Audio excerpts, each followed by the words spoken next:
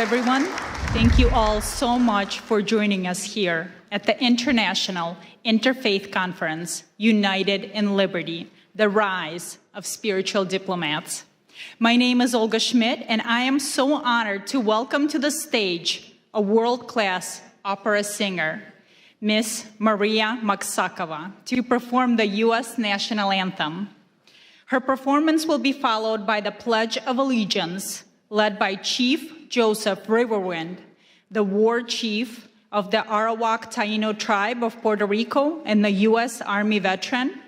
And after, Bishop Leon Benjamin will give us the opening blessing. We'll follow it in that order. So please help me welcome Maria Maksakova.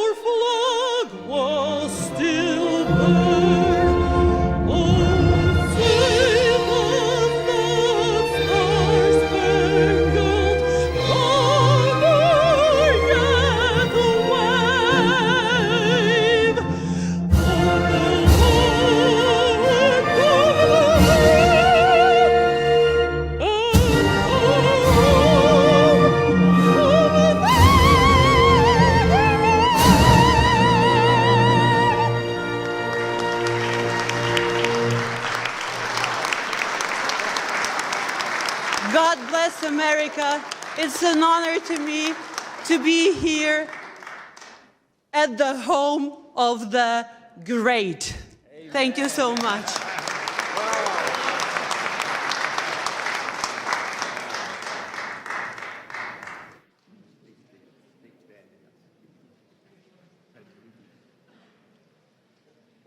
Chief Joseph Riverwind will join us next.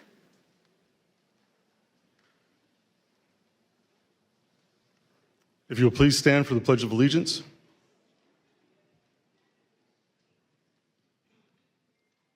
I pledge allegiance to the flag of the United States of America and to the republic for which it stands, one nation, under God, indivisible, with liberty and justice for all.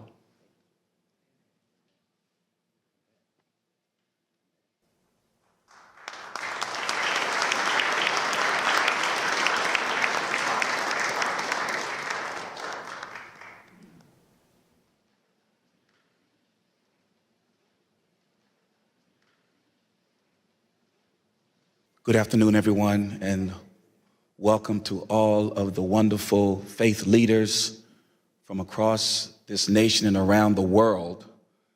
We give honor, amen, and to our Lord, and we thank God for Pastor Mark Burns. Can we give God praise for him right now?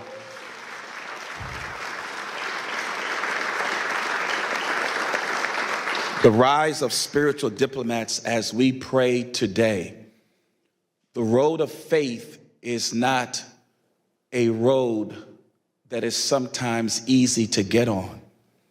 It takes courage, it takes boldness, it takes wanting to lay aside your differences to come together for a common good.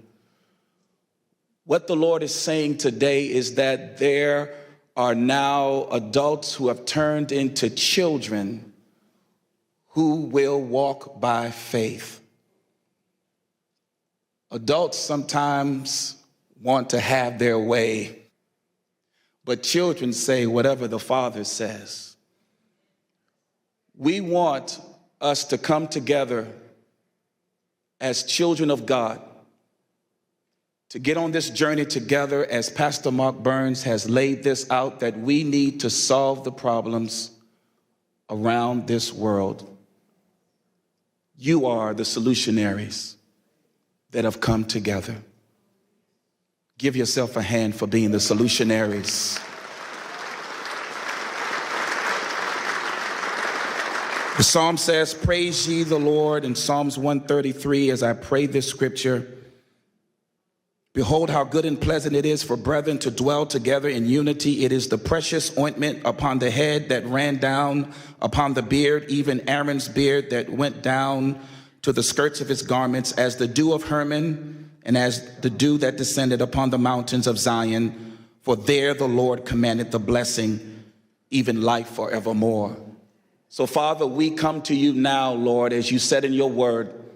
Let this anointing now flow upon this wonderful spiritual diplomat service, that let it flow, oh God, from the head.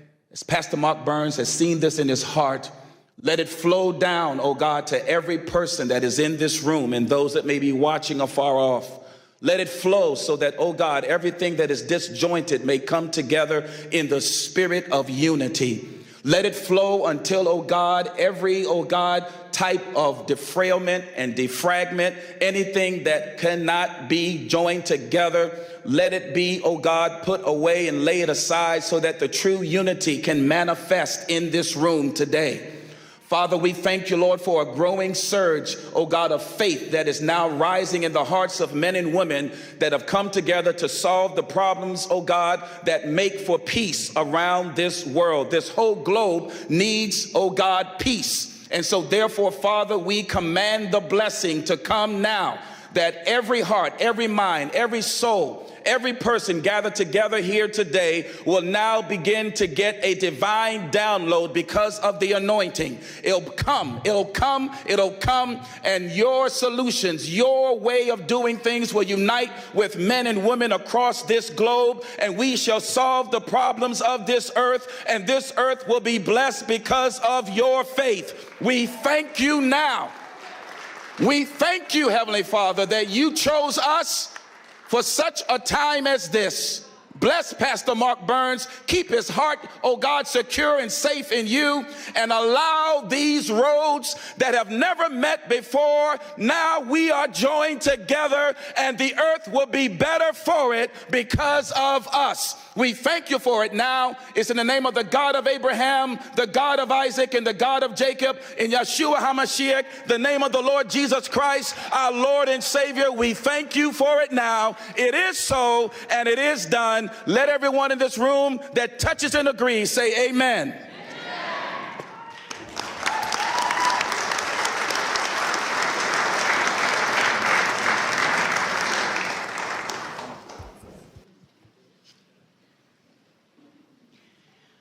Ladies and gentlemen, it is my profound privilege to introduce a special video address prepared exclusively for this conference from a figure of immense global significance.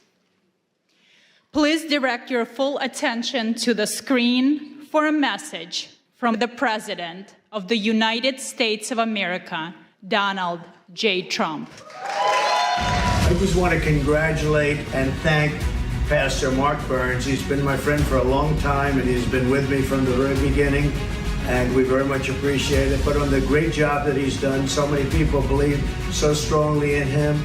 So God bless you, Pastor Burns, and keep going forward. We have a world that's very troubled, as you know. It's troubled, I think, perhaps like never before, but we'll solve the problem one way or the other. Thank you very much for the great job you've done, Mark, and keep it up.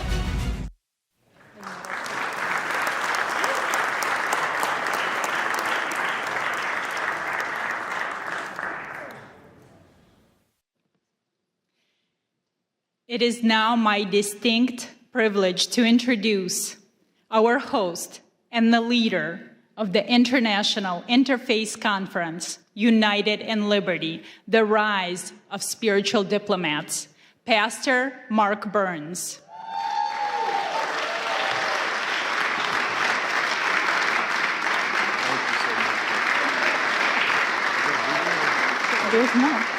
Pastor Burns serves as a spiritual advisor to President Donald Trump and is the chairman of the Spiritual Diplomats, standing at the vital intersection of faith, diplomacy, and public life. He's also the founder of the Harvest Praise and Worship Center and the co-founder of the Now television network, extending his influence across faith, media, and global engagement. Pastor Burns boldly promotes unity and justice.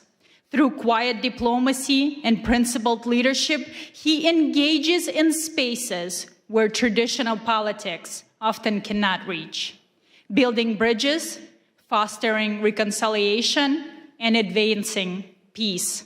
Pastor Burns. I love you. Wow, wow. Well, you may be seated, First of all, thank you all so much to all of you faith leaders that are here. Can you just give yourself a really big hand clap? I can't hear nobody. Now, I say this everywhere I go, whether I'm at the synagogue or whether I'm at the mosque. I say this everywhere. Can we pretend for a brief moment that you're at a Black Baptist church in South Carolina and just open your mouth?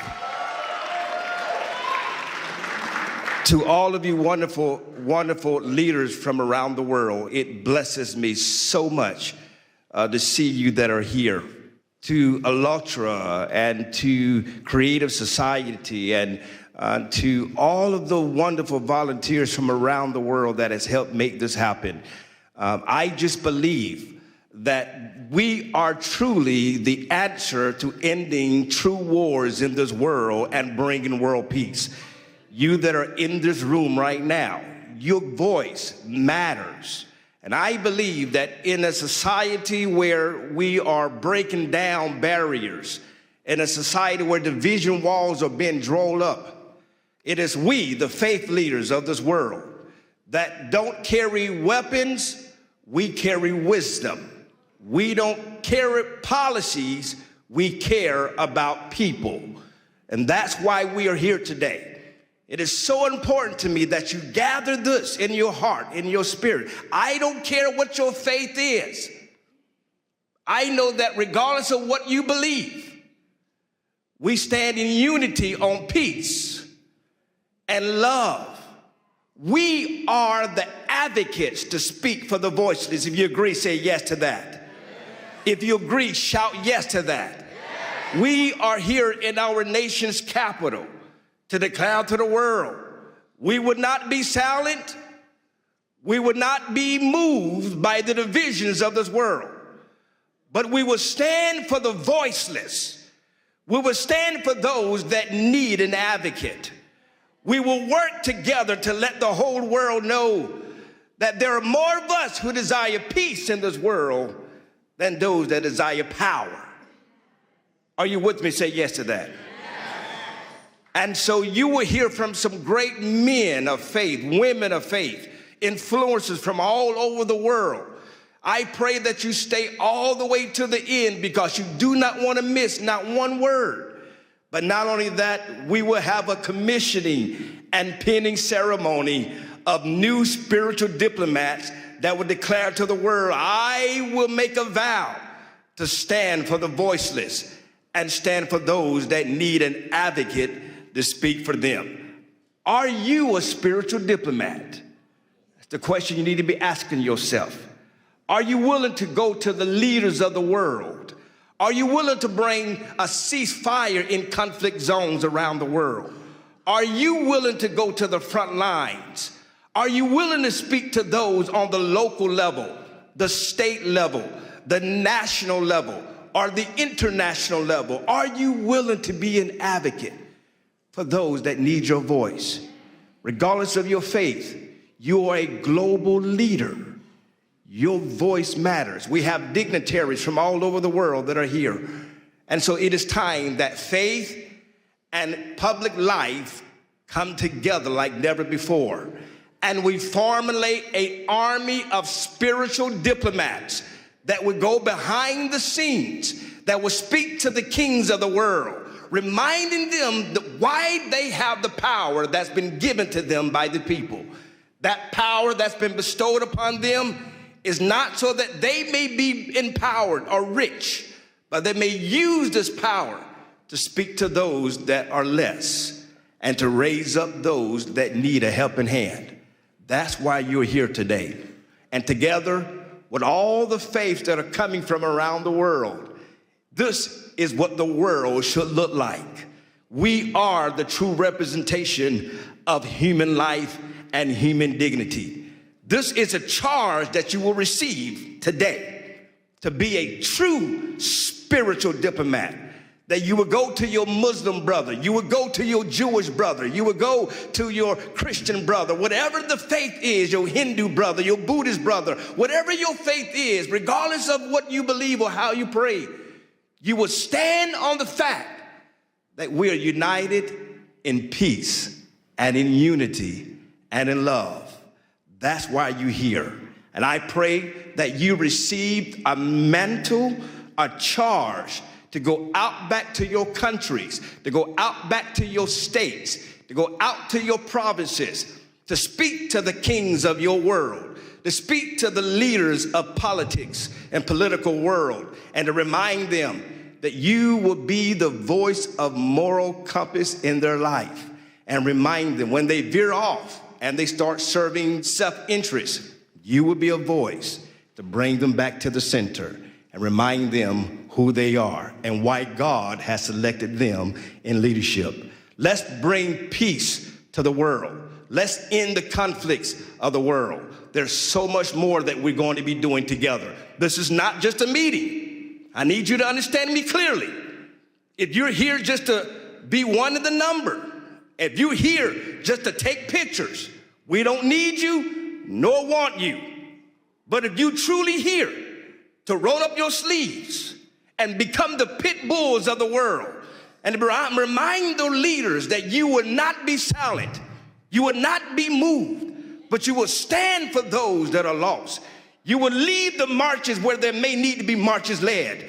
You will speak up for those that are being killed viciously. You would not be just keyboard warriors, but you would advocate for those that desperately need your leadership. If you agree with me, say yes to that. So that's why you're here. We're uniting the world together. And we started right here in our nation's capital. God bless you. Thank you all so much. There's much more to come. Please, please, stay to the end. You want to be commissioned.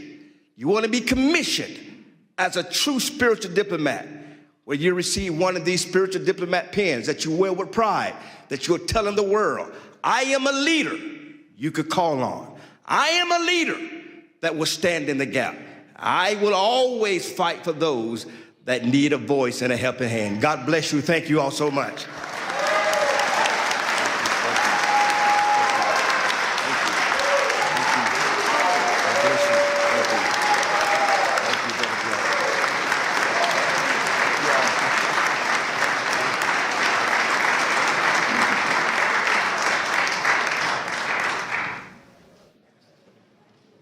We now turn our attention to the screens for a brief presentation on the mission of spiritual diplomats. This video will help us understand who spiritual diplomats are and provide historical examples of them.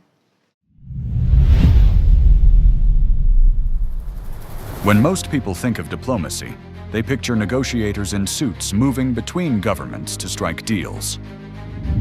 Spiritual diplomats operate differently. A spiritual diplomat is a faith leader who steps into spaces where politics, treaties, and traditional negotiations have failed. They don't carry weapons or political power. Instead, they bring wisdom, moral authority, and a commitment to peace rooted in faith. At its core, the Spiritual Diplomats movement is about advancing peace, protecting religious freedom, and defending human dignity across nations and faith traditions. These leaders represent the conscience of humanity. They include pastors, priests, imams, rabbis, and other faith voices who work together beyond political lines to foster dialogue and reconciliation. Their work is driven by shared values like safety for children, dignity and freedom for all people, justice, and the right to worship without fear. The model of spiritual diplomacy draws inspiration from historical figures whose faith guided them into spaces of conflict and division. People like Reverend Billy Graham, who stood before world leaders with courage and conviction, Sheikh Abdullah bin Baya, who worked alongside Christian, Jewish, and political leaders to foster understanding and protect religious minorities, Archbishop Desmond Tutu, who fought apartheid with faith and moral clarity, Gandhi, whose nonviolent resistance reshaped a nation, Dr. Martin Luther King, who stated that he dreams of a day where you're not judged by your color, but by the content of your character, and other interfaith leaders, who showed that moral courage can change the course of history. But spiritual diplomats don't only focus on big symbolic acts. They engage in quiet diplomacy by meeting with leaders in sensitive contexts, create safe spaces for interfaith dialogue, stand with refugees and persecuted communities, and advocate for religious freedom in global forums. They also work in conflict mediation, helping calm tensions, rebuild trust, and open the door to reconciliation where political solutions have stalled. A spiritual diplomat is not defined by nationality, title, or political office. A spiritual diplomat is defined by moral authority, by the courage to stand in places of tension and say that peace, dignity, and freedom of belief still matter. This movement also brings people together across faith lines. Events like the International Interfaith Conference, titled United in Liberty, the Rise of the Spiritual Diplomats, convene religious leaders from around the world to talk about practical paths to peace, grounded in shared values and mutual respect. This movement is intentionally interfaith. It does not ask leaders to compromise their beliefs. It asks them to stand shoulder to shoulder around shared values: the protection of life, the safety of children, the freedom to worship without fear, justice rooted in compassion, peace built on truth. Ultimately, being a spiritual diplomat means working at the intersection of faith and public life to remind the world that real leadership serves humanity. It is a form of moral engagement that seeks to heal divisions, uphold freedom of belief, and show that peace is possible when faith leaders walk together, not as political actors, but as peacemakers and advocates for human dignity. This is the calling of a spiritual diplomat: to walk into difficult spaces with wisdom, to listen before speaking, and to lead, not with authority alone, but with good moral conscience. Are you a spiritual diplomat?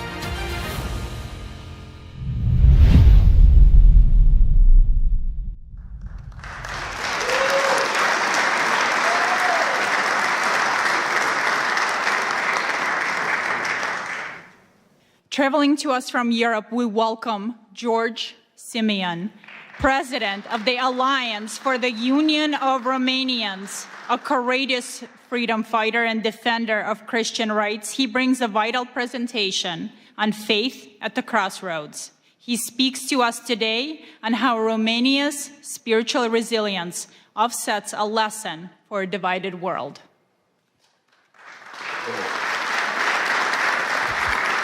Thank you. It is with great pride that I am part of this movement. It is with great pride that I am the first speaker in this conference. And it is with great pride that I share the same values with Pastor Burns.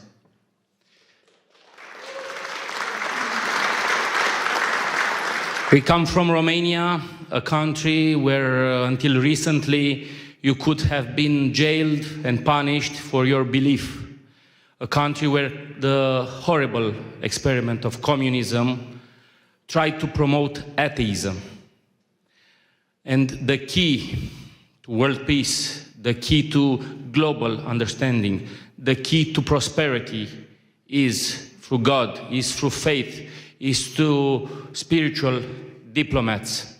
We are here in Washington with a big delegation of members of the European Parliament and the Romanian Parliament, over 40 diplomats who are here to speak about a horrific attack on human dignity.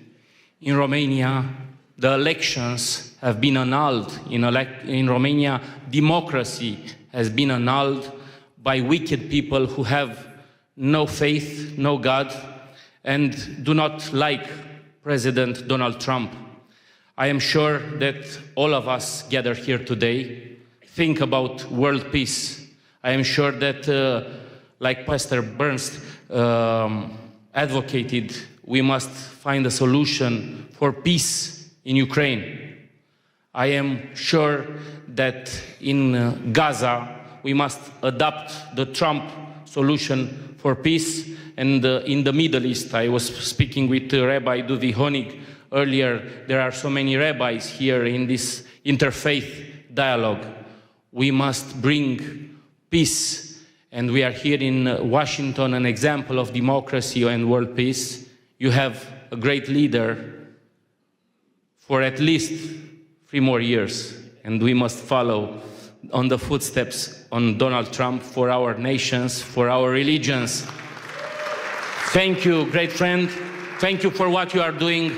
And count on us, on the Romanian people, for world peace and for spiritual diplomats.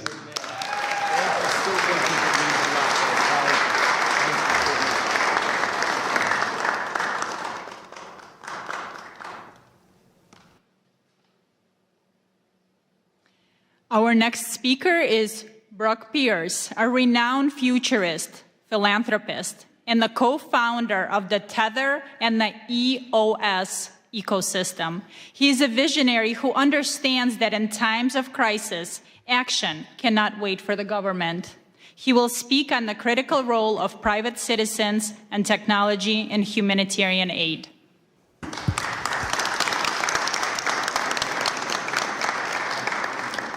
Well, what an honor and a privilege it is to be here with all of you today. And, specific thanks to Pastor Mark Burns, who I've had the great pleasure of working with on a number of initiatives. And this is as exciting as any of them because it is global in nature. And on behalf of all the Ukrainians that are here, this is one of them. And we've got a few other surprises I think we'll see in the months to come. But what a pleasure. I think it's worth talking, for a moment about the world, as it is right now. The world is changing rapidly. Technology has been creating uncertainty about what is our role, who am I, why am I here? And so there's a lot of fear in the world. There's a lot of uncertainty in the world and a lot of doubt that's leading to polarization and division from our technologies and tools. And what is the answer to all of that, in these moments? Faith. Faith is the answer to FUD. When you're feeling lost and you don't know where to go, faith is the answer. And that's what's brought us all together here today, is that we all believe in something more than our current moment, our present reality. We understand that there is a plan, that our life has meaning, and that we have a purpose for being here. And we just have to step into that, right? We have to say yes. Yes to being the spiritual diplomats, those of us that are so blessed and appointed to be in a position to engage with the leaders of the world and speak up, to use those connections and our voices to make that impact, in the world.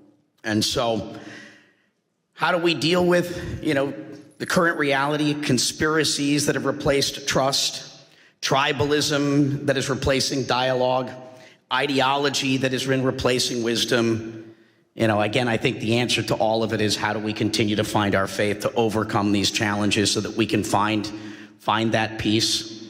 We'll be doing another trip to Ukraine here soon, and Jordan, Israel, and Bethlehem. And, for those that take an interest in any of these journeys, please, connect with us. And so, what is spiritual diplomacy to me? It's the ability to engage with those nations and cultures and people through their deepest source of meaning, belief and identity, where it's not just about power, policy, and pressure, but it's those things that transcend our typical negotiations and bringing it back to purpose, bringing it back to dignity, that narrative and moral authority, one nation under God, right? And that's what we're all here for. So I'm so grateful to be able to speak and share this time with all of you and continue to do this, perform this great work in the world together. God bless all of you, and thank you for your presence and participation in this great work.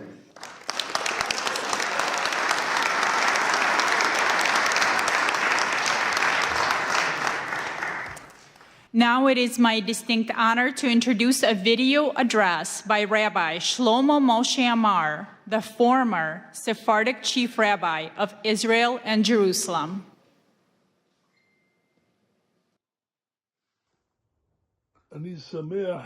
I am happy to bless the attendees of the International Interfaith Conference in the capital city, Washington, in the United States, which comes to share opinions and exchange views between religious leaders in order to increase love, brotherhood, and peace among the nations.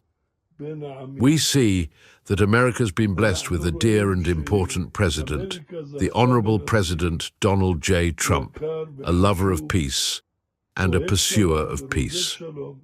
And I'm confident that this initiative also comes from Pastor Mark Burns, who President Trump appointed to lead this initiative. I met Pastor Mark Burns in New York, and his entire goal is to increase friendship and brotherhood among nations. This is a very, very blessed thing, to bring about understanding that will prevent wars and prevent great troubles and will increase good life among people, among religions, and among nations. May it be God's will that the blessing of the Lord rests upon you. Do correct things for the good of the entire universe and all inhabitants of the world. And may we hear and be heralded with good news, peace, and blessing. Amen. Amen.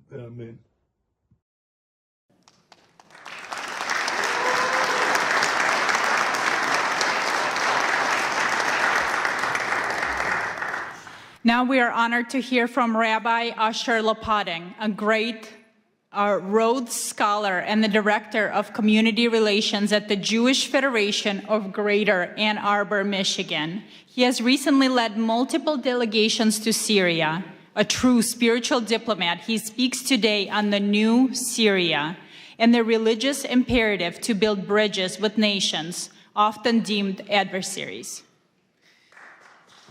Thank you. Thank you so much. It is such an honor to be presenting at this International Interfaith Conference of Spiritual Diplomats United in Liberty. My deep gratitude to Pastor Mark Burns and all the organizers and participants. You know, there's an old Jewish joke that mixes humor with some warning. If we don't heed the word of God, a man's house is caught in a great flood. He sees a large piece of wood floating by, but instead of grabbing it, he says to himself, I'm gonna wait for God, for the God that I pray to. Then miraculously, someone from a boat throws him a life jacket. The man says, no, I'm waiting for God to send me God's relief. Soon a helicopter swoops overhead and sends down a ladder, and the man refuses to get on because he says, I'm waiting for God to save me. Well, eventually the water swallows him up. He dies, goes to heaven, and at the pearly gate he demands of God, or St. Peter, if you're Christian, where were you, God? I prayed to you for salvation, you ignored me. And God, or St. Peter, says, who do you think sent the wood? Who sent the boat? Who sent the helicopter?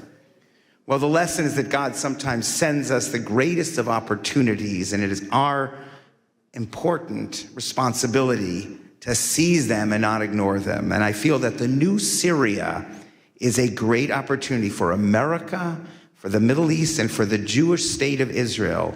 But it takes someone with vision like our great President of the United States to realize what an opportunity it is.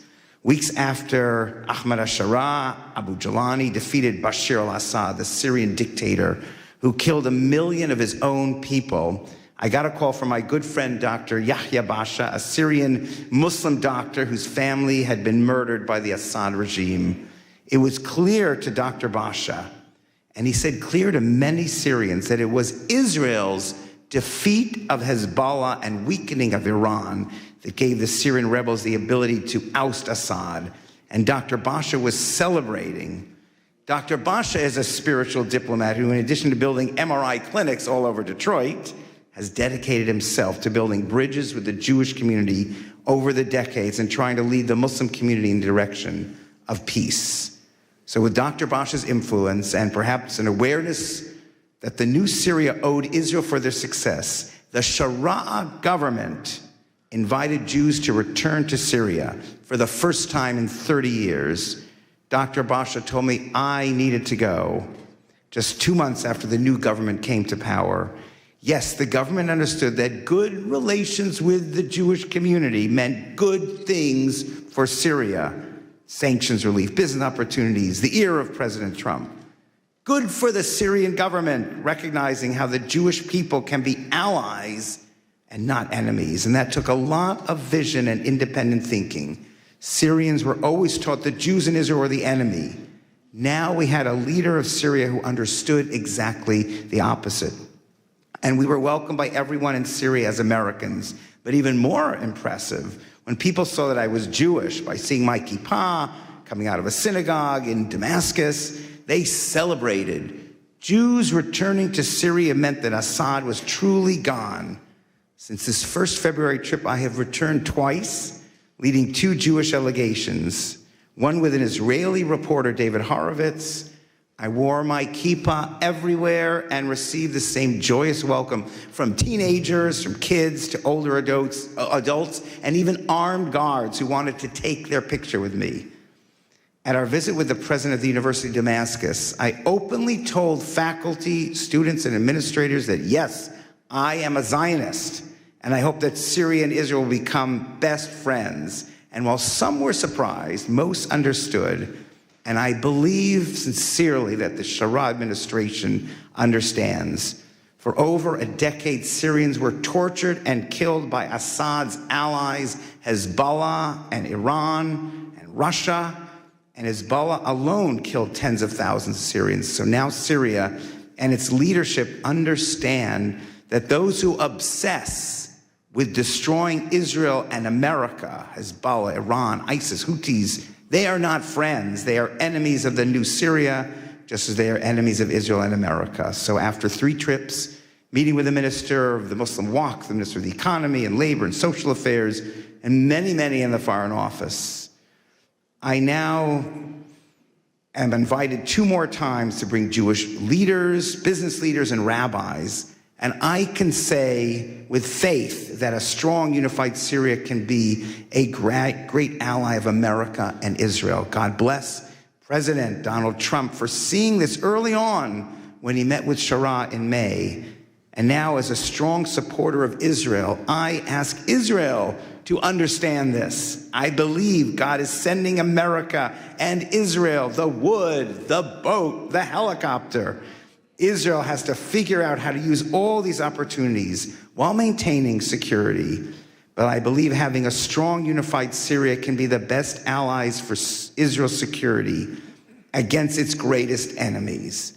Part of being a spiritual diplomat is seeing diplomacy and building unlikely bridges and breaking down old, outdated divisions and seeing that all, as the pastor said, as holy work accomplished by trusting in God to guide us into crucial opportunities, to the boat, to the helicopter. At these times, I think of the courage that it took for the great Martin Luther King to join with rabbis and Jewish leaders to fight together. Folks with different religions and backgrounds, but united in spirit and understanding and a respect for all human beings created in God's image. That is the courage needed to follow everything we see in the new Syria and Israel. And with America's blessing and hard work, Israel, Syria, America, and all those who love and want peace can be the greatest of friends and allies to prevail together against the forces against peace that surround both countries in the ultimate victory of light over darkness. Thank you.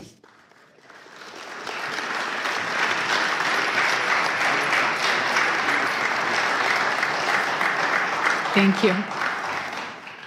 And next, please welcome His Excellency Sheikh Ashraf Effendi, a distinguished Sufi master from the Naqshbandi order and a global peace ambassador.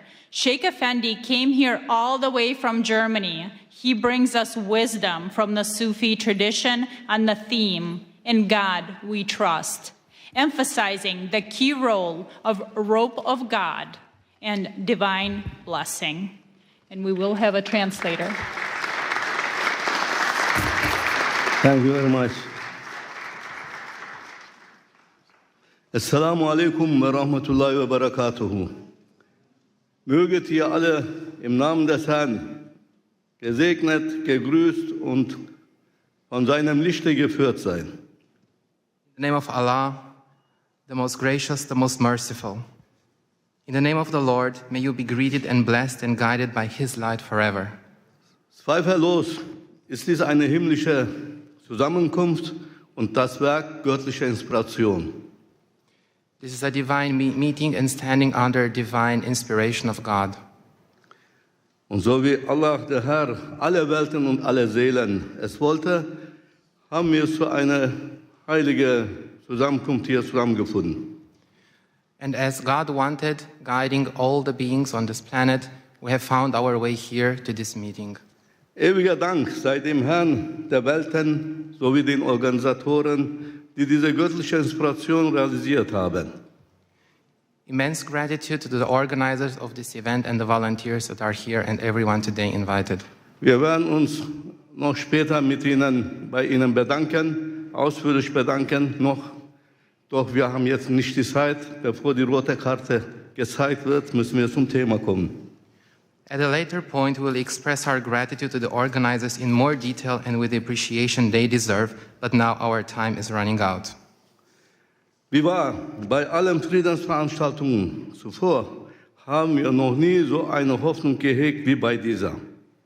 Truly, at all previous peace events, we have never had as much hope as we do at this one. Denn eine Veranstaltung dieser Art, die Politik und Spiritualität miteinander verbindet, findet zum ersten Mal statt und dies ausgerechnet an einem Ort, von dem aus die Welt politisch, wirtschaftlich, sogar militärisch beeinflusst und geführt wird. For an event of this kind, which combines politics and spirituality, is taking place for the very first time. And this, of all places, in a location from which the world is influenced and controlled politically, economically, and even militarily. So wie wir es verstanden haben, geht es um die Freiheit des Glaubens und um die Zusammenarbeit von Politik und Spiritualität. As we understand it, this here is about freedom of belief and about the cooperation of politics and spirituality. Oh ihr Edlen, was denkt ihr?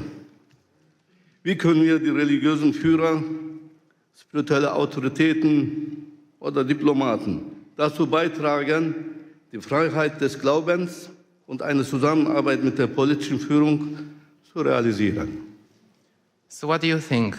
How can we, the religious leaders, spiritual authorities and diplomats, contribute to realizing freedom of faith and cooperation with political leaders? Müssten wir dafür nicht zuerst selbst in unsere eigenen Reihen die Ketten des Extremismus sprengen und unseren Glauben von jedem Extremismus befreien?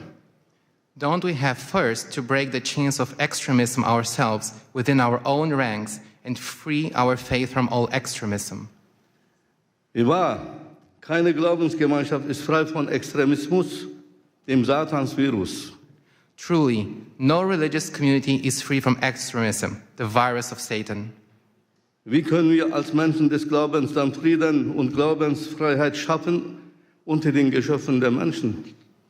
How can we, as people of faith, create peace and freedom of belief among the Lord's creatures? Um Extremismus im eigenen Glauben zu bekämpfen, müssen wir selbst, also wir, die Vertreter unseres Glaubens, konsequent an den goldenen Regeln, dem göttlichen Kodex festhalten. So in order to combat extremism in our own faith, we ourselves, we, the representatives of our faith, must consistently adhere to the golden rules, the divine code. Zum Beispiel im Islam. Wer einen Menschen tötet, ist, als hätte er die gesamte Menschheit getötet. For instance, in Islam, whoever kills a human being is as if he has killed all of humanity. Zum Beispiel im Judentum. Du sollst nicht töten und du sollst nicht begehren, was dem anderen gehört. For example, in Judaism, thou shalt not kill, thou shalt not covet what belongs to another. Zum Beispiel im Christentum. Liebe deinen Nächsten wie dich selbst. For instance, in Christianity, love your neighbor as thyself. O ihr edlen Diener des glorreichen Herrn, wisset, nur wenn wir die Kodizes der Religion des Glaubens ernst nehmen, sie an höchste Stelle setzen, achten und als das Seil Gottes festhalten, können wir eine gute Beziehung zu unserem Schöpfer aufbauen, dem einen und einzigen Herrn. O noble servants of the glorious Lord, know that only when we take the codes of the religions of faith seriously, put them first, respect them, and hold tight to them as to the rope of God, can we build a good relationship with our Creator, the one and only Lord. Ohne Zweifel, nur er kann uns den Frieden schenken. Moreover, only He can gift us peace. Denn nur er, der Glorreiche, ist der Herr des Friedens. Natürlich bedient er sich stets eines Werkzeuges für alles, was auf Erden geschieht, auch für einen wahrhaftigen Frieden in der Welt. For only He, the glorious one, is the Lord of peace. Of course, He always uses a tool for everything that happens on earth, including for true peace in the world. Möge Präsident Trump derjenige sein, der dazu berufen ist, Frieden in die Welt zu setzen, da er auch die Macht besitzt, dies zu realisieren. May President Trump be the one called upon to bring peace to the world, as he also has the power to make this happen. Möge er dafür mit einem himmlischen Friedenspreis vom Herrn des Friedens selbst gekrönt werden. Eine Auszeichnung, die niemandem zuvor zuteil wurde. And may he be crowned with a heavenly peace prize from the Lord of peace himself, an honor that has never been bestowed upon anyone before. Mr. Trump don't need Nobel Prize. Doch zurück zum Thema. Für die Freiheit des Glaubens müssen die Religionsgemeinschaften zunächst in Aufrichtigkeit zusammenkommen und füreinander Sorge tragen. But back to the topic at hand. For the freedom of faith, religious communities must first come together in sincerity and care for each other. So dass wir innerhalb unserer jeweiligen Gemeinden Buddhisten, Juden, Christen, Muslime, Indogene und so weiter sind, uns jedoch in der Öffentlichkeit nicht entlang dieser Zugehörigkeiten voneinander abgrenzen. So that within our respective communities, we're Buddhists, Jews, Christians, Muslims, indigenous peoples, etc., but in public, we do not separate ourselves from one another along these lines. Nein, für uns selbst sind wir die Buddhisten, die Indigenen, die Christen, die Juden, die Muslime. Doch in der Öffentlichkeit müssen wir uns zeigen, Hand in Hand als Allianz der Gläubigen. No. For ourselves, we're Buddhists, indigenous people, Christian, Jews, Muslims. But in public, we must show ourselves hand in hand as an alliance of believers. Titel und Namen der Religion in der Öffentlichkeit, wie Judentum, Christentum und Islam, werden uns nur voneinander trennen und entfremden, und das darf auf keinen Fall mehr geschehen. Titles and names of religions in public, such as Judaism, Christianity, and Islam, will only separate and alienate us from one another. This must not be allowed to happen again. Lass uns daher laut und deutlich dieses Verständnis der ganzen Welt zu erkennen geben und stark betonen, wir sind die Rabbaniun, wir sind die Gottergebenen. Let us therefore make this understanding known loud and clear to the whole world and emphasize strongly, we are the Rabbaniyun, we are the God-devoted. Und mehr noch, erheben wir von diesem Ort aus unsere Stimme, von jenem Ort, von dem die Geschicke der Welt politisch, wirtschaftlich und militärisch gelenkt werden. Wir richten unseren Ruf an die politischen Führungen und Regierenden, alle Länder und Völker dieser Erde und sagen, and more than that, let us raise our voices from this place, from the place where the fate of the world is controlled politically, economically, and militarily. We address our call to the political leaders and rulers of all countries and peoples of this earth and say, so wie auf dem US-Dollarschein die Worte in God we trust geschrieben stehen, möge auch das Gebäude der United Nations jene Worte tragen. Worte, die das Vertrauen der US-Bürger geprägt und ihre Währung zur wirtschaftlichen Weltgeltung geführt haben. In God we trust. Just as the words, in God we trust, are written on the US dollar bill, may the United Nations building also bear those words. Words that have shaped the trust of US citizens and led their currency to global economic significance. In God we trust. Und mehr noch, im Gebäude der United Nations sollte unbedingt ein House of Believers errichtet werden. Ein Ort, an dem die religiösen und spirituellen Autoritäten der Welt als vereinte Gemeinschaft der Gläubigen zusammenkommen, um bei den Entscheidungen über die Zukunft der Menschheit mit der politischen Führung, mit geistiger Stimme der Menschheit mitzuwirken. And furthermore, in the United Nations building, a house of the believers should definitely be established, a place where the religious and spiritual authorities of the world come together as a united community of believers, where they come together to participate in decisions about the future of humanity with political leaders as a spiritual voice of humanity. Denn wir haben gesehen, dass Politik allein nicht ausreicht für Frieden und für eine glückliche Menschheit. For we have seen that politics alone is not enough for peace and for a happy humanity. Wenn die Politik der Körper der Menschheit ist, so ist der Glaube die Seele der Menschheit. Der eine kann ohne den anderen nicht existieren. If politics is the body of humanity, then faith is the soul of humanity. One cannot exist without the other. Möge Allah der Herr alle Seelen, diese Konferenz und ihre Organisatoren, Teilnehmenden segnen und mit seinem Licht führen. May God bless this conference and all the participants in this conference and hear all of us with his ears. May Allah Almighty bless and guide you. Assalamu alaikum.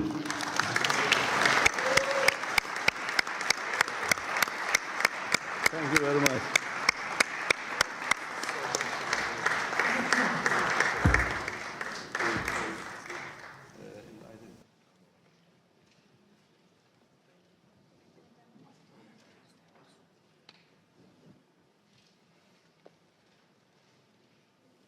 Thank you very much. I'm pleased to introduce Rabbi Duvi Honig, founder and CEO of the Orthodox Jewish Chamber of Commerce. He has dedicated his life to uniting communities through economic cooperation. Today, he speaks on commerce as common ground, exploring how business can protect religious freedom and democratic integrity.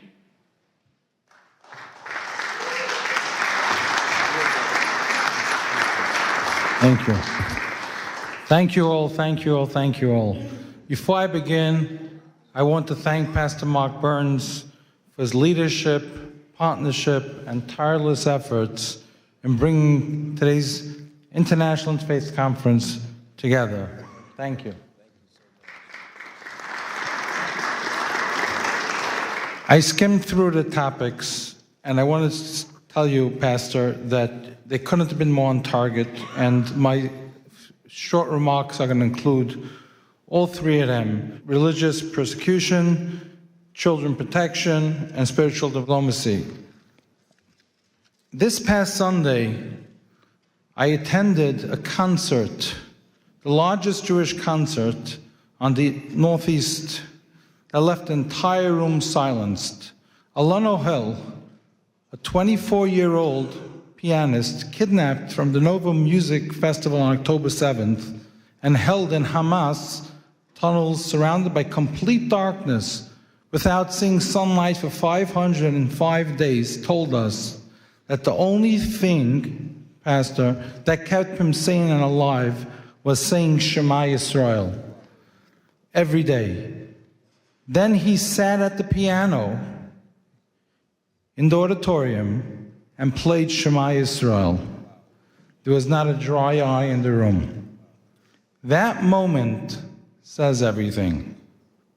Freedom alone does not bring happiness, purpose, or light. Faith does.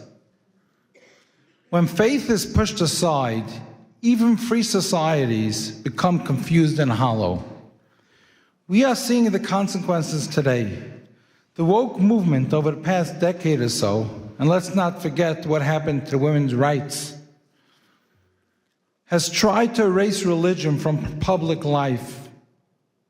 They ridicule moral boundaries and punish those who openly live by their faiths and basic truths, leaving a generation unanchored, divided, and increasingly hostile to one another, all in the name of democracy. That means all us religious leaders, we were absolute with the woke movement because we kept the Shabbat. We didn't want to go to work, so we had to file those briefs to protect religion.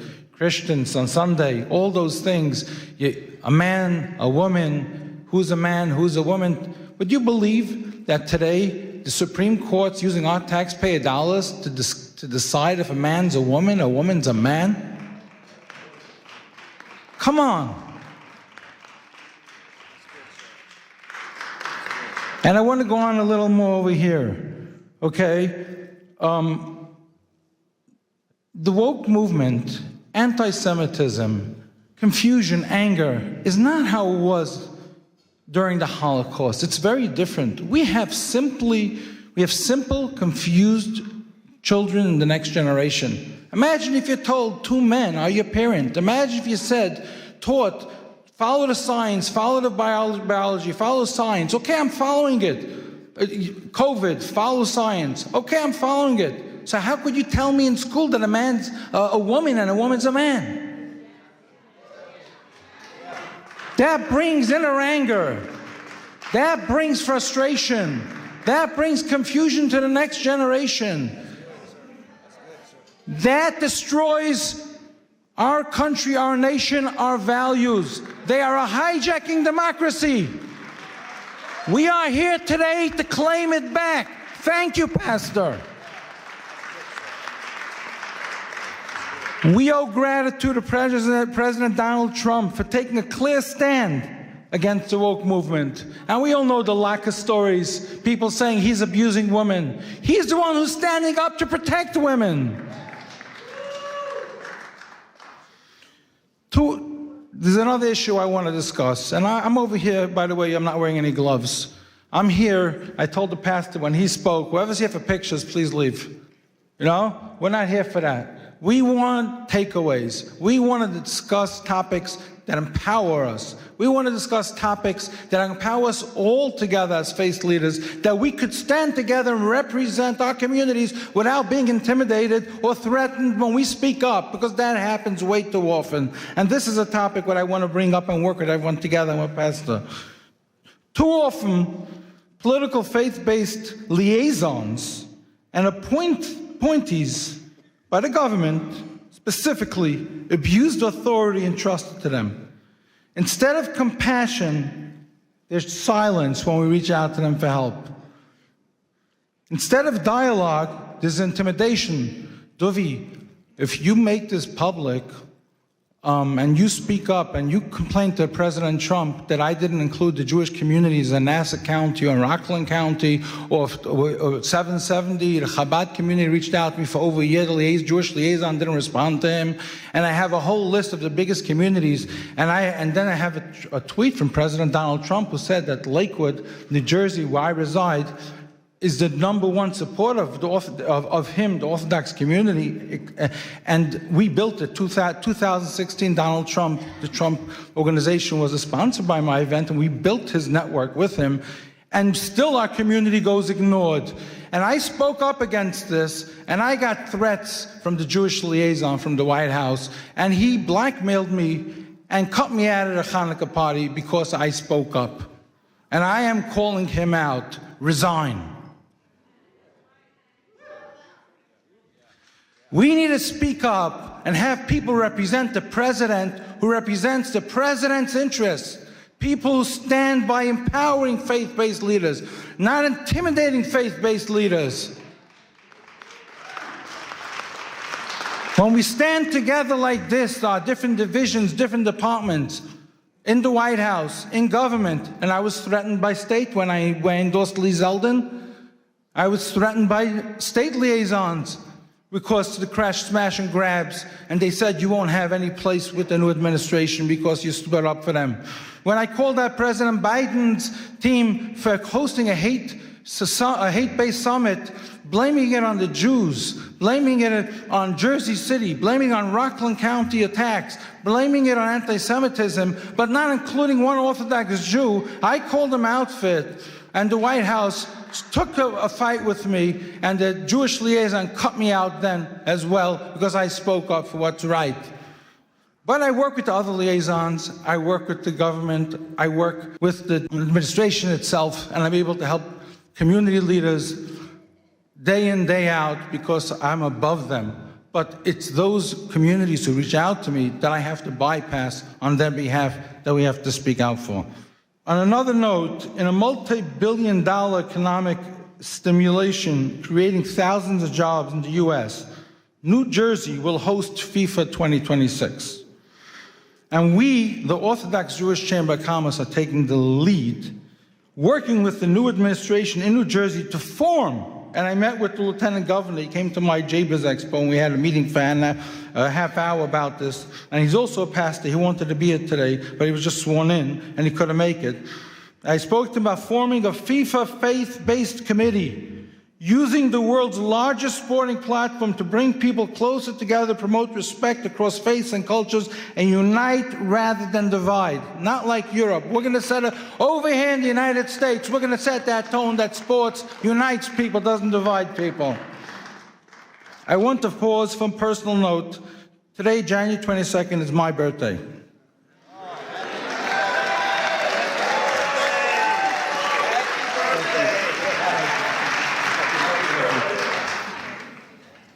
And it is also the 21st wedding anniversary of President Donald Trump and First Lady Melania. On behalf of our community, the Orthodox Jewish Chamber of Commerce, Pastor Burns and his team, we extend our warm congratulations and wishes and continues strength and leadership. Our chairman, J. Morton Davis, who couldn't be here today, he's close to 100, the close friend of the president, for half a century, sends his congratulations to the president. And final, I also want to announce today, as the founder of the Morris Katz Foundation, together with my partners, Alan Dershowitz, Elon Carr, former U.S. Special Envoy and Monitor to Combat Anti-Semitism and CEO of IAC Today, Malcolm Homeline, Mayor Izzy Spitzer of New Square, and the Morris Katz Foundation Committee, that we, the Jewish community, have nominated President Donald Trump for the Morris Katz Presidential Legacy Award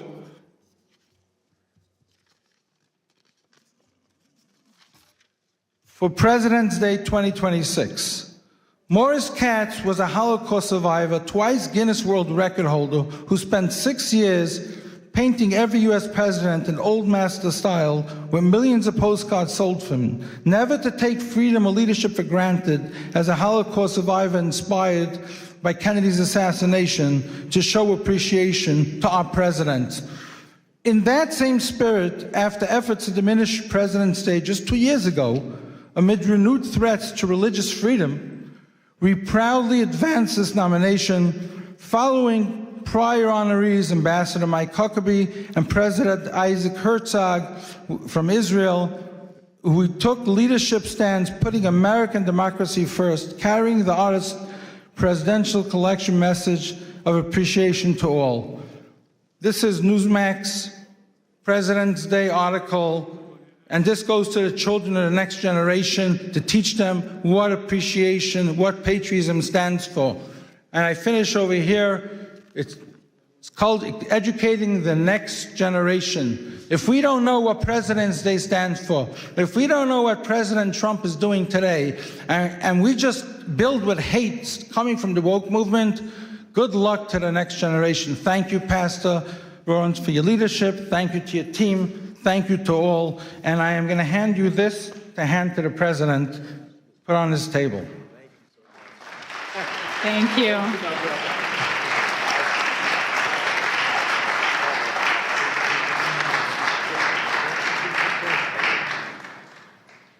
Our next distinguished speaker is Sir Professor Dr. Gabriel Paupe Andreoli, President of the Institute for Advanced Studies and Cooperation and an ethical AI leader affiliated with the Vatican.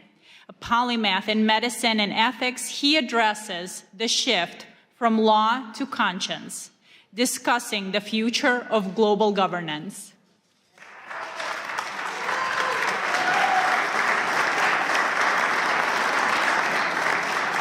It's a true honor to be here, and I wanted to thank ALLATRA and Pastor Burns for inviting me. I had the good fortune of having them at the Vatican, at the Pontifical Academy of Science a few months ago, and it was a great honor, and I think united we stand. And also I brought a little present for you. So it's a rosary from the Holy Father. It's been blessed, and you know, so I wanted to take this little time to give it to you. Man, thank you. Wow. So the Holy Father is always with us and in our heart. Wow, thank you. So much. Thank you. What is that? So special. Wow. I'm going to try to read this, and because I think it's important. We're standing in a threshold of a new era, and I need your help. We all need to stay together. So esteemed spiritual leaders and diplomats, ladies and gentlemen, we're living in a time of extraordinary paradox. Never before has humanity possessed such technological power, scientific knowledge, and global connectivity. Yet never we face such a systemic fragility, polarization, and planetary risk. This paradox reveals something essential. The central challenge of our time is no longer technological, but political, constitutional, and ethical architecture. At WEF in Davos yesterday, leaders have spoken of the essential need for a new world order, and it was about time. We've been working on it for the last few years. In recent days, I was at the Vatican seeking guidance from His Eminence, Cardinal Pietro Parolin, Secretary of State of the Holy See, and we reflected on a question that is at once urgent and hopeful. How can humanity move beyond fragmented effort and begin to shape a shared constitutional pathway for peace, for human dignity, and for regeneration of our Mother Earth? And by the way, I think Kathleen Rogers is here with us, and she was a great inspiration. Kathleen, are here? Or maybe she's... Oh, okay, great. Thank you for being with us. How can we transition from sustainability to flourishing? The conclusion was clear. We must work together through institution, through commitments, and through technological guarantees, because what humanity needs today is not merely a better tools, but a new framework of trust. A framework capable of translating ethical intention into credible, verifiable, enforceable cooperation across borders, systems, and generations. For many years, sustainability has guided political discourse. To sustain is to hold, to resist, to maintain balance, and balance, when treated as an end rather than as a phase, becomes stasis. In living system, biological, social, and civilizational, stasis is not life. The challenge we face, climate instability, geopolitical conflict, inequality, and the concentration of technological power, cannot be solved by containment alone. This is why we must move from sustainability to flourishing. Flourishing is not theoretic. It's a principle of governance. To flourish means to design economic, political, and technological system that generates more life, more dignity, more trust, and more shared prosperity over time. Sustainability asks, how do we survive longer? Flourishing asks, how do we harmonize and strive together? Flourishing is generative, and the pathway to flourishing is harmony. The alignment of freedom with responsibility, innovation with ethic, sovereignty with cooperation, and progress with protection and trust. For the first time in human history, the vision is no longer confined to moral aspiration. We now possess the technological platform capable of making it real. An enabling infrastructure that allows ethics to move from intention to implementation, ethical systemic intelligence, supporting decision making while preserving human accountability and dignity. The centralized blockchain system ensuring transparency, trust, and international integrity beyond centralized power. Quantum and post-quantum science, strengthening security and transforming state strategy, because in an interconnected world, domination produces instability, while cooperation generates anti-fragility. So, for the first time in human history, finally, the convergence of changes is the very logic of power. It allows us for the first time to envision a world federation of states grounded in guarantees, constitutional framework. Not a global government, not an empire, but a federation of guarantees, limits to power, protection of rights, constitutional safeguard for dignity, peace, harmony, and the regeneration of our leadership and relationship with the earth. Peace has to be a strategic infrastructure. For too long, peace has been treated as a moral aspiration or a diplomatic outcome, but peace has failed repeatedly because it lacked the institutional and economic infrastructure. Almost there, don't cry. War remained profitable because peace was structurally weak, too dependent on personalities, too vulnerable to manipulation, too exposed to capture of institutions. That equation can now change. In the regenerative paradigm, peace becomes economically advantageous, strategically stabilizing, technically innovative, and socially resilient. Cooperation scales better than conflict. Trust multiplies economic and social value faster than fear. Regenerative systems outperform extract ones. In this model, peace is not only ethical, it's strategically and economically superior. But this transformation requires a decisive evolution of governments. Ethics must move from aspiration to architecture. It must be embedded by design. Ethical IE is not decoration, it's a safeguard. Decentralization is not ideology, it's institutional anti-fragility. Guarantees constitutionalism is not theory, it's a protection against systemic abuse of power. Without ethics, technology accelerates inequality and instability. With ethics, technology becomes an engine for flourishing. We're building a platform for scientific technological diplomacy, a space for spiritual dialogue beyond ideology, constitutional and policy proposals aligned with emerging technologies and practical frameworks where peace is treated as a system, not as a slogan. Not ideology, but governance. Not utopia, but institutional design. Not theory, but action. A constitution is not merely a text. A constitution is a shared commitment to the future. We believe that time has come to give momentum to a new guarantees constitutional pathway for peace, one that can be endorsed, undersigned, and advanced by institutions, leaders, and citizens of conscience. I therefore invite you all to engage, to follow this work, to contribute to it, to undersign it, and encourage others to do the same, because the future is no longer something we merely debate. It is something we are now responsible to design together through policy, law, technology, and leadership. We started. Let us embrace as a spiritual leader. We can. Let us build what is structured, safeguard, and regenerative for all of us and our children and future. Thank you all.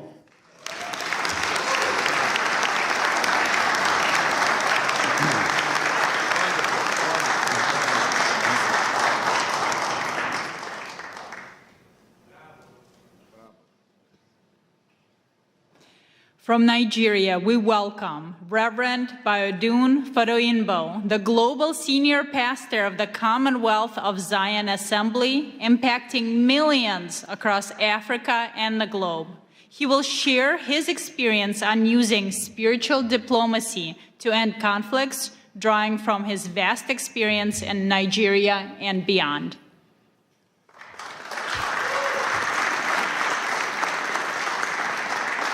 Good afternoon. Such a joy to be here all the way from Africa. And I really appreciate Pastor Mark Burns for this privilege to speak with you. I want to thank you for this privilege, and I want us to know that it's very important for us to be here. And we are here because, not just because we've been invited here, but because God has brought us together and given us the kind of influence and affluence that we have to influence our world and to help our community and to experience peace. I want you to know that the world is looking not for leaders, not for speakers, but those who will broker peace all over the world. In this age where a sentence from a faith leader can shape hearts, move markets, and also topple government. I'm not a diplomat by training, but I have witnessed negotiation where treaties have failed. But I've seen prayers accomplish what political pressure could not do. This is not a call to replace politics with religion. But religion does not compete, but it completes diplomacy. We speak not of ourselves, but we need to know that we are messengers of God. I have been a pastor for 27 years. I found out that faith leaders are the only people that speak for 1 hour plus, and nobody stands up to say, excuse me, I want to contribute. Even in the court of law, people can say, my Lord, I want to speak. But in religious gatherings, religious leaders just speak and influence people. Their words are looked upon as the words of God. With this authority and this place of authority that God has given to us, we need to learn how to influence people. Because sometimes the way we speak, let's be honest, we speak from the place of tradition, we have authority, we have legitimacy of community, we have moral gravitas that secular institutions often forget. I want you to know that God has called us a call to forgiveness. A teaching of forgiveness can end blood feud. A sermon of dignity can inspire human rights movement. We remember the words of Archbishop Desmond Tutu. Even though it was not violent, even through his messages, he dismantled apartheid through his messages. We remember Pope John Paul II, whose simple appeal, war never again, echoed through Poland and beyond. We also remember sermons the baptized ethnic cleansing, and the casual dehumanization that turned neighbors into enemies. The weight of our words are measured not in their eloquence, but we must consider the consequences of our words. Today, our world suffers from dialogue deficit. We talk at each other, but not to each other. Faith leaders must understand their position and where God has placed them. So what does responsibility look like? Number one, we must, first of all, know that we stand for truth instead of triumph. We must understand that the role is not to win arguments, but to seek wisdom. Secondly, we must understand that courage must be displayed over convenience. We need to confront intolerance within our own communities and call for peace at all times. We must know that we've been positioned to influence. Our words carry weight. Our words carry weight beyond. We must see microphone not as a trophy, but we must see it as a means of influence to influence people to broker peace in our society. I want to round off by telling us about something that happened during the Central African Republic Civil War, when Muslims and Christians were slaughtering each other. One imam and one pastor made a pact. They stood at a checkpoint between warring neighborhoods, joined hands together, and they said the first bullet to be fired must pass through the imam and the pastor. For 18 months, they stood there and they held hands together. But for 18 months, no one fired a bullet. Eventually, others joined them. Their words carried weight, not because they had power, but because they had the courage to stake their lives on their conviction. Words carry weight. Your words carry weight too. The question is not whether you speak, it's not whether you will speak, but whether you will speak in the ways that will heal rather than divide. Will you reach the voiceless rather than just the powerful? Will you use your position to heal your community, heal your country, and avoid the differences in the religion and make sure that we heal our world? This is something we need to stand up to, and our lives will not remain the same. God bless our world.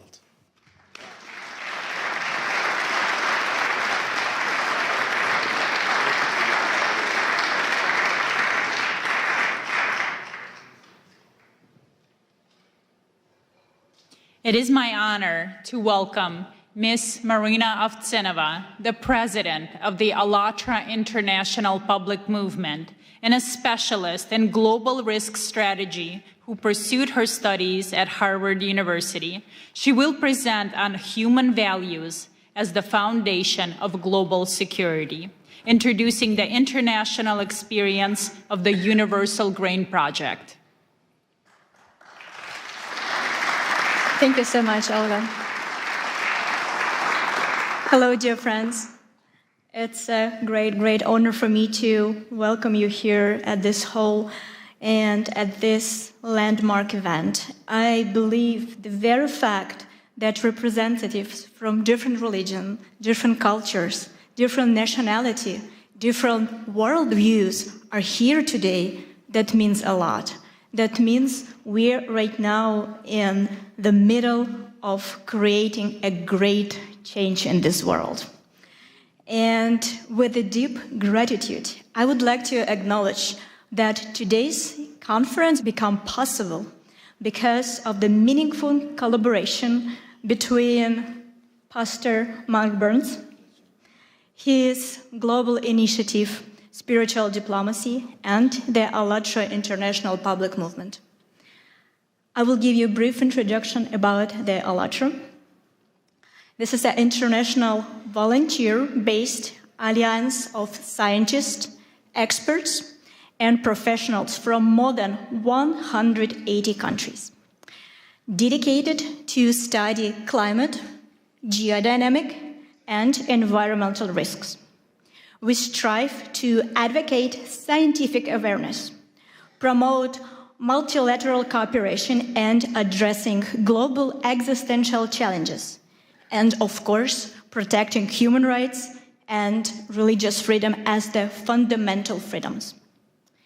We are firmly convinced that spiritual diplomacy has the power to shape the kind of world that deep down every single person longs for, a world that is safe, prosperous, and just.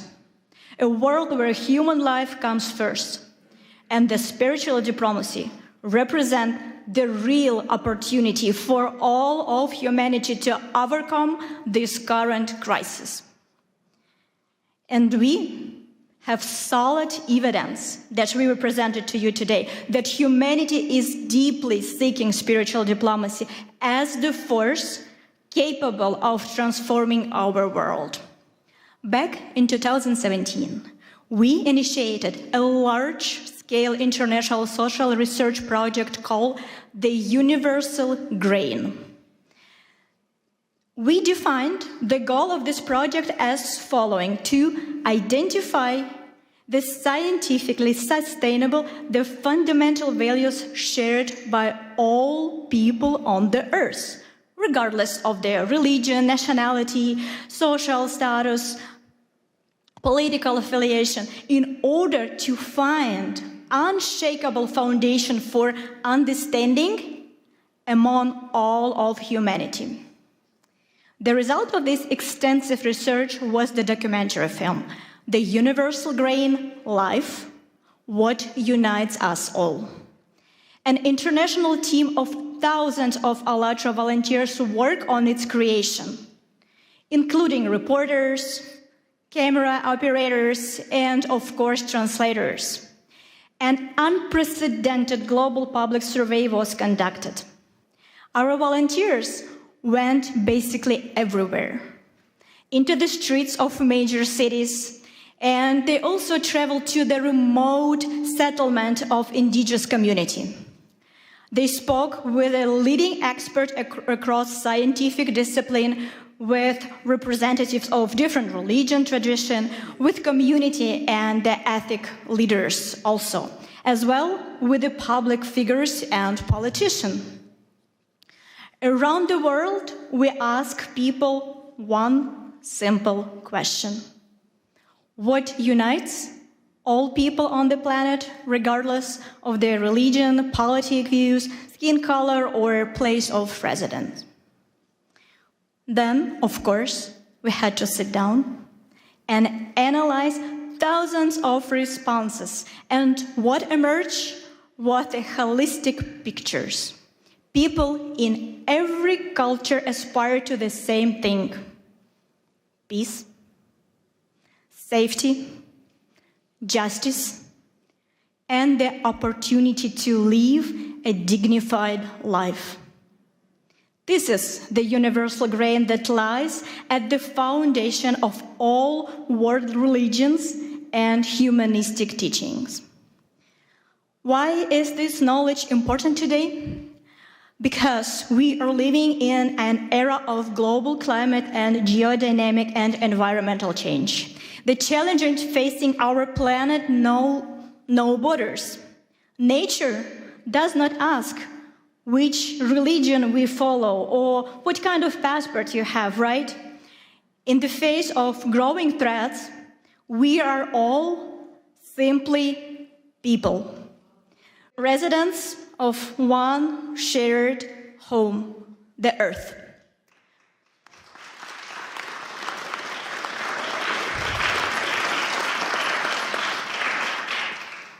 And we know for sure that civilization can survive global changes only if we are able to rise above our disagreements, to welcome our differences as the source of richness, while standing firmly on the shared moral foundation. And now, I would like to invite you to watch a short video segment. It is only a small section from the vast collection of interviews gathered during this project. But you will see it provides how much we all have in common. Let's watch it.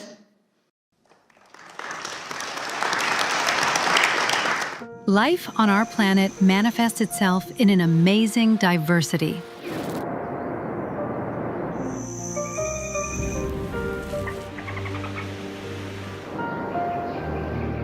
Likewise, human civilization demonstrates an equally impressive variety of cultures, traditions, and religious beliefs that have been forming over centuries. This kind of rich heritage reflects various approaches to understanding human values and people's life in society. Within the framework of the Universal Grain, a unique social research project of ALLATRA International Public Movement, the volunteers addressed people worldwide with question, what do all of us have in common? And their answers show what unites us all.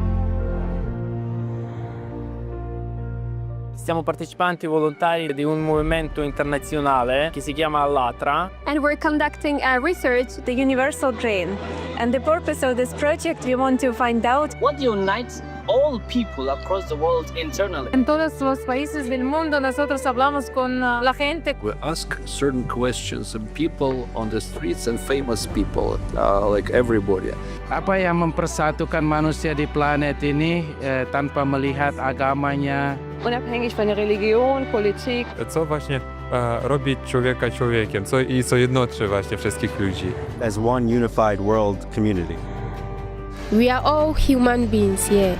Aside everything, aside the colors, we are all human beings. So it inspires and it unites all of us here. I think people feel love and care for other people in the same way, despite whether from their religion, their beliefs, anything like that. So I definitely think we all have that in common, definitely. I think that love unites all of us. When this feeling fills our hearts, you know life becomes very happy and beautiful. And you're happy. Love is something what connects us. Love to other person, love to everybody. Everyone feel it. I think everyone feel it. We are all human beings. We are all made by the one Creator.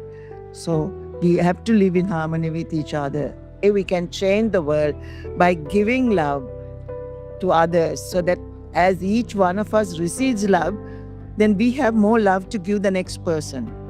You deposit love in yourself, so you can give that love. Humaneness is the most important thing, because people shouldn't do evil. A human being should do good. It is love for life in all its manifestations. God has endowed us with many qualities. We need to be able to fill them with our hearts. Humaneness, mercy, being caring towards everything that surrounds you. We should all be like this. The greatest commandment is love. Love your God with all your heart and all your mind. And then he said the second of this is to love your neighbor as you love yourself. I live my life not based off of theology, but based off of the greatest example of Jesus Christ. And that's love. So when you do that, it doesn't matter who you pray to. I will still feed you.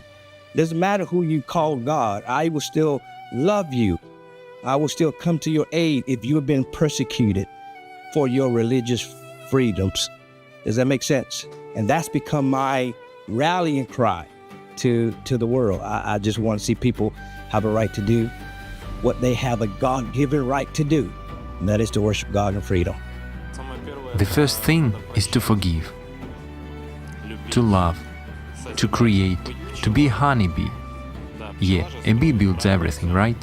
We should create, and then we'll be fine. What unites us all on the whole planet Earth, regardless of where we live, who we are by nationality, and what our religion is? heart, smiles, joy. We should open up. Life is very short. We should live. You have to wake up, open your eyes with a smile and live. That's it. You don't know when the heart will stop beating. So you need to be happy. Humans have to love each other because they are human and they came from one place. We need good thoughts and every situation, peace and love, it's everything. I may be Malawian, someone would be Zambian, someone would be from Germany, but we are all human beings. We are all united in the spiritual aspect because we are all human beings created by one creator. You have a spirit, I have a spirit. It doesn't matter, the outside skin is different, but we all have one spirit. People, they are all the same, despite the fact that they are from different cultures and have different backgrounds. And the most important thing that unites us is love. The ability to love and the need to be loved. The need to communicate with other people. If humanity is first, then we will know how to develop one another and how to care another. What each of us does, and more importantly, how we go about doing that, can and will, in fact, determine the future of mankind. Working together, we can forge a more promising future. You know, I'm a diplomat, but above all, I'm a human being. And as a human being, what I want peace and reconciliation. We are all human beings, so we have different culture, we have different religion, but we believe in life, we believe in love. We want a better life, we want a better world, and that's why we need to be united. No matter the religion, no matter where you come from, no matter the color, we are one. Of course, we want the good part of a person to dominate. We have peace, we have friendship, we have kindness. And those are the things that the world really needs. Whatever our color and shape or beliefs may be, we are all human beings. We are all here together to do something together. Love is what unites all inhabitants of this blessed earth, given to us by God. It is love, heart. It is joy which may be radiated through a look or a smile.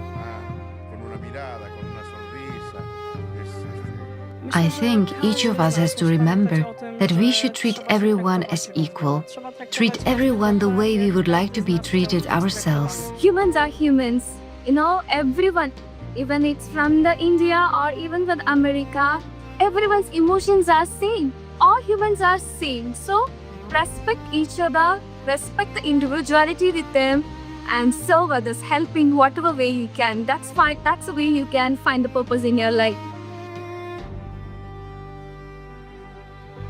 People around the world share so many common values and ideas. They dream of a better future, and so many people, even when they are in terrible situations, they all still have hope.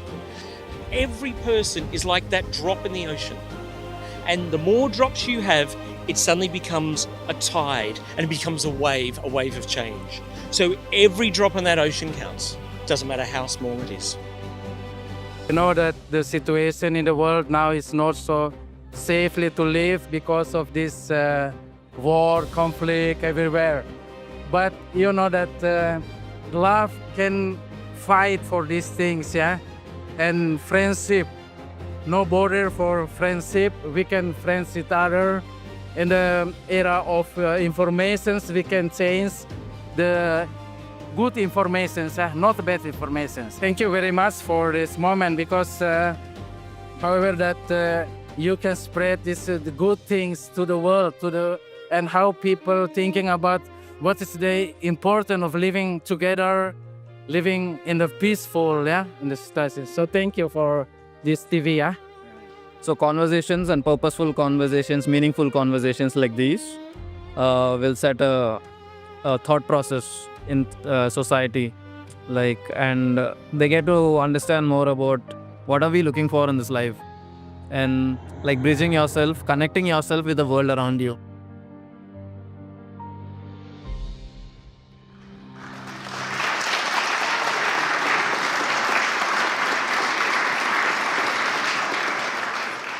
And remember, this is just a short excerpt from the huge work that our volunteer did for the benefits of the entire humanity. And what you have seen is the powerful evidence that the spiritual diplomacy is not an abstract idea, but a vital necessity, capable of answering humanity's shared demand for a world where goodness and humanity prevail. And we have another example that vividly illustrates the power of spiritual diplomacy. It is the living story of one person. You know, unfortunately, we live in such a world where we need to pay a very high price for the desire to say a truth. We often are persecuted for that. And that's what happened to ALLATRA International Public Movement in Russia. The reason why Russian authority persecuted us because of our uncompromised scientific position and our open position for support of Ukraine. And the Russian authority, they did not forgive us that, of course, right? For telling the truth. And we become the target of their propaganda and their persecution machine. Our participant, in order to have the ability to continue their work, continue to spread the truth, had to leave their homes and leave very, very rapidly. So, sorry.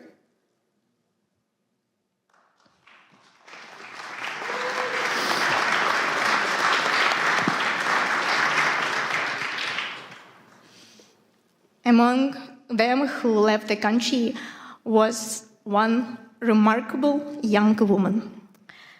She is a very, very talented scientist, geophysicist, and she has a unique ability to present a very dense scientific information and present it this way that millions of people are able to comprehend the very difficult topic.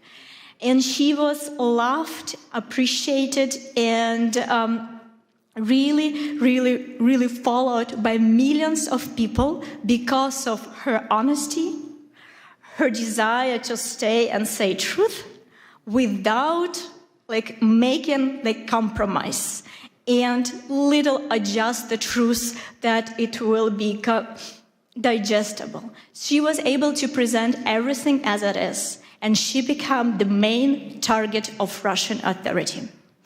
So, and her way was very, very difficult. Immediately after the threat, she had to leave the country with one suitcase of her, pack her entire life there, and leave the country. And we were not able to communicate with her for several years. So, and she was not able to present publicly her scientific research, of course, because of the understanding that she needs to protect herself and, of course, protect her family.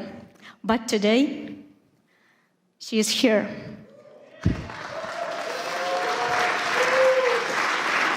And this is one of the victory of spiritual diplomacy.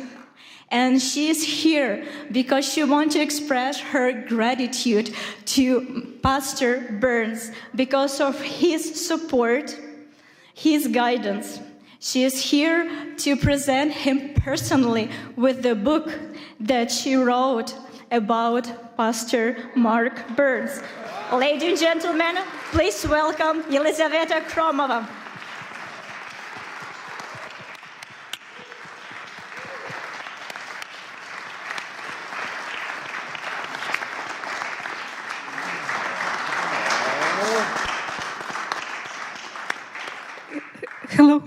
Hello everyone. Hello, dear Pastor Mark Burns.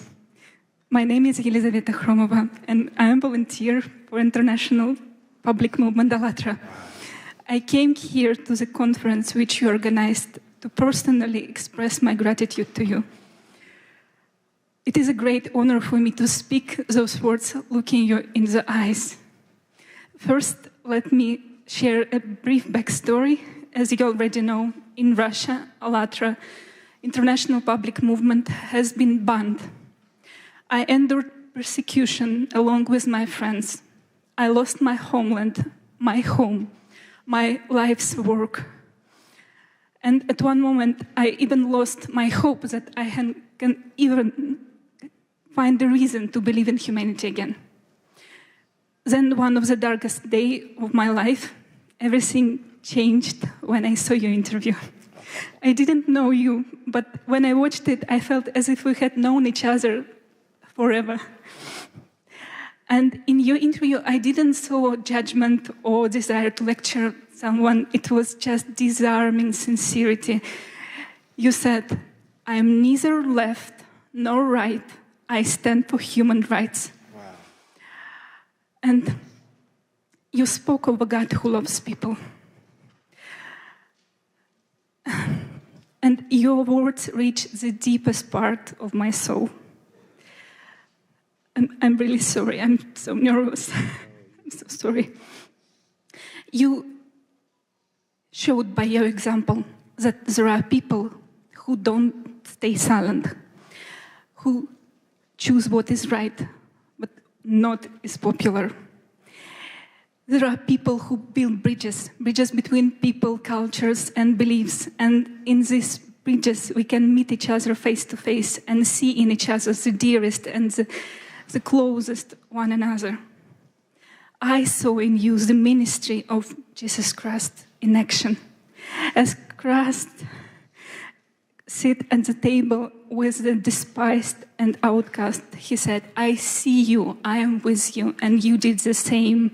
You reached out to those whom others tried to destroy it. And your words reminded me that our rights, granted not by people or laws, it comes from God. Yes. And we have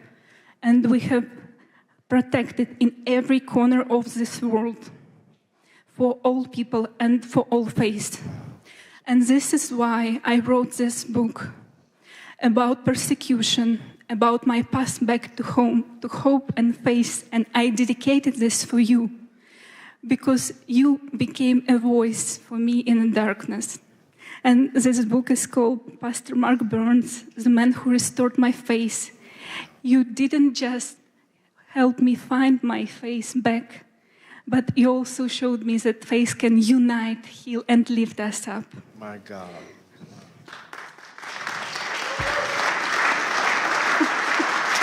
Thank you. Thank you, dear Pastor Mark Burns. Thank you for who you are. Thank you for your courage, for your bravery, for your love, for your service to people. Thank you for your sincerity and truly for your inspiration, which your faith in action gives all of us.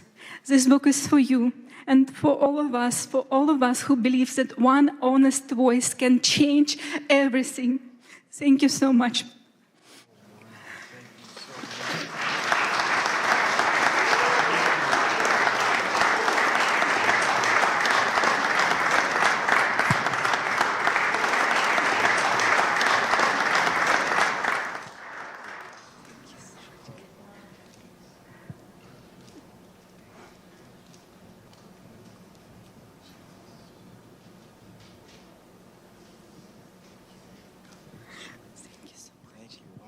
Give her a wonderful hand clap. Wow.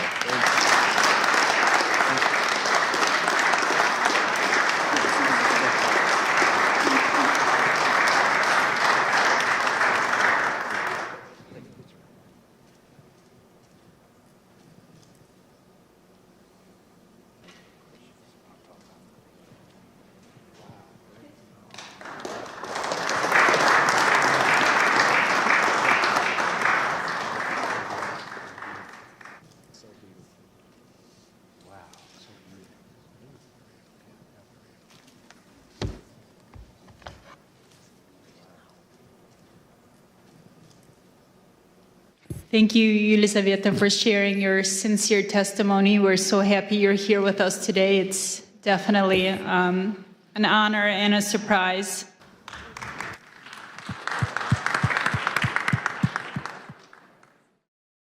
Ladies and gentlemen, we are starting. Thank you so much.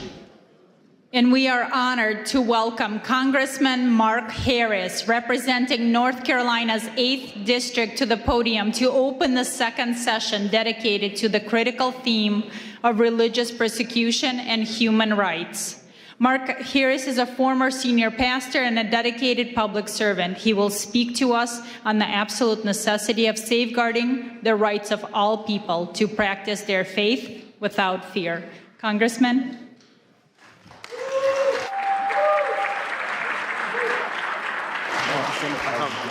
Thank you so much for having me. Well, good afternoon. It is great to see you. I'm sorry for being just a little bit late, but I literally just ran out of Judiciary Committee meeting today that we were holding, and we had a pretty big hearing going on today with a special guest there that we were dealing with. So, but I am so honored to be invited to be with my friend Mark Burns and to have the opportunity to address this International Interfaith Conference. Listen, I'm excited today because under the Republican trifecta led by President Trump, faith is back in America and it's making a powerful difference. From day one of this administration, the president drew a clear line. Anti-Christian bigotry has no place in our federal government. Go ahead, give that a hand. Listen, he boldly affirmed that the United States recognizes only two God-given genders, male and female. He stepped in to protect the most vulnerable minors from irreversible body-mutilating surgeries that the radical left once celebrated.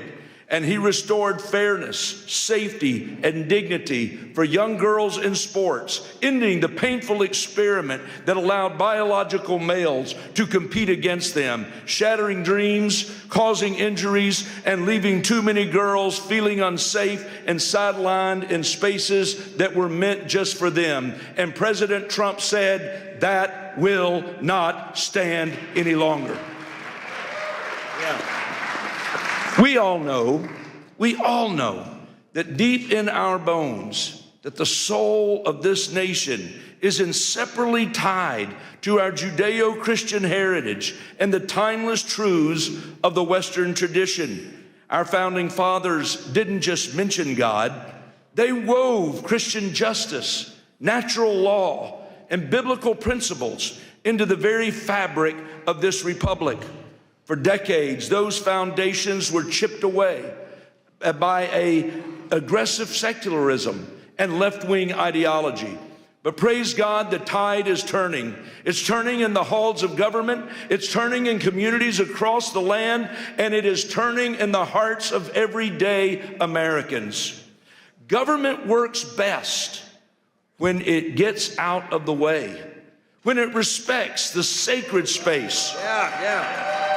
When it respects the sacred space of parents to raise their children according to their convictions, for entrepreneurs to be able to build businesses without endless red tape, and for churches to be able to preach the gospel and biblical truth without fear of reprisal from any source, come or shine. Listen, that's the limited, accountable government our founders designed. Yet for far too long, unelected DC bureaucrats have overstepped, intruding into schoolrooms ahead of moms, ahead of dads and local teachers, and even casting shadows over the pulpits of our pastors. Consider the IRS's chilling overreach, threatening to revoke a church's tax-exempt status if a pastor would dare to apply scripture to the moral issues of our day. Ladies and gentlemen, the First Amendment was written to protect exactly that kind of speech. That's why I am so thankful to have been able to introduce in this 119th Congress the Free Speech Fairness Act, which is legislation to shield pastors and churches and nonprofits so they can speak freely according to conscience without the constant threat of IRS intimidation. It's frankly absurd that we even need this bill in the first place. Imagine having to explain to George Washington that the government he helped forge would one day try to muzzle Christian voices in their own sanctuaries. But I'm standing before you today because I believe you're a group that understands that there's still urgent work that must be done. This very week, as thousands march the streets of Washington for the National March for Life, celebrating the Dobbs victory while pressing forward to protect millions of unborn lives still at risk, I believe we've all got to stand shoulder to shoulder and arm in arm, and we've got to recommit ourselves to that fight. And we've got to do it together. Listen, the Supreme Court got it right in the Dobbs decision, returning the issue to the people and their elected representatives. Tragically, as I stand here before you today, the total number of abortions has actually risen since that time, fueled by the explosion of chemical abortions delivered by mail through telehealth and shield law loopholes. That's precisely why I've introduced legislation to shut down abortion by mail, effectively criminalizing the practice and closing the deadly back door. Ladies and gentlemen, legislation is essential, but even that is not enough on its own. As conservatives, as people of faith, it's our calling to keep sounding the alarm. It's our calling to keep holding our leaders accountable. And it's our calling to persevere until we end this grave evil once and for all in this nation. House Republicans step into this new year, I believe, with great optimism and real resolve. We're committed to restoring peace and safety in our communities. We're committed to securing a hopeful future for our children. And we're committed to lifting America back to respected leadership on the global stage. So as I come to you this afternoon, I just want to humbly ask something of you. Please lift us up in prayer. Lift us up in prayer that we in Congress will not grow weary, that we will not stumble. But as Hebrews 12 exhorts us, that we will run the race with endurance, the race that is set before us, looking to Jesus, the author and perfecter of our faith. Thank you, and may God bless you, and may God bless the United States of America today. You're sent here to fight, so let's fight, fight, fight until we get it done. God bless you. That was good. Thank you, brother. That was powerful, brother. Appreciate it, man. Amen. Pleasure to be with you. Ladies and gentlemen, please welcome Mr. Matt Schlapp, Chairman of the American Conservative Union and a pivotal figure in American political strategy. As a leader who has guided the conservative movement globally, he addresses the critical intersection of faith, freedom, and political action.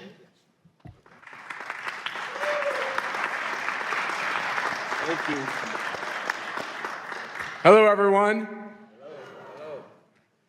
That congressman could talk. That was good. He's not as good as Gus Bilirakis, but you'll hear from Gus soon, I'm sure. Thank you all. Thanks for letting me be with you today. Have you guys ever heard of CPAC? How many of you here today are not from America? Could you raise your hand? It's a lot of people. Welcome to a great country. Welcome to a restored America, where you can walk down the streets and be safe, that you can wear a yarmulke and be safe, that you can have a Bible in your hand and be safe. Yeah. This is the America that we have to recapture. It's actually the America that we have to refound. Our founding principles, we were taught recently in the last 25 years that our founding principles are hateful, racist, overly religious, too Christian, and we've been feeding our children a constant diet of anti-patriotism and hatred of their own country, and we wonder why America is so divided. And we now have CPAC events in over 12 countries and 5 continents. So if we're not in your country, we're near your country. And what we're seeing is common themes in all these countries. In each one of our countries, we see the problems of the basic persecution of religious freedom, the persecution of political speech, and we wonder where it's all coming from. And then many of us were watching the World Economic Forum in Davos, and we can see that maybe that's where a lot of it is coming from, or coming from the UN, or coming from these global institutions, which know better. They have more fancy degrees than most of us have. They're trying to tell you that your values are old-fashioned and counterproductive. And the most wonderful thing about Donald Trump's victory, kind of like resuscitation, revitalization, there's another R word we could use, political resurrection, it gave hope to all of us. We have a renewed sense that it's okay to live the life that God put us on this earth to live. But I think our time is short. In basketball, they have a shot clock. In football, they have a clock. You only have so many quarters to score and everything else. There's an end time to all this. We don't know when it is. The Bible tells us we don't know that exact time. But America also has an end time, and freedom has an end time. And maybe we can extend that time. You all know how many times in the Bible God is mad at people and he wants them to turn from their wicked ways, and they don't want to. And then he finds a good man, and that good man negotiates on behalf of the people who are kind of mediocre to bad and tries to earn them more time. And, I fear that we're in this kind of a situation where we're trying to get more time. And so what I say to all good people, and boy, it sure gives me great joy to be with all of you because you look like just a room full of good people, is think about the time and the days you have left and how you can impact the situation that we're in your country, in America, around the globe. Like I said, I run this group called CPAC, and we have an event, Pastor, with a lot of talkers. There's a lot of talkers. The conservative movement is so good at talking. Guess what? It's time for the conservative movement to do some doing. Yeah. And Donald Trump has showed us that, by the way, he's a good talker too, so there's nothing wrong with being a good talker. Being a good talker is great. It's just not sufficient. It's not enough. So our theme at this CPAC is going to be actions, not just words. And there's only so much time, as I said, to make a difference. So my wife, Mercedes, and I, we think a lot about this as I comb gray hair, less and less gray hair, by the way. And as I watch my kids who used to be little, now they're like all getting old and even doing things like getting married and such, I realize that time goes fast. And all of us have to rededicate ourselves to our purpose, to our reason. Why are we here? Why have we been put on this earth at this time in history? It can't be an accident. There are no accidents with the creatures that God puts on this earth. It's for a purpose. And I think all of us are trying to work together to figure out what that purpose is for ourselves or to execute on that purpose. And we know that we're stronger when we do it together. And so what you have from all of us at CPAC, and I have two of my colleagues here who are with me today. Stand up, guys. Where are you? There we go, Spencer, Ernesto. They're doing great work.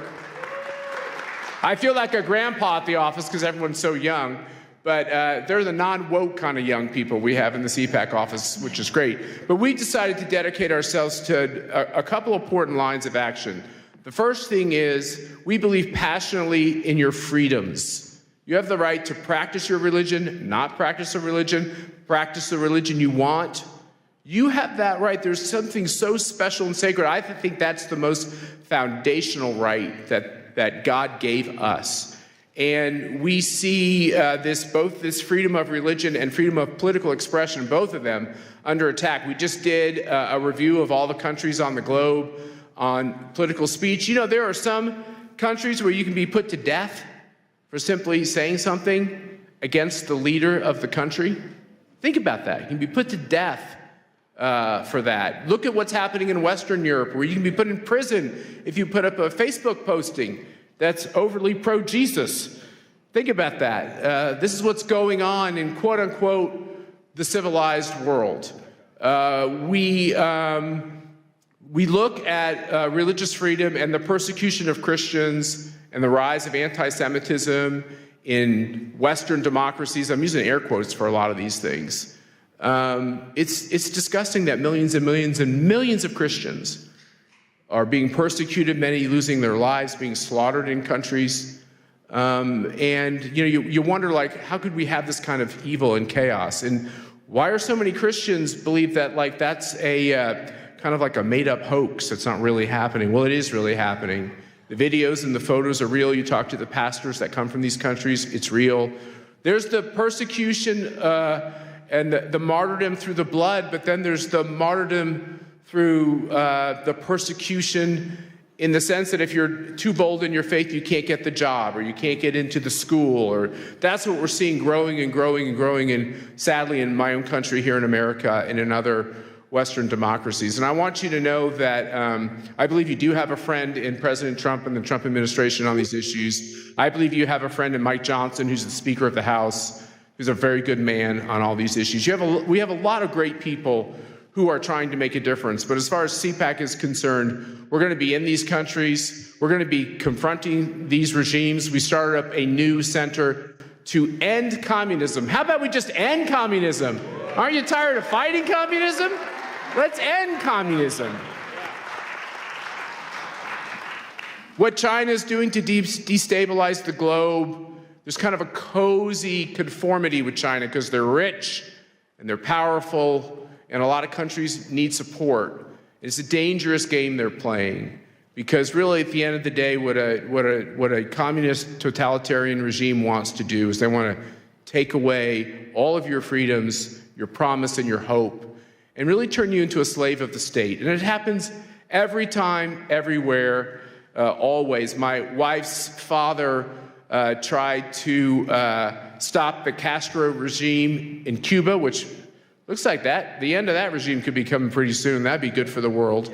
And you have people like Jimmy Lai, who was arrested in Hong Kong, who simply wanted freedom for the people of Hong Kong. What you're seeing around the globe is really disgusting. And what we're going to do is take our voice, our team, our message, confront all these regimes. It's amazing. I don't think those of us who believe in freedom have all the money. I don't think we have all the power. But man, sometimes we look like we do. And I think we got to be like bears. Bears in the forest, sometimes they growl, or like the little dog that barks really loud because they're really little and they got to bark loud so you think they're bigger. We have to recapture this idea that if God puts you on this earth for a purpose, and the purpose is now, why would he put you on earth for this purpose to just be humiliated and lose? Why did Donald Trump get off that canvas? Was it to lose that race? No, I think he got off that canvas with the help of angels to win that race and to give people hope all over the world. And I think we're in the same position. I think the reason why it seems like all the money against us and all the power is against us, and that it's an impossible fight, the reason why we have to look at that every day is because of one simple thing. We are small, he will be large. He will have the victory. You just have to ask for it, and we have to be true to it. And that's the moment that we're in. We have to believe that God put people on this earth to prosper and have freedom, right, and to live their purpose. And that it's our job right now in these dark times to make sure that can continue. So that is our motto. It's about action. The action is now. You all are welcome. We have to get out of this idea that the only way conservatives will come together is if you agree on everything I agree with, and you have to sign a piece of paper that says you'll never disagree with me. That's a bad way to build a movement. What we ought to do is say, hey, is there one or two important issues that we agree on? Can you agree that someone should be able to practice their faith as they choose? Yeah. If you do, we should be able to work together. Do you think that people should be able to get in politics and vote for the candidate that they want to? If you believe in that, that's something we can work on together. Do you believe that communism fails every time for every people, always? If you do, we can work on this together. And I think that if we can stitch this together and get out of our orthodoxies and instead focus on our commonalities, I think we can reshape the face of the earth, and I think we're going to do that. And God bless you, and thank you for letting me be with you today. Thanks, Pastor. That was awesome.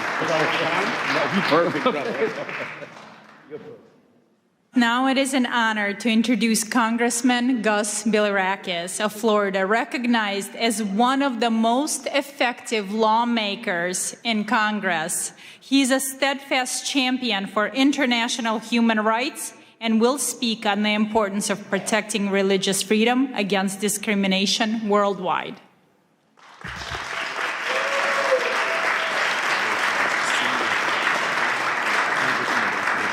Thank you for having us.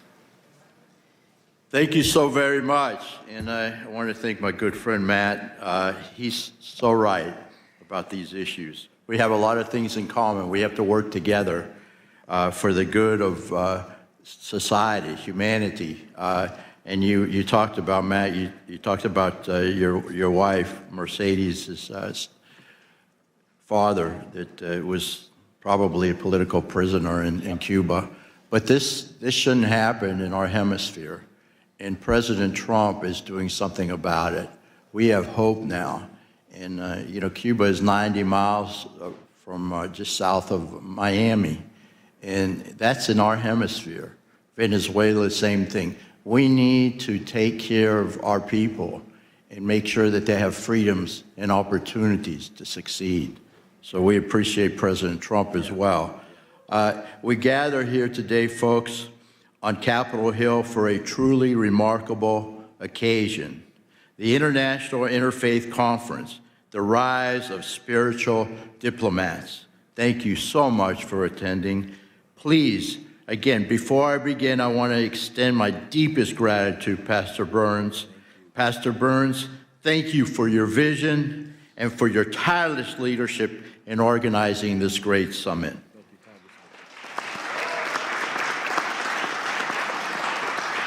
You have called us here to recognize a new era of spiritual diplomacy, where faith leaders don't just shepherd their own flocks, but step into the breach as mediators, peacemakers, and defenders of the innocent, where traditional politics often falls short.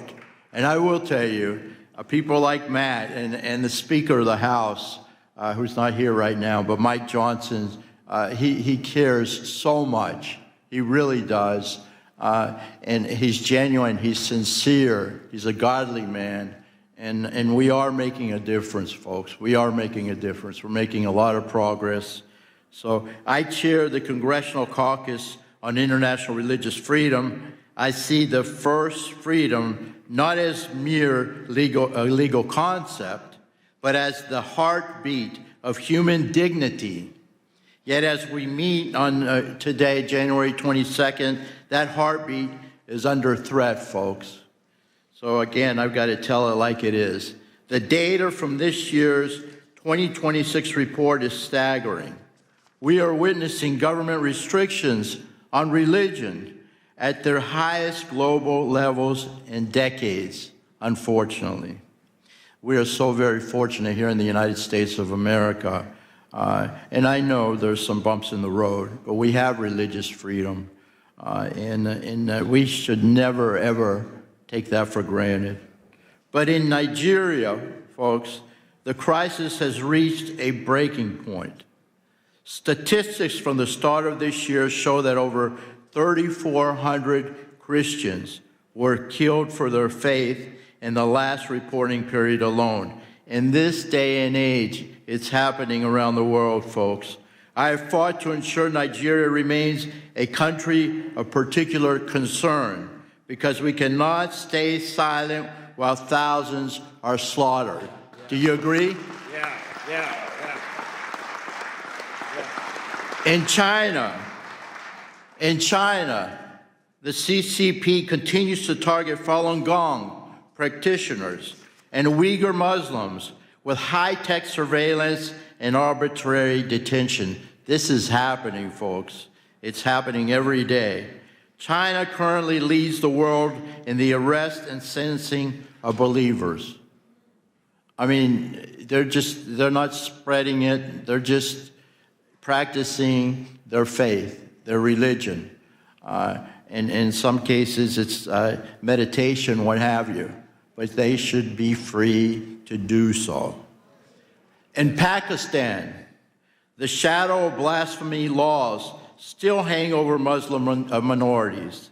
The Ahmadiyas and Christians turning private faith into public death sentence. Unbelievable. Global anti-Semitism.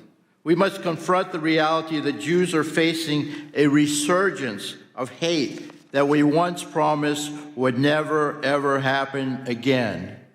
But it's happening now, folks, before our very eyes. We must stop it. The challenges we face are not only legal, in which regimes weaponize the laws to crush dissent, but also social, as tolerance breeds in the vacuum of silence. We must not stay silent. We must act, folks, and that's what we're doing in this Congress. This is where the spiritual diplomat comes in. You are the ones who can reach the places a secular envoy cannot. You speak a language of universal values, justice, peace, and the sacredness of life that resonates deeper than any treaty. You're the ones. We can do this together. I'm Greek-American, and we say, Oli Mazi, all together. We can do this together if we stick together.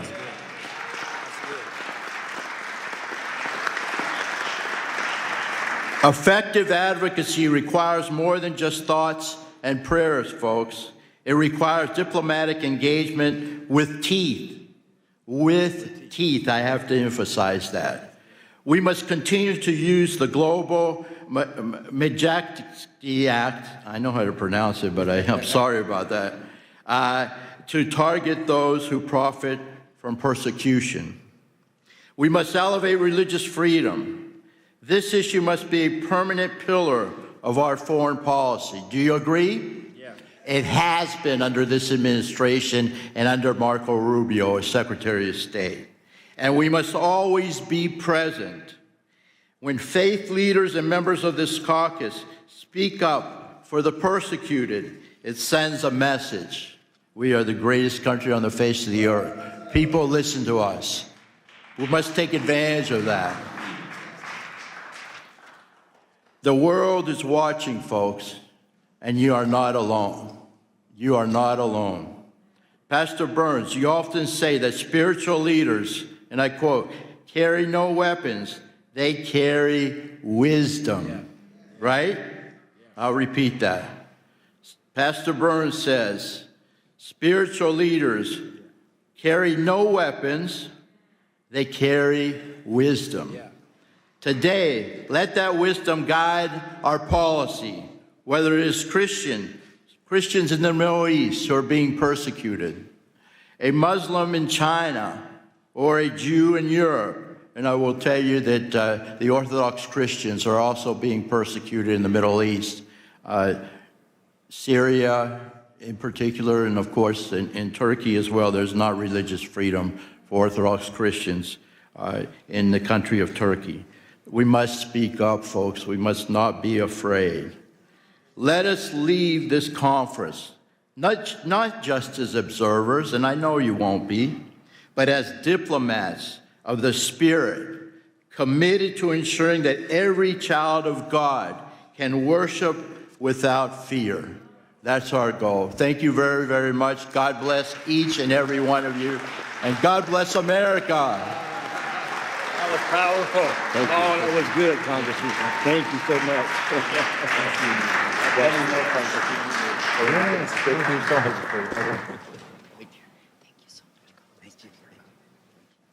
Well, you know, before I'm thinking I'm about to speak again.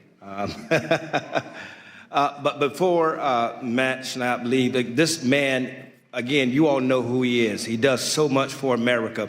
He does so much for the conservative movement in America. He literally, him and his wonderful wife, Mercedes, bring millions of conservatives all over the world to bring a message of unity and peace. And it's a great honor for me as he had to slip out But as you know, we're going to be pinning everyone who takes the commitment of becoming a true spiritual diplomat. And here, I am going to pin my brother Matt right here in front of everybody with this wonderful spiritual diplomat pin. He's taking it very seriously.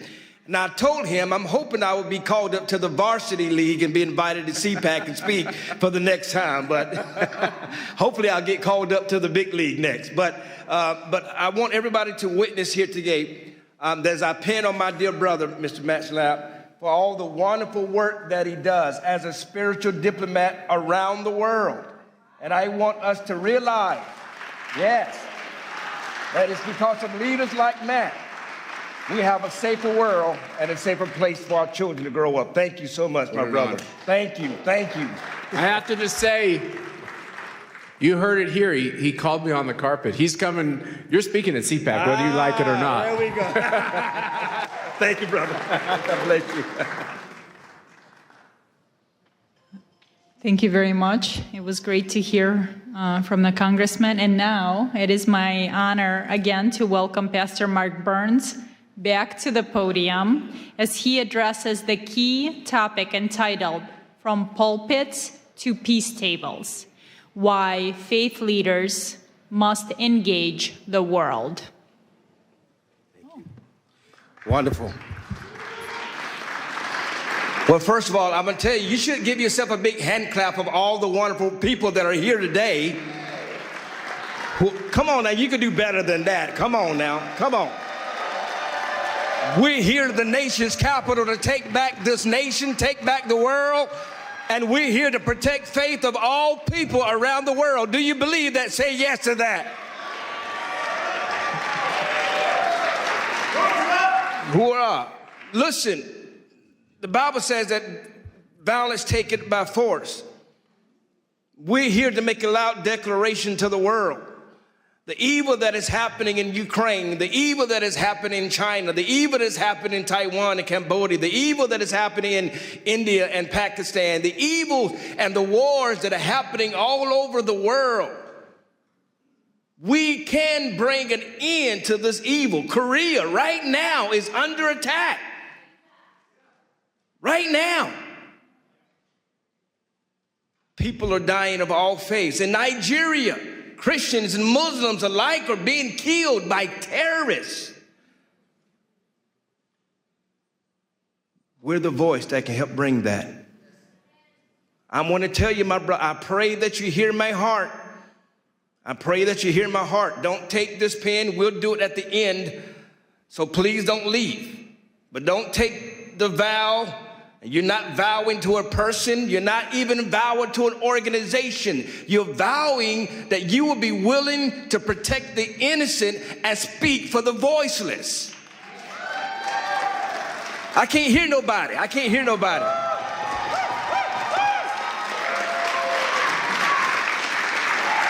That's why you're here. And so many of these great leaders that are on this podium that you're hearing from, these are thought leaders. These are real spiritual diplomats. These are people working behind the scenes that are working to to protect children, to protect religious freedoms. We're going to talk about it a little bit later about the young girl that was raped in Tanzania. We have His Excellency that is here right now, all the way from Tanzania to talk about it, to discuss about it. It's not always about the things you see on CNN. I'm not here to play games with you. I was recently at an embassy, and I'm not going to mention the name of the embassy, but I was sitting down with the ambassador, and we were sitting down, and everybody was eating, and everybody was loving on each other and patting each other on the back, and I put my hand down, and I said, "Don't you understand why we're here?" I said, "I'm here because people are dying right now in your country. We don't have time to be sitting here drinking champagne. People are dying. We're coming and assembling ourselves to bring peace, to be willing to speak to the kings of the world, to speak to the leaders of the world, Brother Jack, to speak to those that are voiceless." I'm going to keep repeating it. I want you to get up and leave and exit yourself out of this room if you just want to get a lapel pin, just to say, I was there. I don't need you, nor do I want you. I am not here to play games. There are too many people that meet in this building, and all they do is talk, talk, talk, and nothing ever happens. I need people who are going to go to the front lines with me. I can't hear nobody. I can't hear nobody. I am in a room full of leaders, am I not? I am in a room full of real warriors. I can't hear nobody. I dare you to open your mouth up and say, I'm one of the people. I'm ready to go to war. Somebody say yes to that.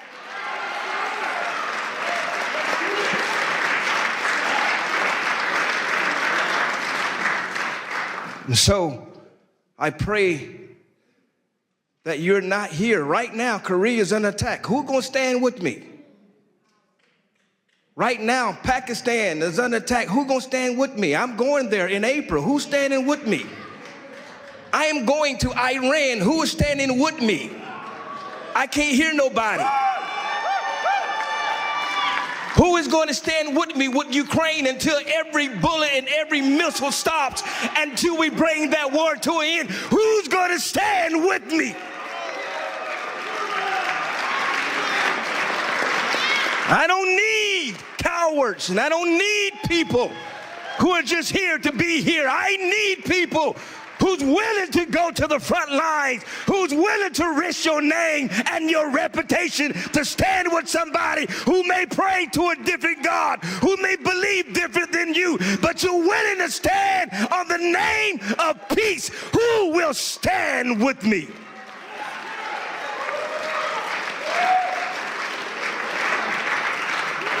Who will stand with me? Who will stand? Who will stand? Who will stand? You're going to be charged today. You're going to be charged today. I'm telling you, my Jewish brothers, my Muslim brothers, my Hindu brothers, my all of the faiths, the Buddhists that are here, all of you, the Christian brothers and sisters, all of you that are here, you are going to be charged. Please take it serious, because somebody's life depends on it. Are you hearing me? Tragic that even happened in your own family, happened in your own life.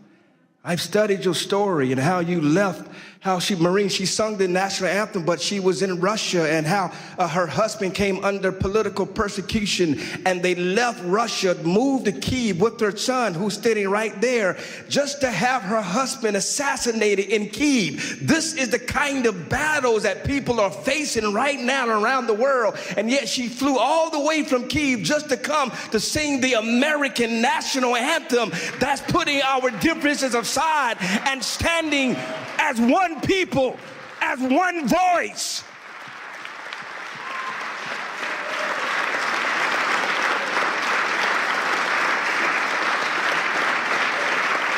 ALLATRA, even right now, who is under attack by Russia, by Ukraine, and yet they're standing. Creative Society of Russia is attacking them for standing with Ukraine. But yet they got volunteers all over the world. I'm telling you right now, every faith leader, you need the organization of ALLATRA and Creative Society. You need them.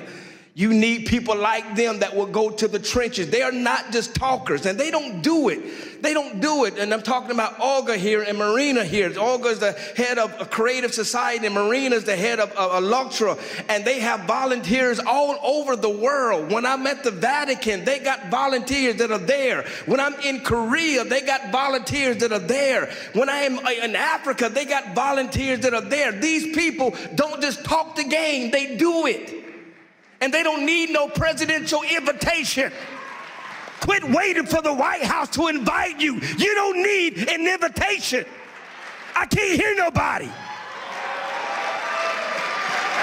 You don't need an invitation, Valerie. You show up and fight. You show up and fight.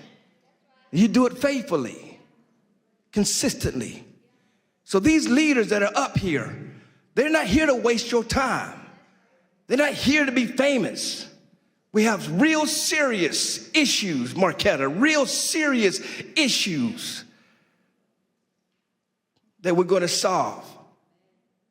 And what I'm going to be asking of you is helping us to continue to create this network. We're going to be introducing to you an email and a number that you who are out there around the world to communicate. And it's not just international or national issues. So you hear what I'm telling you. I got an invitation. We're going to Chicago right now. There's mold that is happening in Chicago right now. And we're not going to allow partisan lines, Republicans or Democrats, to block simply by helping people. Are you hearing me? No real Republican was supporting Ukraine until I got there. And I came up with the mindset that I'm going to stand with is right, not what is popular. Are y'all hearing what I'm telling you? I don't care what your faith is. I don't care what you believe. Rabbi Duby, I'm going to stand for what is right and not what is popular. Are you hearing me? And so we got battles all over the world, desperately needing people to come and remind them that help is on the way, that you're not by yourself. I'm not here to give you some political rah-rah speech. I thank the president for sending me the video. Thank you, Mr. President. He's in Davos and he stopped and he sent me a video to tell everybody he's supporting what we're doing. But that's not what I'm living for. We've got to get to the point where that spiritual diplomacy lasts beyond whoever's president. Because there are rape victims that need us. There are drug addicts that need us. There are religious people that are dying for practicing their faith that need us. Who's willing to go speak to the kings of the world? Who's willing to risk their reputations? Are you hearing what I'm telling you? And so I pray that you receive what I'm telling you. I want this movement to continue to grow and grow bigger. We're planning to do this again in 6 months at Mar-a-Lago at the president's house. And we're going to bring it even bigger and even greater. Then we're going to G20. We're going to do a wonderful event at G20. Amen. We're going to take over Miami. And then we're going to go to Qatar. And then we're going to the Vatican. We're taking this all over the world to bring peace. I believe we're going to have a spiritual diplomacy right there in Tehran, in Iran. We're going to do it right there in Iran and show the world that we won't allow evil to win. Y'all not talking back to me. We won't allow evil to win. We will stand for what is right and not what is popular. Somebody say yes to that. We're going to go to North Korea. We're going to knock down the wall. We're going to get to Kim Jong-un. We're going to tell the world that we are here to faith, that we will not have enemies in the name of faith. Are y'all hear what I'm telling you? If you're playing politics, leave me alone. Don't get a picture with me. Think I'm playing with you. I'm not. I'm not. I don't got nothing to lose. You don't understand how I got here. I didn't get here by sucking up to nobody. The president calls me his pit bull for a reason, so I'm not here to impress you. Are y'all hearing what I'm telling you? But I'm going to be here after President Trump. But I'm going to be here to be in the next president face, and the next president face, and the next president face, to tell the world that we will unite the communities around the world. We will stop being divided by who you pray to, and we will stand on the principle of peace and love for the whole world to come together. Whether you're black, whether you're white, whether you're young, whether you're old, whether you're Jew, whether you're Christian, whether you're Muslim, Buddhist, it doesn't matter. If you're a human being, we shall stand until we reach the promised land. God bless you all.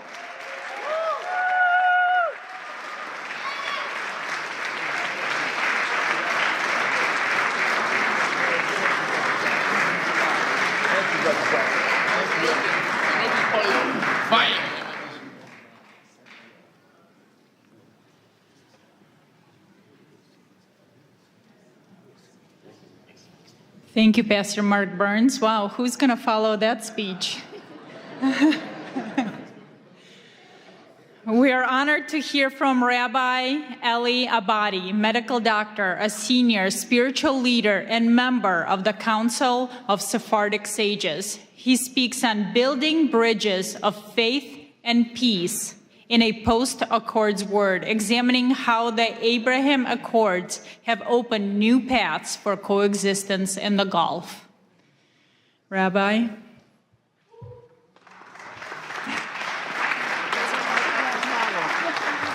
Pastor, that's a very hard act to follow. I was the lucky one.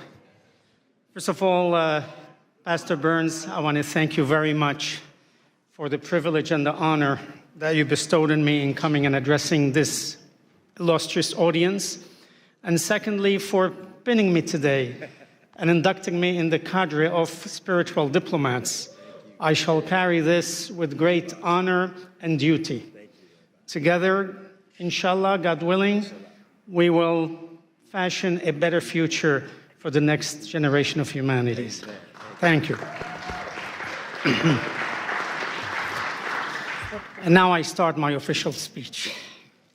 Your Excellency, Pastor Dr. Mark Burns, President Marina Otsenyova, Honorable Congressmen and Parliament members, Honorable Ambassadors, esteemed rabbis, imams, pastors, reverends, bishops, and religious leaders, distinguished speakers, and dear audience. The great Mahatma Gandhi once noted, if we were to respect others' religions as we would have them respect our own, a friendly study of the world's religions is a sacred duty. We are gathered here today as global faith, political, and thought leaders from many areas of human endeavors to find a path toward a peaceful coexistence between all religions, nations, and all people, especially the world's three Abrahamic religions, Judaism, Christianity, and Islam, and few others. As Edmund Burke said, religion is essentially the art and theory of remaking of humanity. And therefore, we as leaders ought to embark in remaking mankind to cherish, protect, and foment a peaceful coexistence. As the United Nations Manifesto on the Culture of Peace stated, we must learn to use one another's religious belief as ways to connect, not as reasons for conflict. For 800 years, Judaism, Christianity, and Islam were inextricably intertwined in medieval Spain, the era of convivencia. Each had a common ancestry, similar values, and holy scriptures. As Genesis 42:13 states, we are all brothers, children of one Father. Living together side by side in Spain, very often in close quarters, the people of these religions flourished. They naturally found a way of understanding and respect for each other's culture, bringing forth an enlightened culture. Thus, the seed of Renaissance had been planted. Remarkable individuals of different faiths made lasting contributions to civilization.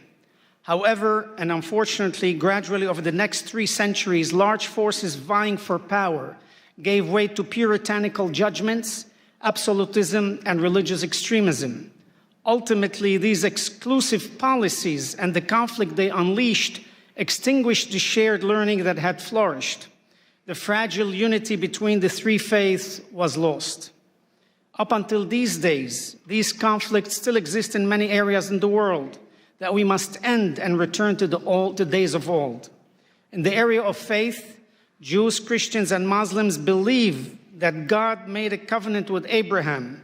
It was to keep faith in one God and to worship him and to teach the practice of worship to his children down through the generations. In return, God would preserve, protect, and multiply the children of Abraham. This covenant became the legacy or trust for the children of Abraham to continue. Abraham's offspring would become great nations. And as stated in Genesis 17:4, the Lord said to Abraham, "Herewith my covenant with you, and you shall be the father of many nations." The people of these nations are now called Jews, Christians, and Muslims. We are all monotheists. We all believe in one God, the creator of all that is, in the universe and on earth. As leaders, we are enjoined by our faiths to find path toward a peaceful coexistence between all religions and all people. Therefore, in order to establish a channel of communication and cooperation on an international level, we must continually ask of ourselves what we insist from our own people, the acceptance of diversity in religions. First, as leader, we must lead by example and communicate to our people that peace is a basic human right. Scriptures in Leviticus 19:18 teach us to love thy neighbor as thyself. It is a directive that teaches each one of us here today to love one another through peace, acceptance, and understanding. Second, as each of us takes enormous pride in our own religious history, culture, and strength, so too must we pride ourselves on the level of understanding and tolerance our people have of other religions and cultures. As we encourage our people's pride in our own religions, we must castigate our congregations should intolerance and ignorance of other religions and cultures arises. Third, it is our responsibility to guide our people towards looking for the inestimable value of peace and not in conflict. Yes, the world is made up of different races, colors, ethnicities, religions, and political ideology. However, the seeds of peace begin to grow when people of all faiths and backgrounds are encouraged to communicate, tolerate, accept, and ultimately love each other. Today, ordinary people from all three faiths share a deep desire for peace and justice, and from many other faiths, not just these three. They all aspire to seek, to encourage a model friendship and respect for each other. We as leaders of our respective faiths and people do also share a deep desire for peace and justice. We will work towards it, and we pledge our time, efforts, and wherewithal to the implementation of being spiritual diplomats between people, nations, and religions. Our aim should be threefold. One, to stand together should any of our communities suffer harassment or attack. Two, to respond together to events, local or global, which have an impact on the relationships between all of us. And three, to overcome some of the misrepresentation, demonization, stereotyping, prejudice, and lack of awareness in the world through an ongoing educational process that teaches peace and respect for each religion, ethnicity, race, and nationality with a goal of a peaceful and respectful coexistence. It is time to take the initiative without waiting for more ignorance, hatred, and war to occur. It's time to actively bring peace where there is conflict. It is time to seek the good instead of evil, hope instead of despair, and love instead of hatred.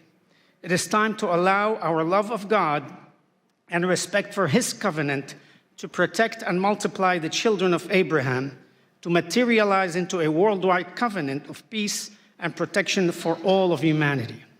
Given the many examples in history, as well as some conflicts which are so recent that they continue to take place as we speak, they demonstrate the need for leaders to speak out and preach against religious intolerance, ethnic persecution, and race superiority. The core of these conflicts stem from the idea that one's religion, ethnicity, and race is the superior one, giving a person or group of people the religious duty to impose their religion on others under penalty of death, or to persecute other ethnicities and nationalities. Terminology such as infidels or heretics ought to be eliminated from our vocabulary. Using these words allow the zealots to attack, persecute, force conversions, and even kill anyone who has been branded as such. As leaders, we ought to condemn the use of this terminology. Equally as important, we need to teach that religion and religious values can and should be transmitted only through love, acceptance, and tolerance. Religion can only be appreciated if transmitted peacefully and with the consent and wholehearted acceptance of the individual. We as religious leaders have the responsibility to highlight the beauty of religion while teaching our own people how religion can bring harmony, peace, and understanding. On 5 occasions in the Bible, 1 in Leviticus, 3 in Ezekiel, and 1 in Nehemiah, each state that the religious statutes given by the Almighty are, quote, so mankind can live through them. And our sages in the Talmud expound on this announcement, saying specifically that by obeying the religious statutes, we are to live through them and not to die through them. In Psalm 34:15, King David exhorts us to search for peace and pursue it. Our sages in Ethics of the Father state, be from the disciples of Aaron, the high priest, love peace, pursue peace, and love your fellow human.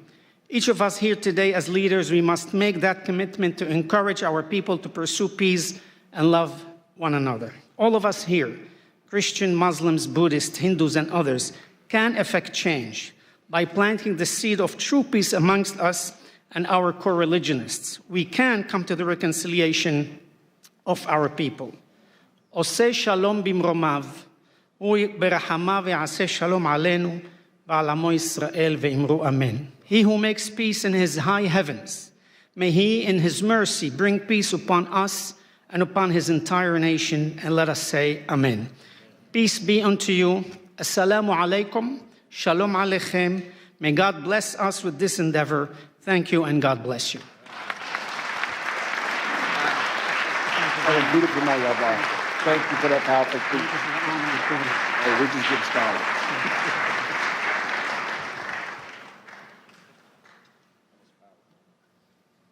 Very much. Returning to the podium is Ms. Marina Ovtsinova, President of ALLATRA International Public Movement, bringing her expertise in counterterrorism and global security.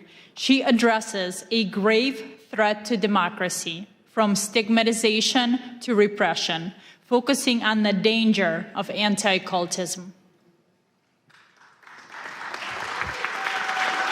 Thank you so much.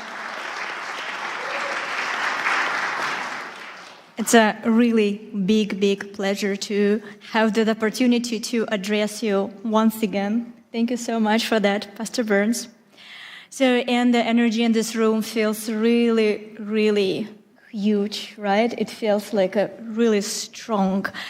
And it's because we all, every single person in the room, we gathered to defend human freedom.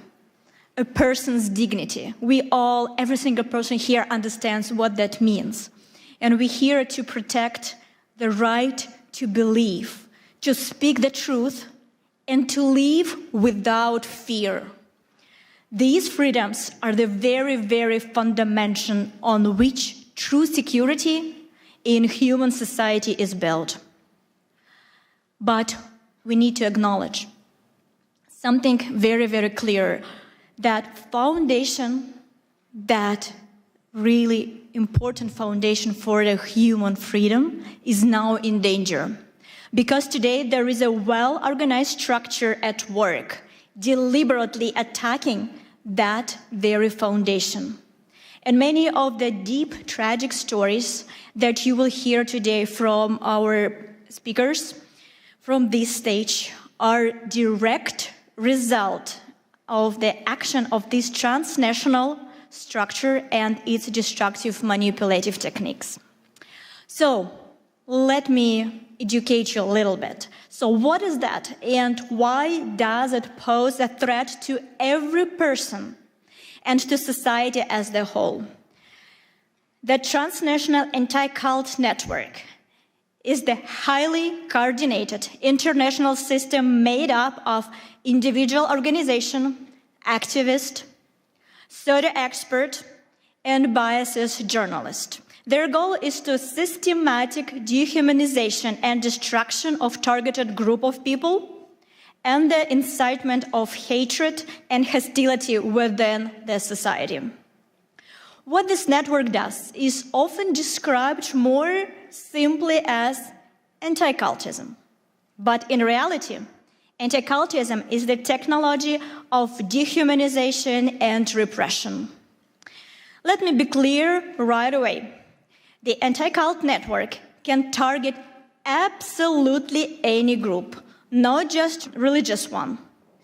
They can target social organization, hobby club, or even political party. And no matter who they choose, anti-cult agents follow the same well-practiced playbook.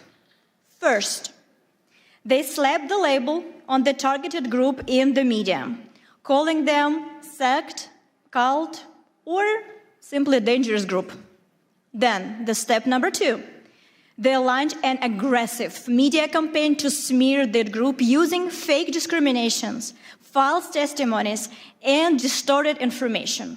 Through these dirty media campaigns, they dehumanize the people in the targeted group. They strip them out of their humanity. And as a result, Those exposed to this manipulation stop seeing the targeted group as equal, as neighbors, as co-workers, as parents, as children, or fellow citizens. Instead, they begin to treat them as outsider or enemy. And after this stage of dehumanization, society is effectively giving, quote unquote, permission to persecute. People are fired from their jobs, pushed out of the public life, silenced through the pressure and intimidation, dragged into court, and even subjected to violence. And in the end, the very foundation of democracy collapses. Freedom of consciousness, the right to speak freely, the rights one's face, and the right to human dignity. If these step-by-step patterns feels historically familiar, you're not mistaken. This is the very same mechanism Nazi Germany used to dehumanize the Jewish people, one step at a time, through the language of hatred, lies, and systematic propaganda. That process led to the tragedy of the Holocaust. And while the Holocaust itself is condemned by the international community today, the method that made it possible never truly disappeared. The tragedy of our time is that the world unequivocally condemned the outcome, genocide, but did not eliminate the tool itself. The technology of hatred survived, and it is still being used by the anti-cult network to this very day, in a different form, but with the same destructive consequences. This is why the use of anti-cult tactic always, without exception, leads to real violence, from persecution and repression to mass killing, forced organ harvesting, assassination attempts against political leaders, and school shootings. Today, you will hear the real stories, lived life experience that reveal the brutal reality of anti-cultism. These are testimonies from those whose friends become a victim of forced organ harvesting and were killed simply because they held different beliefs. These are the story of mothers whose sons died in the school shooting. These are the voices of people whose loved ones are being held in prison right now under harsh conditions simply because they practice a different faith. And our international movement has practical experience with how the anti-cult mechanism fuels hatred. Many of you ask me about the persecution that I mentioned in the first speech. So let me give you that story. So beginning in 2015, a coordinated discrediting campaign was launched against the ALLATRA movement in the Russian Federation. It was carried out by the anti-cult network and coordinated directly by the FSB, the Federal Security Service of Russia. The reason we became a target was simple. We tried on a scientific level to warn the world about the geodynamic risk associated with the possible activation of the Siberian magma plume located on the Russian territory. A potential eruption would threaten not only Russia, but the entire world. Our warnings were ignored. The economic interests of powerful groups profiteering from Siberia's natural resources matter more than human lives and safety. As a result, a network, anti-cult experts, and structures affiliated with FSB was deployed against us. Their mission was to destroy our reputation and drown out the very substance of our scientific warning.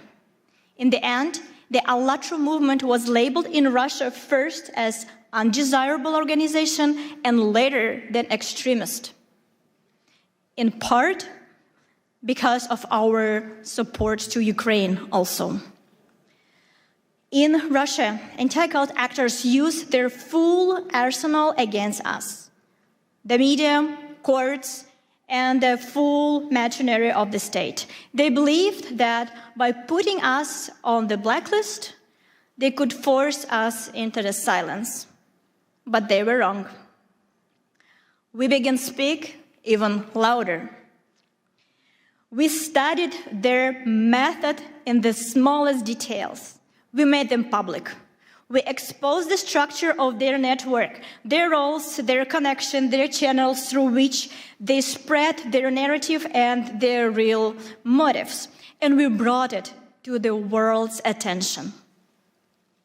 We proved that this Russian anti-cult infrastructure of hate has already been exported to China, Korea, Africa, Europe, and the United States.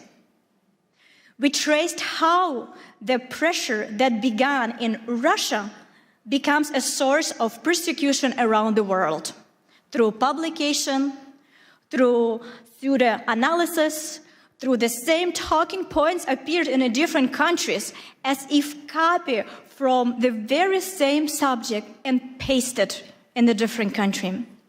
We also discovered that within the ranks of anti-cultists, pathological cruelty and sadism thrive. This is the matter of deep moral decay. And there are strong reasons to suspect their involvement in human trafficking and crimes against children. One of these stories we will share today with you. It is a real case that will show you the true brutal face of anti-cultism. You need to understand that anti-cultism is the global assembly line of crimes against humanity. It runs on the same playbook everywhere, and we have exposed it for what it truly is. Anti-cultism strikes at the most basic rights: freedom of religion, freedom of speech, independent media, the right to a fair trial, and the principle of the presumption of innocence. So today, I want to deliver one simple and clear message. As long as anti-cultism exists in this world, true democracy and human freedom are impossible. And if we do not eradicate anti-cultism as the phenomenon, we will not be able to secure a future, safe future, prosperous future for our children. And I would like to note a particular that you, dear Pastor Burns, play a special role in the countering the destructive anti-cultism. Through your spiritual diplomacy initiative, you are uniting leaders of different countries, different religions, different worldviews, who have stepped forward to defend human dignity and freedom of conscience and the right to live with dignity. And we all know, and we can say it, that you, Pastor Burns, act as the true leader. You build unity where others saw division. You give a voice back to those who are being pushed into silence. And you offer protection to those who are in need, who cannot protect themselves. And it's because that initiative, like yours, extremely important right now. And we understand that thanks to you and this initiative, humanity will inevitably prevail. And for all our participants of ALLATRA International Public Movement, it is a great honor to stand shoulder to shoulder to you. And for decades, the anti-cult network acted with impunity. But today, thanks to you, Pastor Burns, the situation has been changed. And we can say with the full responsibility and confidence, for a final victory, only one thing is still missing: the unity of everybody, especially the unity of those who has been targeted by that group. To stop the threats and killings and the destruction that anti-cult network brings, we need more than words. We need decisive action. We need a coalition of mutual protection, international and interfaith. The principle must be simple and shared by all. An attack on one group is an alarm for everyone. Instead of indifference, let them deal with it themselves. We must stand and unwaveringly solidarity. We will defend them because tomorrow someone could come for any one of us. If everyone who has been targeted by the anti-cult network and harmed by its manipulation unites to expose its criminal activities and publicly expose how the anti-cultism works, we will inevitably achieve justice and prevent new tragedies for sure. There is an age-old and very accurate metaphor. I'm pretty sure you all know that. But please, think one more time with me when I will cite this word, how we can use it, what we can take home. We all know that it is very, very easy to break a single twig. It takes almost no effort. But if we gather all twigs together into one bundle, it becomes stronger. Not because each twig has become stronger, but because they are together. And that is exactly how we must act right now. Each of us may believe in our own way. Each of us can continue doing what we are doing. We're all leaders. We all have our missions. But together, by protecting our future, our children from this organization, by standing for rights, for freedom of religion, for freedom of choice, for freedom of your thoughts, your action.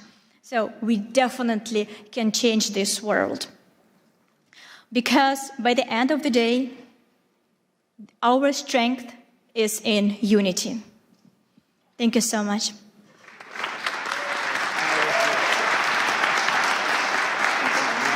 Wonderful. That's so powerful.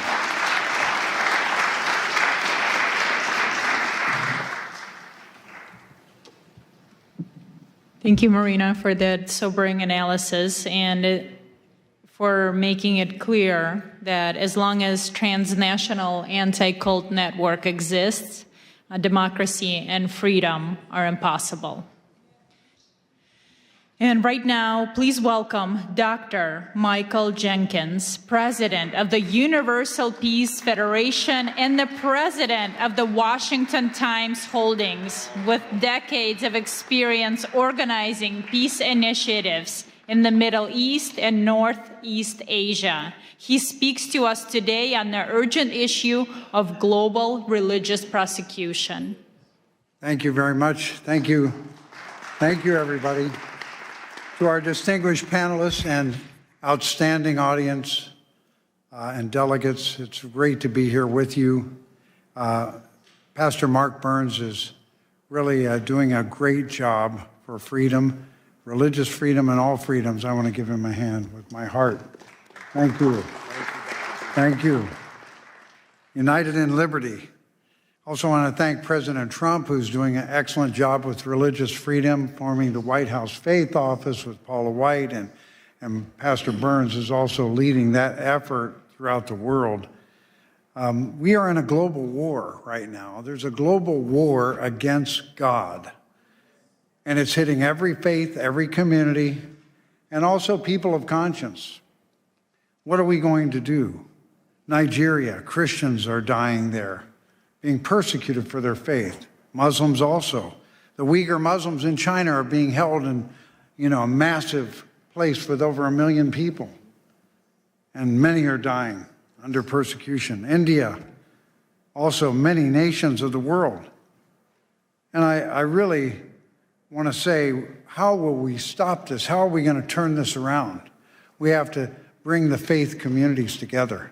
That is the number one thing that will help the most. And then the political leaders will be enlightened and they will follow the lead of the faith leaders if we love one another. I really believe that right now we see that there is an urgent situation, and that is with our Jewish family. I met my brother, Rabbi, and I would like to have a moment of silent prayer for our Jewish family right now, just a moment of silent prayer, peace for all Jewish people everywhere. Amen, amen. And for all God's people, and also for all people of conscience. So I would say to this, peace, shalom, assalamu alaikum, shanti, shanti. We can win when we come together. We are meant to be together.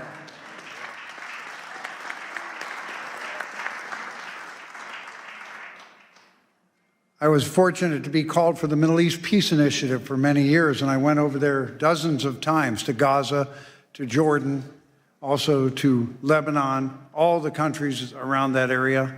And I found interfaith dialogue can do more to heal divisions than anything else. Other things are important too. Economic development, all kinds of friendship, education, economic investment. But interfaith dialogue can bring hearts together. Suddenly, your Muslim brother or your Jewish sister or whoever it is, your Christian friend, are no longer strangers that we have images about. They become family. They become family. So even as miserable as it has been for the people of Gaza and Israel, interfaith dialogue has to rise, Pastor Burns, right away. Right away. You need to lead it too, because you're so much fun to be with. This man loves everybody. One thing about interfaith dialogue, if you love people and you really appreciate how God is working through their faith, it changes you. That's why America has such a central role to play, because there is an understanding that all faiths are welcome here, even though we mess up a lot of times. All people are welcome in America, all faiths. How are we going to make that happen? We need leadership. We need the spiritual diplomats. Spiritual diplomats are not political leaders, but they can help lead the way for political leaders. Our congressman who came here, how great it is that they support. But they're also, the lead of spiritual diplomats is something that's not restricted. We don't have to worry about a lot of protocols, right, Doc? That's right. You just go and start engaging with love and wanting to heal. So I just want to highlight a couple areas in the world that are shockingly going the wrong direction. We usually see countries that are unstable or countries where there's kind of a strong leader, a strong man leading that oppress other people. But how about democracies? How about democracies? We never imagine democracies. No, they really follow the will of the people. When Japan, a terrible thing has happened. Matt Schlapp talked about communism. Why is communism a problem? Fundamentally, it denies the existence of God, and it sees religion as the enemy. So earlier on, Father Moon and Dr. Han developed a movement in Japan in the late 70s, and it was so effective at stopping communism. Prime Minister Kishi brought him in together, and then Prime Minister Abe, and they all worked together. And communism did not take over Japan. They were trying very hard in the 70s. It was possible it could happen. But then those same communists formed lawyers' groups that have been against this movement of family federation. And they've been against it for years and years and years. And then finally, a more liberal leader came as the Prime Minister of Japan, and he kind of caved into them and said, we got to get rid of this group. And he announced, we can't. They haven't broken any law. So somebody came up with the idea, we don't need a law. If they've just made some disturbances or they've had lawsuits, we can use that. So they used that. Fortunately, there's a new prime minister now, so I think a new history is about to be written. But why do we bring this up? Because when a democracy like Japan goes the wrong direction, a domino effect occurs. So last year, Rwanda, and Kenya cited Japan's example of closing or dissolving a religion without breaking any law. They got excited about it. This happened in 23 and 24. Rwanda has now closed, shut down, or destroyed 10,000 Christian churches in 2 years. And they cited Japan's example. They're a world democracy. And then also Korea. Now the leader of Korea is really not supporting the faith traditions. He's more of a left-leaning person. That's why President Trump challenged him when he came to the Oval Office. He said, "What's going on in Korea? Looks like some kind of a revolution or purge. You're persecuting churches." They went after Yoido Full Gospel Church. They went after Billy Kim, who was the translator for Billy Graham. On July 18th, this last year, they raided thousands of organizations, or thousands of people came out and raided many churches, including the Family Fed. And they went to Sagero Church, a Presbyterian church, and because that leader is standing up for family values, marriage in the image of God, and freedom of speech, he's now in jail now. He's been in jail for almost 137 days, right? And Mother Han of the Family Fed, she's been put in jail now for 125 days. She has not been convicted of anything. So we're just calling your attention to that, because when you come together, we can move our faith communities together, and then the nations can move. God bless you all from your nations, your faith. God bless your family, and God bless America. You're so good. You're so natural, man. You're bad. Thank you. Thank you, Dr. Jenkins, for your leadership. Now it is my pleasure to introduce Reverend Damian Dunkley, President of the Family Federation for World Peace and Unification, USA. He brings a critical report on religious persecution in Korea. Thank you. Thank you, thank you, thank you. Good to be with you up here, Mark. Dr. King said, "I've been to the mountaintop and I've seen the promised land." So leaders can see the way, leaders can lead the way, but we can't leave them alone. We need to stand together. We cannot watch from the sidelines. So, Pastor Mark Burns, thank you. Thank you for convening this room. Thank you for bringing us together. Your courage and clarity, the president's pit bull, yeah, that's just one, maybe one thing you are. The image, as you spoke, came to mind of those, those huge logs they used to use in the medieval times to break down palace doors. That kind of power, your word brings that kind of power. So, I mean, get out of the way. Better to stand with this man than stand against this man, I say. Thank you, Pastor Burns, for bringing us together. Bless you. So, as well as all of you incredible leaders, it's a real honor to stand with you today. I'd like to share just a short personal story. I've lived all over the world. It's crazy how many places, all over Europe, Southeast Asia, Northeast Asia, and I've visited all kinds of places, Oceania, Central Asia, Central and South America, Middle East. But America is the only country that I've ever truly cried for. I want to explain. I was 10 years old. This isn't that dramatic a story, but I was 10 years old. I was in London, beautiful city, and two young men ran up on me to attack me and take my bag. And I wrestled round and around. I wrestled with them, and I stood my ground. But on the way home, I cried. I wasn't crying because I was all bruised up or because they took my bag, because they did not. I was crying for something deeper. And I couldn't quite put my finger on it, but I knew it was something to do with America, my first home.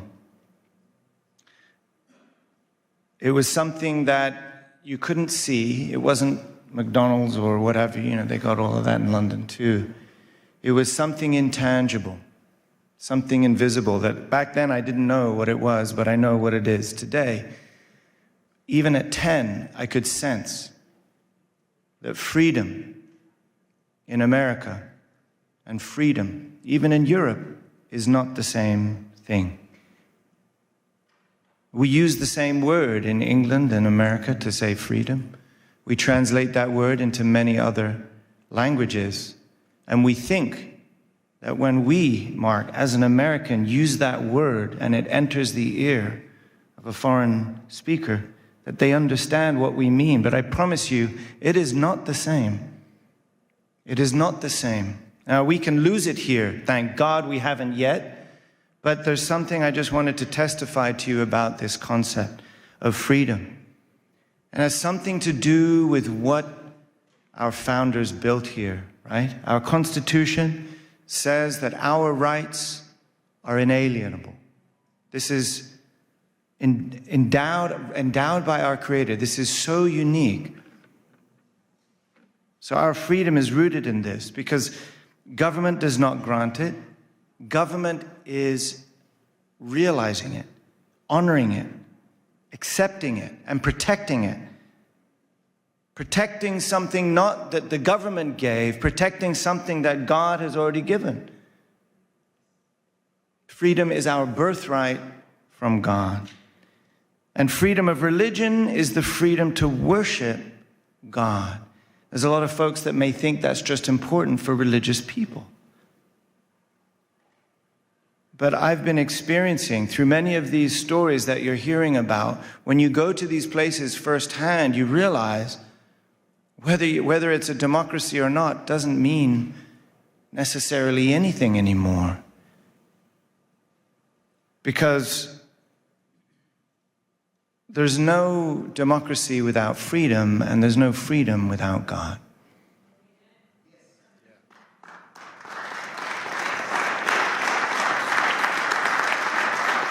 I really believe God invested in this nation, not just for these people, but to be a shelter for all religions and all people.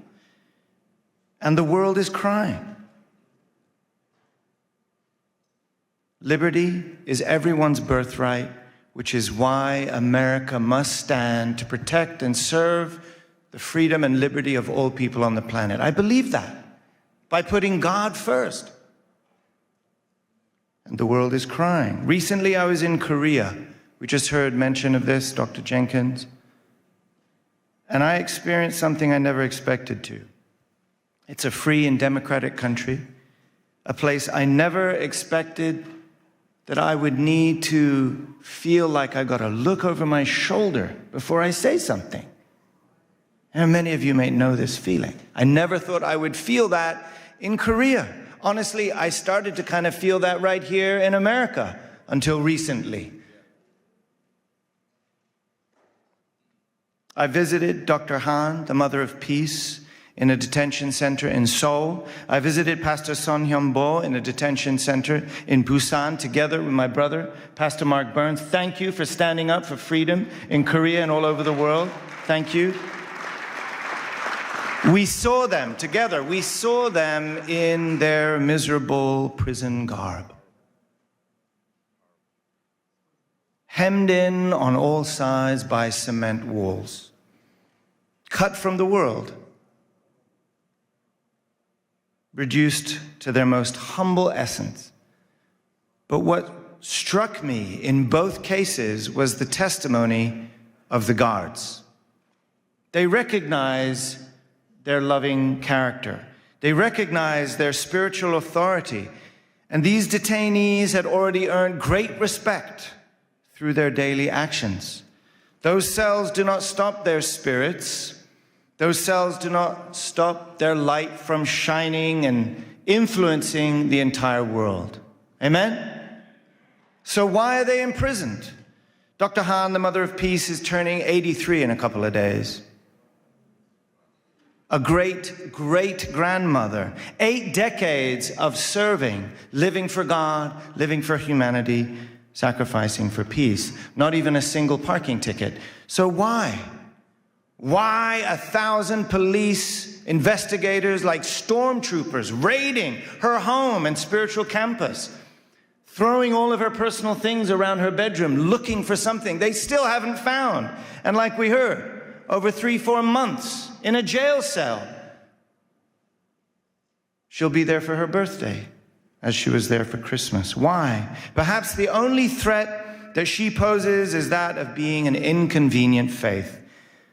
A faith that reminds the powerful that their power is not above God. This is what makes America great, actually. The state is not saying, we grant you your freedom because you are a child of God. The state is saying, you already have your freedom because you are a child of God, and we cannot stop that. It is not the government that gives you your freedom. And that is the difference that I'm feeling even in democracies around the world. So we know this isn't just about 1 or 2 churches. There's a global war on God. And that's why I'm just drawing our attention to this unique taste of freedom, rooted in religious freedom right here in America. We need to protect it right here in America for the sake of not just America, but for the sake of the world. That is why we're coming together. Religious freedom is America's greatest treasure. And if we lose it, it's not just lost here. It will affect the planet, I promise you. So, to defend American democracy against godless dictatorships, this is what Dr. Han reminded us why we've been working in America, why founding the Washington Times, to protect American democracy against godless dictatorships, against communism, and to restore the original virtue and value of the family, the moral spine and backbone of this nation, and to remind everyone that we're not just one nation under God, we're one family under God. When America attends God, it becomes the beacon of freedom and liberty, the light and hope to the world. We cannot leave one another alone on that mountaintop, Mark. We'll only be able to defend liberty when we rise up together, when we stand up together, when we work together, just like those sticks we're talking about, right? That is why it has been an honor to stand together with you here today. Thank you so much. Let's do this. Where are we going next? It was so powerful. Such a nice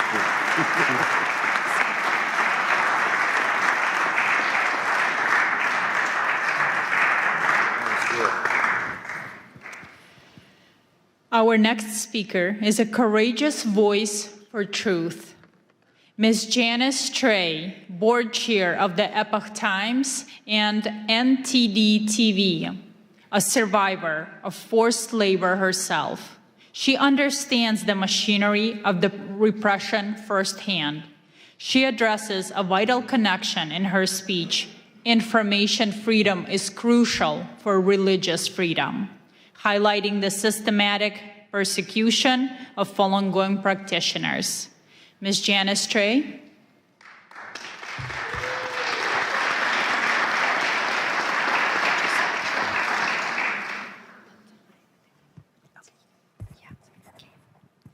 Thank you, Pastor Burns, for having me here in this magnificent Cannon building, congressional buildings.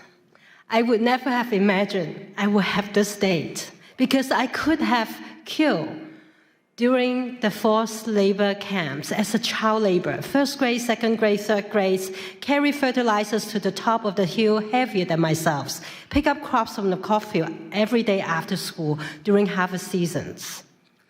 And I could have been killed during the Tiananmen Square massacre, June 4th, 1989.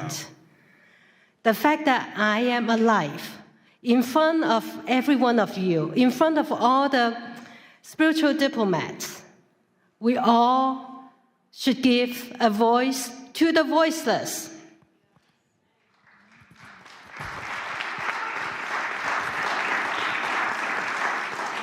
Next slide, please. Today, we honor the Creator. We speak for the voiceless. to share life-saving actions, to unite as spiritual diplomats, to end communism once and for all, to counter information censorship, to restore humanity's freedom to connect with the divine. For 5,000 years, China was a land of the divine. But since 1949, the atheist communist regime has sought to erase faith, eliminate God with communism. And since 1999, 70 to 100 million people practicing a peaceful meditations have been brutally persecuted. And even the crimes against humanity, forced organ harvesting, was being used as an instrument for religious persecution, and it still goes on today. Next page. The repression does not stop at China's border. Under Xi Jinping's order, transnational repression has spread globally through subversion, deceptions, unrestricted warfare, and the erosion of moral and religious traditions abroad. Chinese Communist Party's propaganda, misinformation, disinformations have been amplified through coordinated online campaigns, films, legacy media. Next slide. Let me give you an example. New York Times reporter Nicole Hong published over 10 articles in a short 8-month period attacking Shen Yun. Without disclosing, her father worked for the United Front Works Organization. That is the Chinese Communist Party's spy organization overseas. And Nicole Hong and New York Times misleading articles were artificially amplified by thousands of inauthentic social media accounts appearing to be widely read, even make it to be most read New York Times articles in election year 2024. You know that cannot be true. But that is how information warfare operates. Next slide. What New York Times recycling the propaganda of the Chinese Communist Party on Shen Yun. What is Shen Yun? Shen Yun is the beauty of divine beings dancing. Shen Yun brings to life 5,000 years of China's divine traditional culture, nearly destroyed by the past several decades of Communist Party rule. Shen Yun Performing Arts is actually a U.S. company based in New York, founded 20 years ago. It's the fastest growing, successful American companies, and with 8 touring companies reaching over 20 countries, 200 cities every year, and it has inspired more than 10 million audience members. If you haven't seen it, go see it yourself. It's so beautiful and inspiring that you may feel connected to the divine. Next slide. Shen Yun also tells the true story of the peaceful civil resistance by as many as 100 million people. They are persecuted simply by living the universal principles of truthfulness, compassion, and forbearance. Why? Next slide. This spiritual practice includes 5 gentle exercises and meditations. Falun Gong is practiced in over 110 countries, recognized by tens of thousands of proclamations around the world for its significant health benefits, spiritual clarity. And its founder, Mr. Li Hongzhi, has been nominated for Nobel Peace Prize 4 times. Next slide. The Chinese Communist Party responds with defamation, torture, killing, because truth exposes lies, compassion reveals brutality, faith defies tyranny. Falun Gong practitioners lead a very healthy and disciplined lives because they don't drink, they don't smoke. The Chinese Communist Party see them as the targets for organ transplants, benefits by killing them on demand. When humans become spare parts, the moral red line has been crossed. We must do something. We must do something now.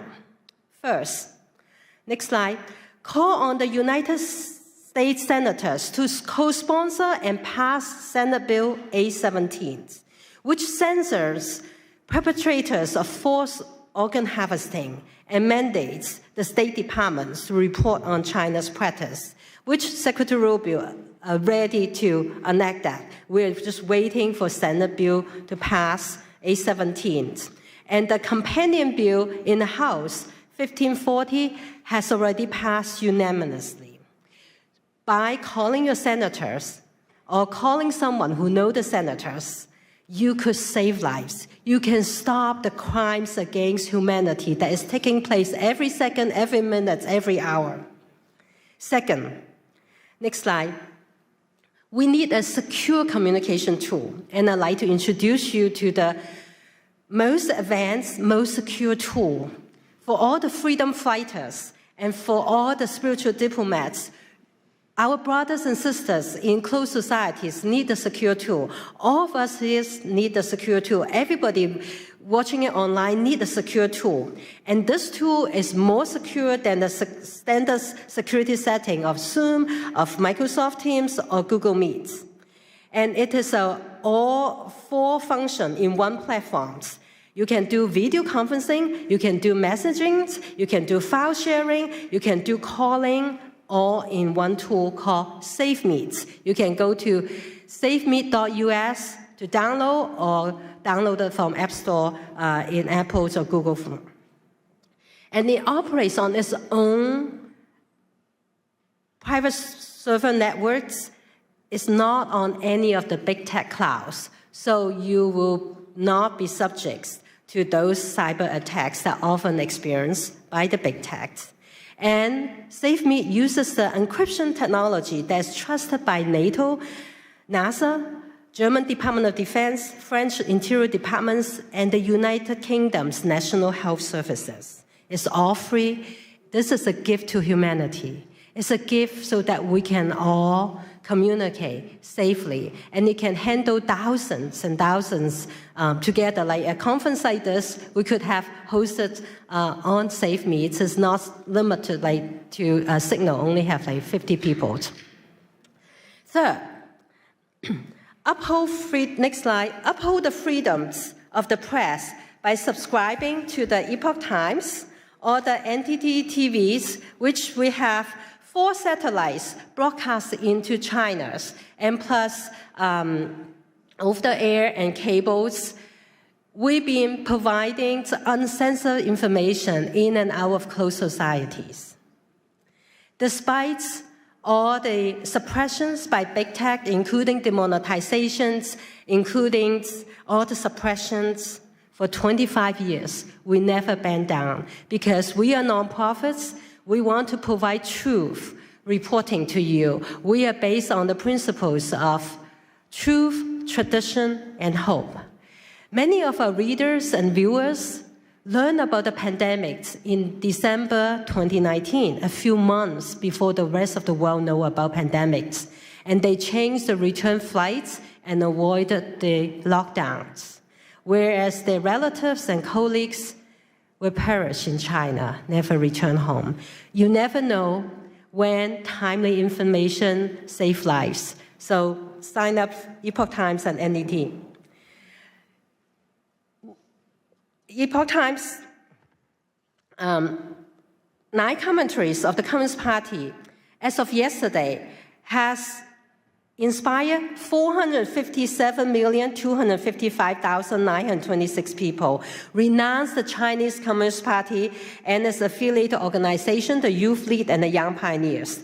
The specter of communism ruining our world exposes how communism suppresses faith and corrodes humanity by destroying culture and moralities. Last but not least, the 4th action, if you have not seen Shen Yun, go check it out. Tell communism, no, we are not listening to you. We want to see communism before China, before communism. We want to learn the 5,000 years of wisdoms that God has given us. All of you are courageous. You stand up for religious freedom and human rights. It's critical today that we all join hands to face down this evil, as our courage is stronger than brutalities. We can accelerate the fall of communism. We can dismantle censorship, and we can all reclaim humanity's sacred connection to the divine. May God bless you, bless everyone who walked the path of truthfulness, compassion, forbearance, and may God bless the United States of America. Thank you all. Thank you so much. That was so powerful. Thank you.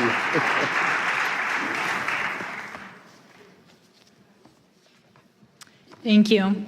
Next, I'm honored to introduce Ms. Rushan Abbas, founder and executive director of the Campaign for Uyghurs. With her own sister unjustly imprisoned by the CCP, her advocacy is personal and unrelenting.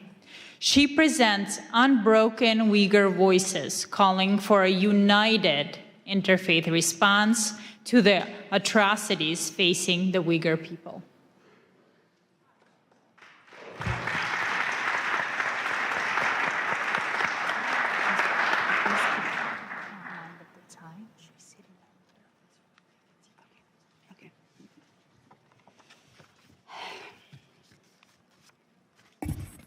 Assalamu alaikum. Good afternoon, everyone. It's a privilege to join you all here to this wonderful conference, an extraordinary initiative led by brave Pastor Burns to advance peace, dignity, and the freedom of belief. I speak as first-hand witness to China's religious persecution. My people, Uyghurs, in East Turkestan, also known as Xinjiang Uyghur Autonomous Region, under China's occupation. They're enduring an ongoing genocide right now because of their identity and religion.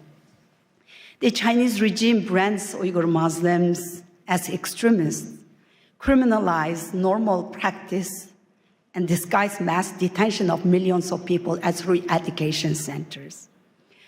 And where the Uyghurs' faith is erased and replaced with enforced loyalty to the communist Chinese government. For them, the faith is a threat to absolute control. Surveillance technologies track people who pray, attend religious gatherings, and Uyghur mothers are sent to the jail because they are teaching their children the culture and the religion. Some of them are sentenced for more than 10 years. Over 1 million Uyghur children are taken from their families, sent to state-run orphanages, where being raised with Chinese communist ideologies, forsaking their religion and religious and their cultural identities. Uyghur women are subject to forced sterilization, forced abortions. Because of that, the Uyghur birth rate dropped down to 0% to some of the Uyghurs' mostly populated areas. And the Chinese embassy is not hiding that. They're publicly, Chinese embassy here in the United States, publicly celebrated those genocidal efforts by saying Uyghur women are no longer baby-making machines. And this persecution is not just limited to the Uyghurs. As my sister Janice just reminded everyone, they started in our homeland with surveillance technologies and they using our homeland as a testing ground. And then Tibet, Southern Mongolia, Falun Gong practitioners, they all endured the same fate. The democracy in Hong Kong demolished in front of all of us and our eyes, and the world stood silent. Now Taiwan is under threat. Next, it will be all of us, unless if we speak out and hold the CCP accountable. If we don't speak now, the only voice left will be one of regret. CCP has destroyed churches, removed crosses, jailed pastors.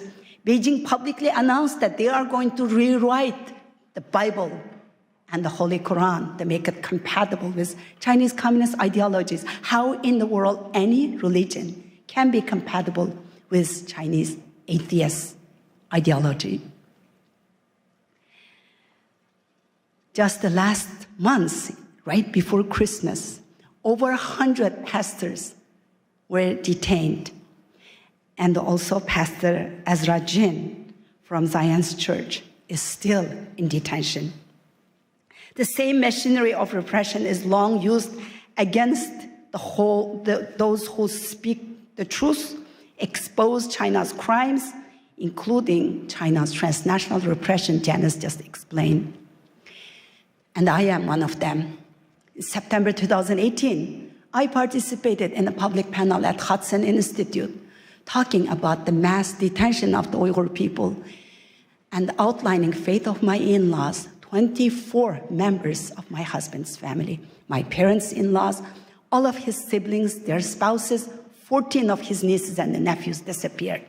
And when I talked about that, as an American citizen, practicing my freedom of speech in the land of the free, in Washington, they took my sister, a retired medical doctor, non-political person, just an ordinary mother and grandmother living peaceful life. They took her just 5 days after my speech to punish me. She's still in jail. 7.5 years, she's still in jail. So the Chinese government wanted to silence me and intimidate me. And what I did was I was working as International Business Development Director, and I took lunch break when I did that speech. But then I quit my job. I became a full-time activist now. And last 7.5 years, I'm traveling around the world exposing China's crimes. Thank you.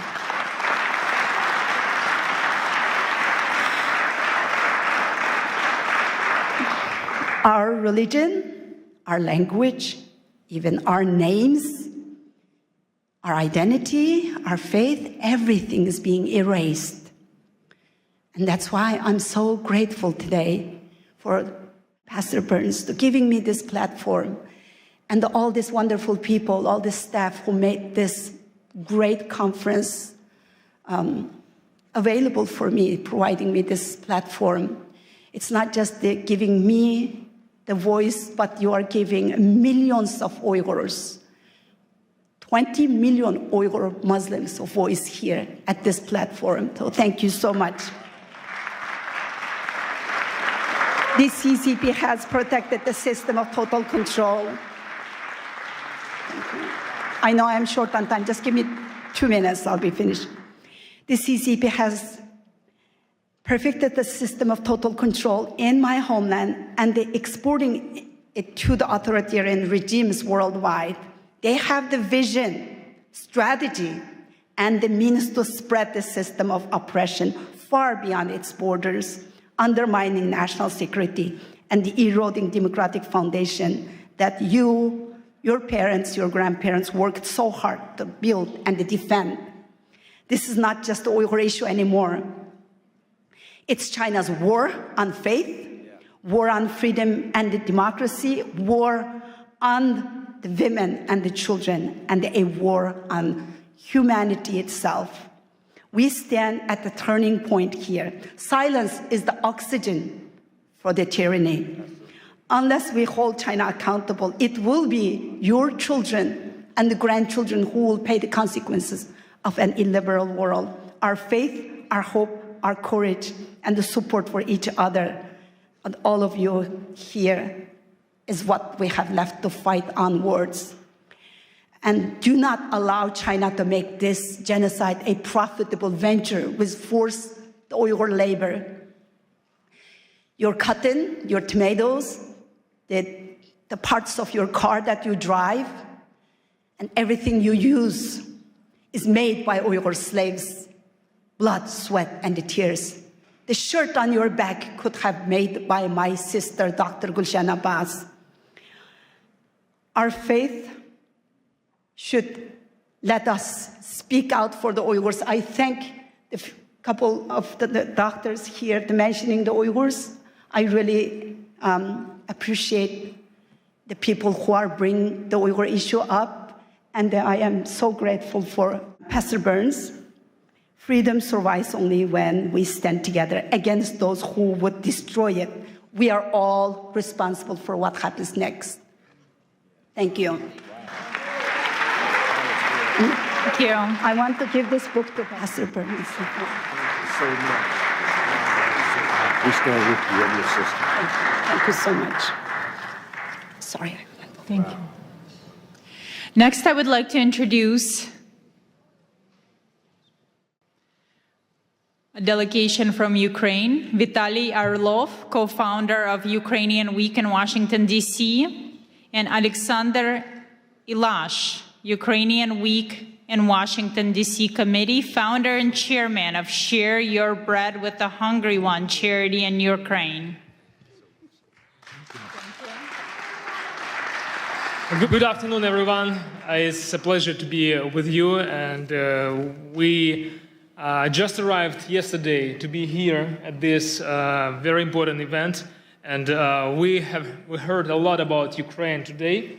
A lot of those of you who support Ukraine and who are really concerned, and we really believe that spiritual diplomacy, this very important subject, and this is what we all have to be united for, to do and to change the world together. Thanks to Pastor Mark, who has been with us in Ukraine not once, and who really stays strong for Ukraine and for peace and for just peace in Ukraine. Thank you, Pastor Mark, for what you're doing for our country. Yeah, Pastor Mark, thank you very much for your support Ukraine, visiting Ukraine. Thank you for your passion. Сьогодні ми хочемо пару слів сказати саме за духовні причини тої страшної війни. And while we're here, we would love to share with you just a couple of words about spiritual reasons for that horrific war in our country.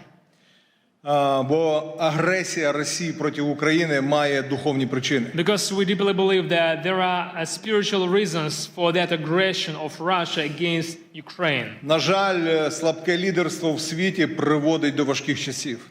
And unfortunately, we all know that a weak leadership bringing a hard and difficult times in humanity, in this world. Легкі часи народжують слабких лідерів. And easy time brings to a weak leadership. Слабке лідерство приводить до важких часів. And a weak leadership brings a hard days and hard years to our важкі часи world. Народжують сильне лідерство. But difficult times bringing to a strong leadership. Але, на жаль, добрі часи знову приводять до слабкого лідерства. And unfortunately, good days and good years bring us to weak leadership again. Ми дуже дякуємо пастору Марку. So we're very much grateful to Pastor Mark. Що він піднімає прапор сильного лідерства, духовного лідерства. That he is the one who raising up on a high level the flag of spiritual diplomacy and spiritual leadership. В Україні, thank you very much. І сьогодні нам потрібне духовне лідерство для того, щоб відверто сказати, що реально відбувається в моїй країні. And today we all need that spiritual leadership to be able to say openly what's going on in my country of Ukraine. Сьогодні кілька міст, які налічують мільйони людей. These days several cities знаходяться під атаками, бомбардуванням російської армії. Cities are being under constant attacks of Russian army. І люди знаходяться без тепла і без електрики. And during these freezing winter days, people are living without electricity, without heating, without water in their houses for weeks. Сьогодні температура в Україні біля нуля по Фаренгейту. And today the temperature in Ukraine is about 0 with Fahrenheit, or minus 15, minus 20 with Celsius. Але Україна стоїть. But you know, despite all these challenges, Ukraine stays strong. Україна історично завжди була християнською країною останні більше ніж 1000 років. Historically, our country has been a Christian nation for over 1000 years. Тисячі місіонерів Україна відправила в Росію, в інші країни. And for those of you who never heard about that, Ukraine has sent thousands of missionaries all over the world. І це свідчить про те, що саме ця війна – це духовна війна.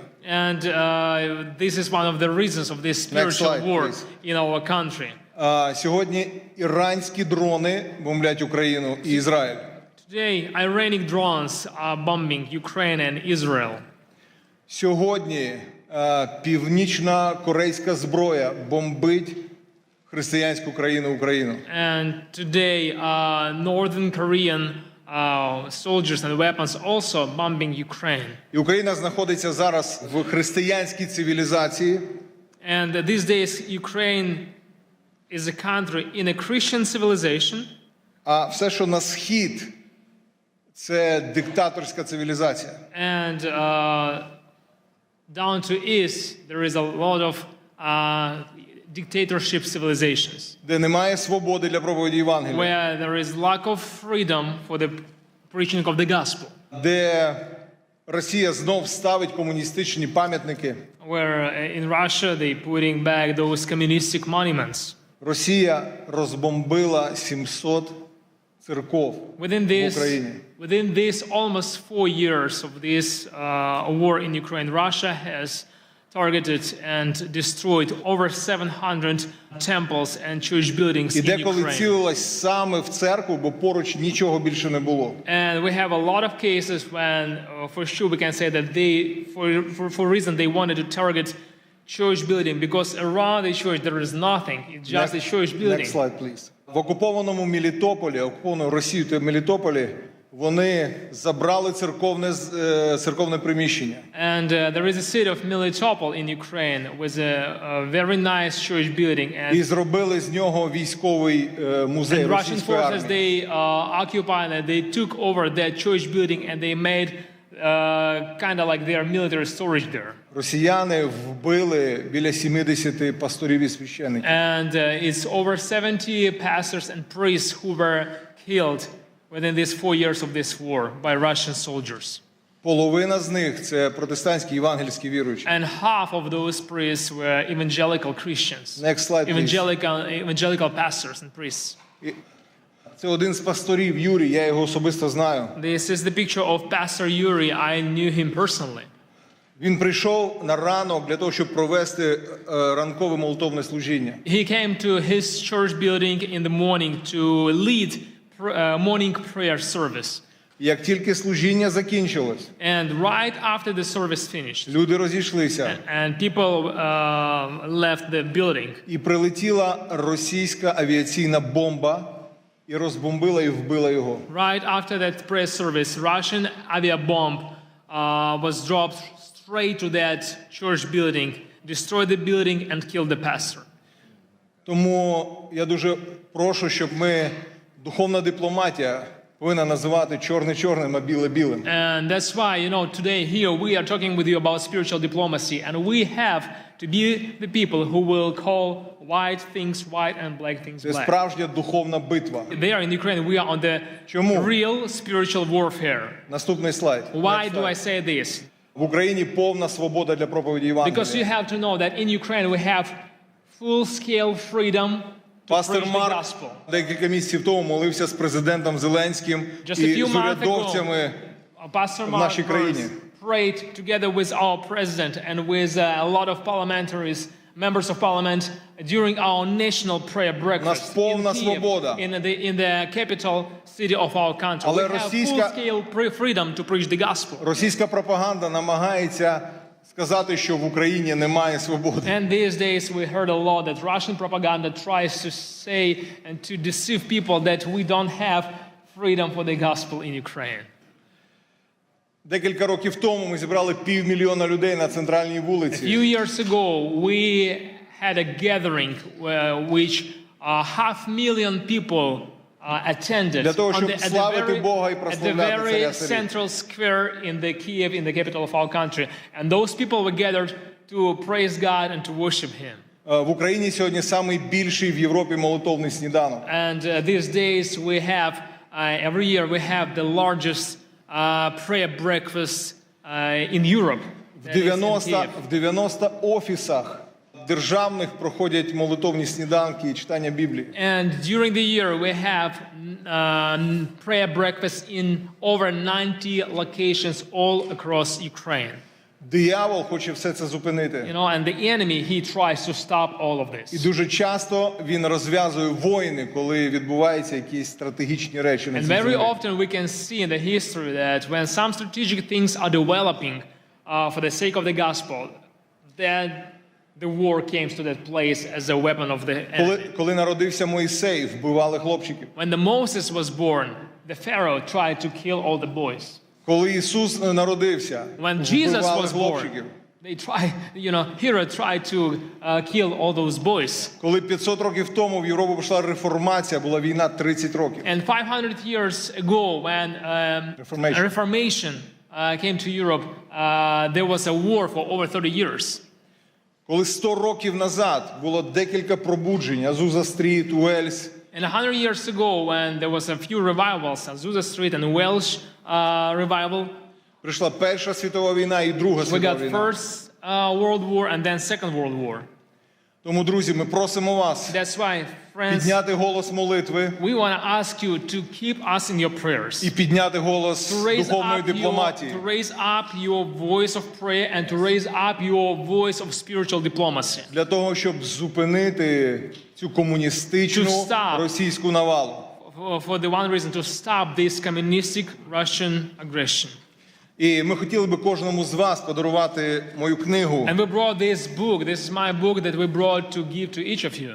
На ваших рядах вони є. You probably have seen it on your chair.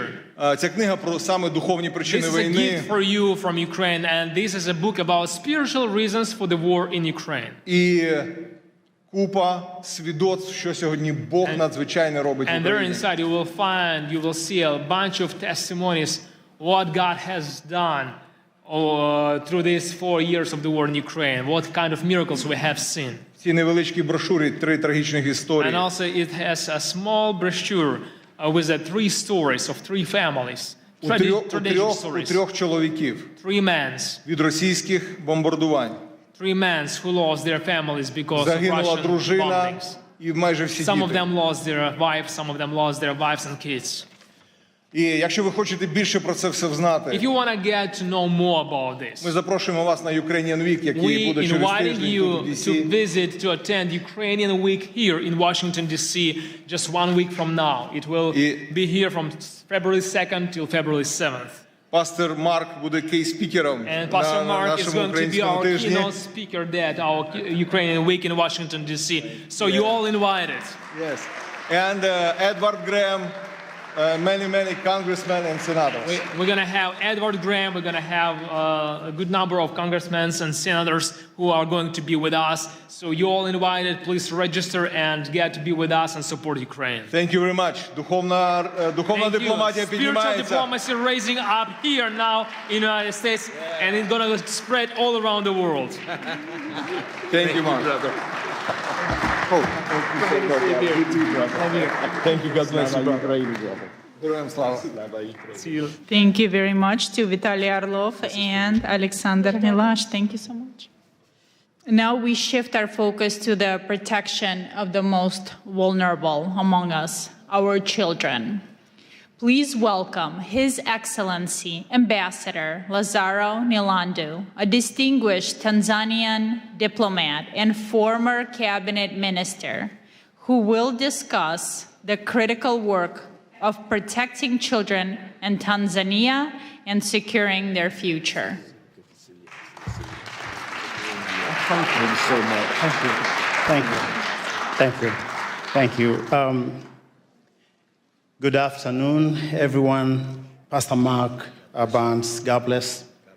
It was a pleasure having a chance to speak with you over the phone the other time, and I can see you now. I wish to recognize congressional leaders, some of whom had spoken before, spiritual leaders who are here.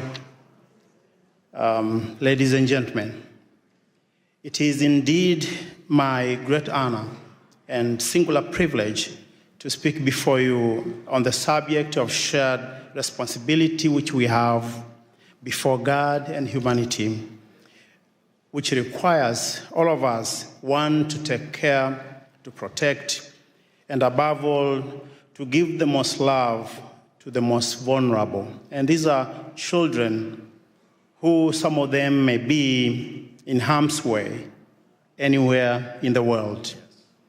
As a diplomat myself and as advisor to my president, Dr. Samia Suluhu Hassan, it is befitting that I bring to you greetings from Madam President and share with you her deep belief that the safety of children anywhere is our God-given responsibility and a noble duty upon which our humanity and our human conscience and belief are measured. Coming from Tanzania, a land that stands as an enduring symbol of peace, beauty, and stability in Africa, and a country whose children have grown singing, and if there is anybody from Tanzania here would attest to me, we grew up singing a love song, all of us. It said, Tanzania, nakupenda kwa moyo wote, ninapokwenda safarini kutazama maajabu. And it was speaking rather about people and children who had no home, who had no place to go. Tanzania would be a country that welcomes them all, give them home, give them refuge. And these melodies and lyrics have defined who we are as a nation, spoke then and now that suffering children are safe in God's hands. And we, the people, remain his instrument of sharing his grace, his care, his protection, and enduring love for all of the children of our world. Currently in Tanzania, and I wanted to give this perspective so people understand where we are currently today in Tanzania. We are hosting around 231,000 to 232,000 refugees. This is according to UNHCR, mainly from the country of Burundi and DRC. This number was estimated to have reached 1 million during the peak of the Rwandan genocide. Thousands of children, mostly those escaping brutal reality of harm, wars, and fear, have crossed into our country, into our borders, to find a home, to find love, and to find families. Tanzania has continued its open arm policy in shielding children and persecuted persons from neighboring countries and allow them to share in our endowed heritage, the hospitality of our warm-hearted people. And if you ever come to Tanzania, you find love in the street. You find joy in the street. There is something in the air when you walk the nights in the cities like Dar es Salaam and other places. The vast opportunity brought by our beautiful country, we have opened the door and arms for those that are in harm's way. Ladies and gentlemen, sometimes, and of course it does happen, bad actors have taken advantage of this generosity and access given to people from all around the world who wish to extend a helping hand in support of children in need across our land and, of course, across our continent. We had a story recently that Pastor Mark and I shared. Yes. This was a story of a man who was not a native of Tanzania. He had come from another beautiful country, and his name was Jakub Jahal from the Czech Republic. This man, whose infamous actions represents a modern-day cross-border criminal rings targeting children, is alleged to have abused children and misappropriated charity funds meant to support those same children in need in an orphanage somewhere in Moshi, just beneath the beautiful foot of Mount Kilimanjaro. This man became a monster in hiding, accused of abusing children in the most inhumane ways. And Jacob is reportedly to have arrived in Tanzania sometimes in 2020, initially as a community support lead through an organization called Nature Skills, which was supporting vulnerable children and promoting environmental action. Such actions are abhorrent and contrary to international laws and to the laws of the United Republic of Tanzania, and hence a coordinated due process to bring the perpetrator and his associate to justice is warranted, and regardless of where they may be hiding today in the world. Tanzania, under the able leadership of Dr. Samia Suluhu Hassan, our first female president, proud mother and a leader, has stood tall among nations in Africa by advancing Pan-African policy to protecting the rights of the children. Even during our darkest hour, our nations and her people has reason to find a reason, compromise, and purpose to continue holding all our children by the hand and keeping the faith in the greater good of humanity through God. It is well noted that during the years of J.F. Kennedy, and this is a man that many Americans remember with pride, this was back in 1961 to 1963. These years were known for the youthful energy of his new frontier vision. As America faced multiple challenges and opportunity at the same time, and among them, I remember from reading and from understanding, it was Cuba Missile Crisis, establishing a Peace Corps that continued to bring change across the world today, and also advancing the space technology. During these coveted times, a young leader from Tanzania, Julius Nyerere, had risen to power in our country, having delivered independence of Tanganyika from the rule of England without bloodshed. And this is important. He was a spiritual diplomat of his time. And they two quickly became friends. They had a bond of friendship. They had a bond of love and brotherhood. And this friendship resulted in JFK inviting Julius Nyerere to come to this city, Washington, D.C., on January 15, 1963. Among other things that they discussed was making the children of Africa and the children of Tanzania an endowment that we will all be proud. They discussed, among other things, the children's safety that would be the epicenter and foundation of Tanzania and U.S. relationships that have endured today.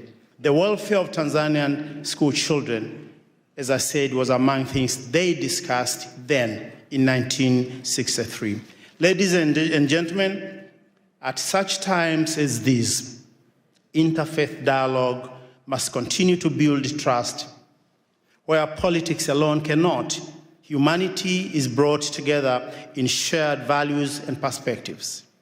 The unity among faith communities is essential in addressing today's global challenges, the safety of children included. It is our sacred duty and shared responsibility to go beyond the call of duty, anything that we are, that we believe, that we want to do, to making sure the freedom of religion, the beliefs, and the faith is protected for all, because this is foundation upon which we can have societies that are strong.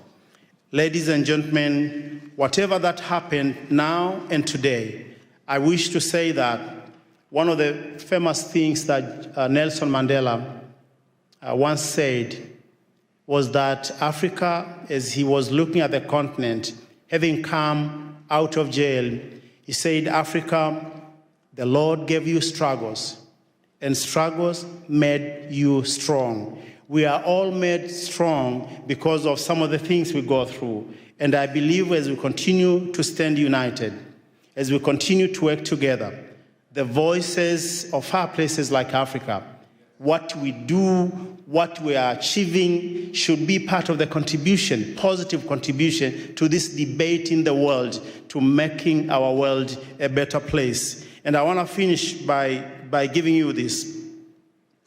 Someone somewhere in Africa continue to believe we do have that African dream to be a better people, to be loving, to open our hands to the rest of the world. We are over 54 different countries speaking hundreds upon hundreds of languages. But yet when you visit the continent, even places where you may not have heard, there is love in the air. If you come to Tanzania, if you come to places like Arusha, Mount Kilimanjaro, and you go to just ordinary folks in the villages, you find love in the air. We would like to have this love continue to unite our world as we continue to be free people, working for the whole world and uniting all our perspectives for the greater good. Thank you, and thank you for listening. Thank you.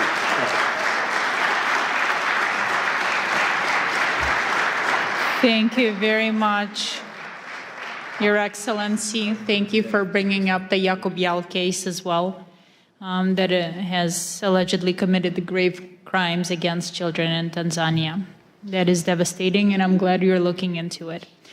And now it is my pleasure to introduce Congressman Joe Wilson, representing South Carolina's 2nd Congressional District, a long-serving member of the House. He brings extensive experience on national security and foreign affairs, as currently serves as the co-chairman of the U.S. Helsinki Commission, advancing human rights and democratic values around the world. Congressman, it is a pleasure. Thank you. And ladies and gentlemen, and champions, as I look out to see so many champions of religious freedom, I just want to thank you for your success. And indeed, Pastor Dr. Mark Burns has just done such a great job organizing.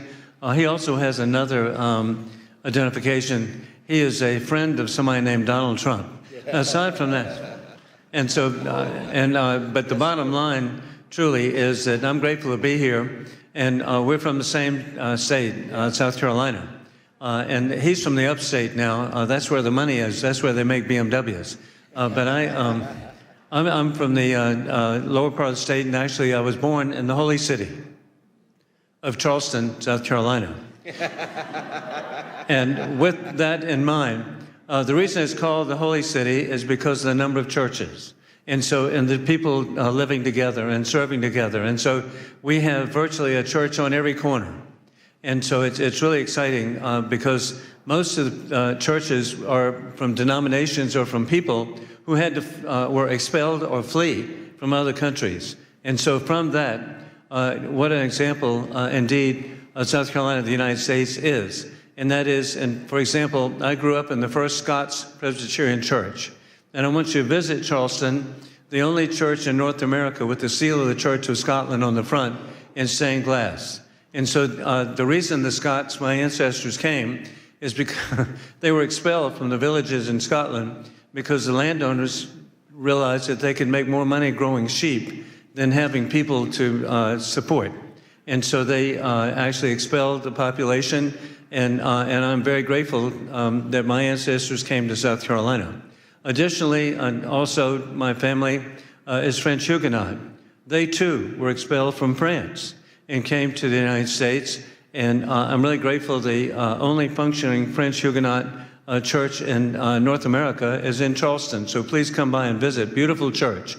And the significance of that is our country benefited, again, from having people come to our country to realize freedom and liberty. As I tell you about French Huguenots, I was working with patriotic organization. Somebody that Pastor Burns really appreciates is the Swamp Fox, Francis Marion of the American Revolution. He was a Huguenot. And so I was working to help raise money for a statue here in Washington. And I kept telling people, hey, this is exciting now. We'll finally have a statue to a Huguenot in Washington.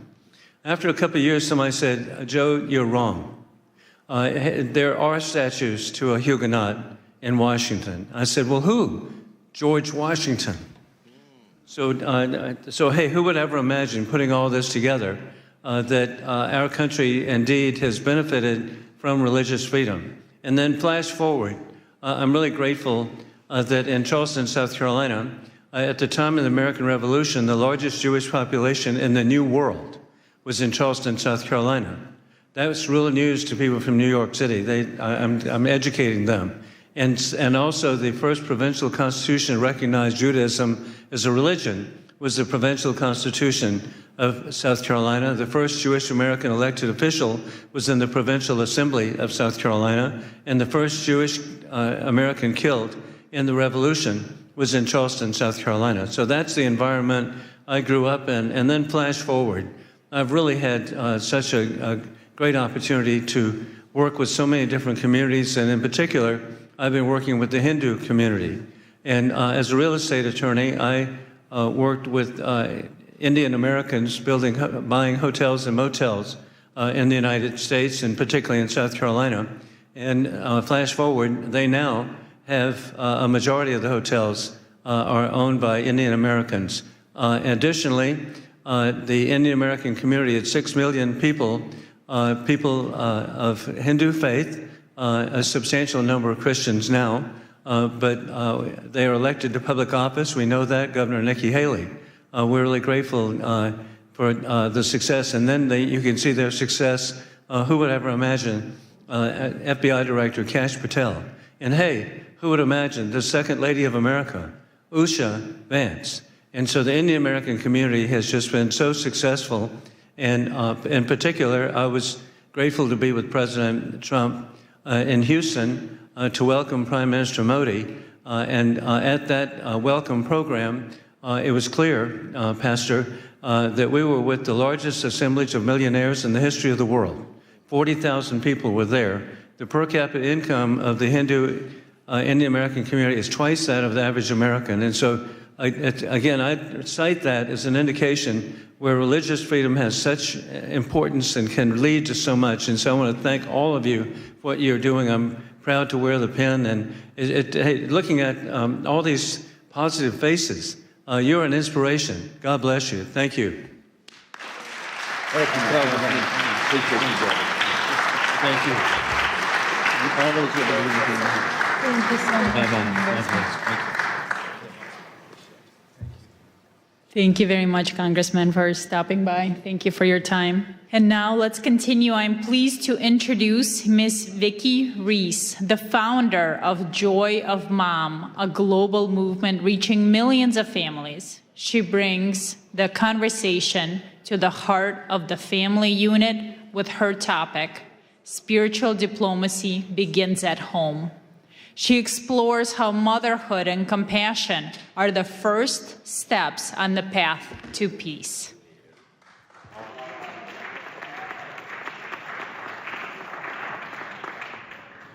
Hi, everyone. First of all, thank you, Pastor Mark, and everyone else who's gathered here today. It's incredible to be standing in this room with leaders from so many faiths, cultures, and communities. You are entrusted with the care and soul and protection of our conscience. We are here together as human beings, bound by shared responsibility to protect life, dignity, and the future. And for me, that responsibility begins with motherhood. I'm gonna try not to cry. I won't go down my personal thing. Thanks.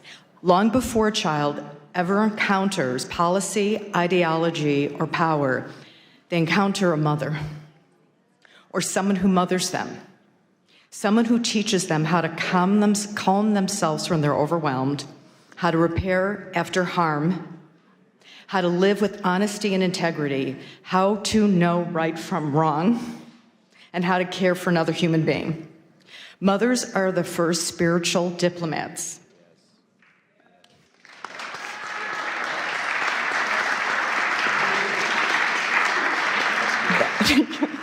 That our children will ever know. I think that was the most important thing I could say out of this. In kitchens, in classrooms, in car rides, in quiet moments, mothers teach empathy, accountability, courage, and compassion in action. They are not soft skills. They are the foundational skills of peace. This is why spiritual diplomacy cannot be separated from maternal wisdom. Because peace is not enforced from the top down, it is formed from the inside out. Wow, that's good. When mothers are supported, heard, and connected, families stabilize. When families stabilize, communities heal. And when communities heal, peace becomes possible, not as an idea, but as a lived reality. Spiritual diplomacy asks us to lead beyond labels and ideology. Motherhood asks us to lead with responsibility. Both are rooted in the same truth. Love is not passive. Love is protective. Love is courageous. And I'm almost done. We are living in a time of extraordinary division. Fear is amplified, trust is eroded, and too often the burden of holding families and communities together falls quietly on mothers, unseen, unsupported, separated by noise, a lot of noise, that tells us we are more divided than we truly are. But when mothers come together across faiths, across cultures, across borders, something powerful happens. They don't argue ideology. They protect children. They restore dignity. They remodel repair instead of revenge. That is spiritual diplomacy in its most human form. This is not about erasing difference. It's about honoring honesty first. It's about choosing wisdom over outrage, compassion over condemnation, responsibility over indifference. Spiritual diplomacy is not soft. And as we know, motherhood is not weak. And conscience is not optional. These are the strongest forces we have. So my hope, my prayer, is that we leave this gathering committed to elevating maternal wisdom as part of the global peace dialogue, committed to seeing mothers not as a support system, but as a foundation, committed to standing for what is right, even when it is difficult, committed to remembering that every child everywhere deserves to grow up in a world shaped by care, courage, and conscience. Yes. May history say that when the world needed healers, we showed up. May it say that when peace felt fragile, we chose to protect it. And may it say that love, lived boldly and practiced daily, became the bridge that carried us forward. And may mothers stand with you and with one another as partners in this work, bringing conscience, courage, and care to the future we're building together. I have one quick note. Okay? In a few moments, you're about to meet Scarlett Lewis shortly, and you'll hear her incredibly moving story and journey. And as part of today's commitment to peace, we're deeply honored to share the joy Mom will be bringing Choose Love from classrooms into homes and families, embedding peace and choosing love over fear into live daily practice for moms and children. And we're also going to be part of your beautiful ecosystem and help bring this message home everywhere in the world. Thank you and bless you all. That was so good. Oh my God, you did such a wonderful job. Our next speaker has a truly extraordinary background. Please welcome Miss Aliyah Rosa, a former secret agent turned women's empowerment coach. She has risked her life to stop criminal networks. She speaks to us today on the dark reality of child and human trafficking and the fight to save innocent lives. Thank you. Thank you, beautiful souls, spiritual diplomats, and thank you, Pastor Mark Burns, for bringing us all together, for inviting me. I would never imagine being a little girl born in corrupted communism, the country which doesn't exist anymore, thank God, USSR, that one day I'll stand here in front of you in the nation's capital, the symbol of freedom, liberty, unity, hoping for peace, right? We are all ambassadors for the peace, right? And the hope and love. I'm also very happy to see here children. Please raise your hands who are parents and who have children. 99%. Did you know that according to United Nations report, there are over 27 million people are sex trafficked globally? Think about this number, 27 million people.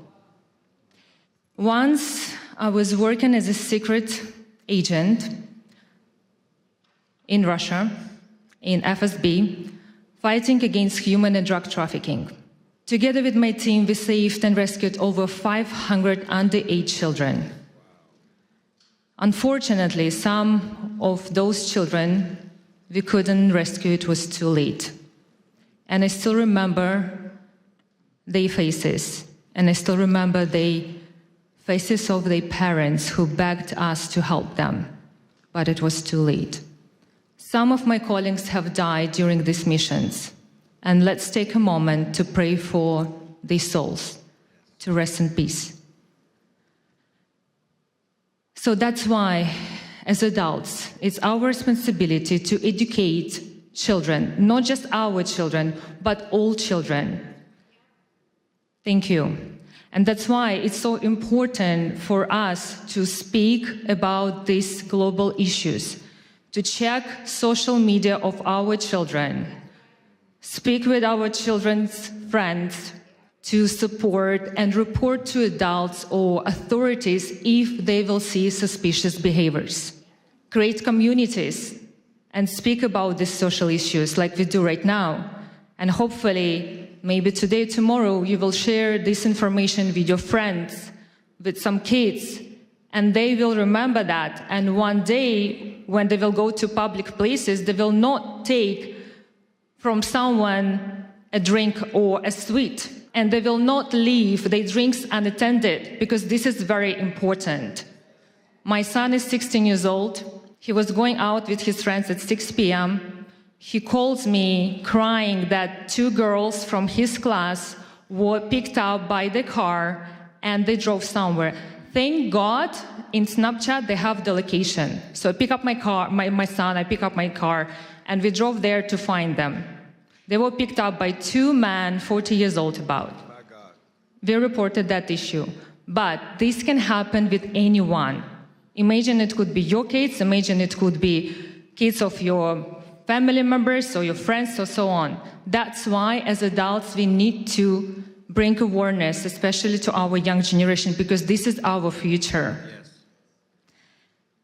Thank you so much for understanding that it's so important to be together, to unite, to fight this problem, because the most important is to prevent a problem before it will even start. And this is our responsibility as adults, to teach, educate our children, because they copy what we do. And a little favor. It's the beginning of the year. I decided to set up a charity to bring awareness about this global issue.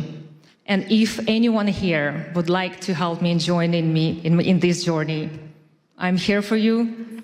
I would really appreciate about your help, and thank you so much for having me. Thank you for this amazing event, and God bless you all. Thank you. Thank you so much.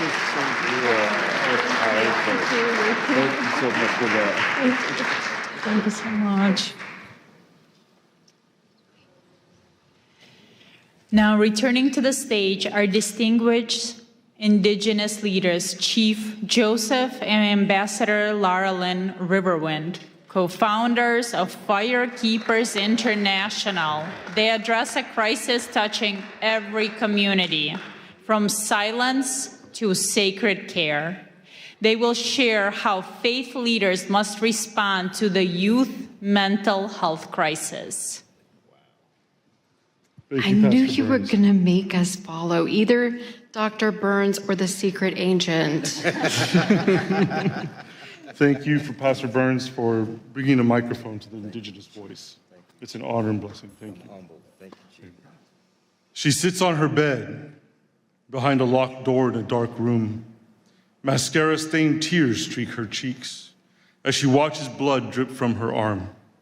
This self-inflicted wound, vying for space among many others. Next time it will be deeper. She says. Next time I'll go all the way. And just like that, ideation becomes a painful plan. Statistically, before this gathering ends, a depressed and hopeless Native American will take his or her life. But God. Taigwe, Oma Bahari, Dakakasike Guazabara Mahura, Takatais Boriken Ota Danaboria Yaya Ota Kasike Bosibakan. Good day with respect and honor to all the dignitaries that are here.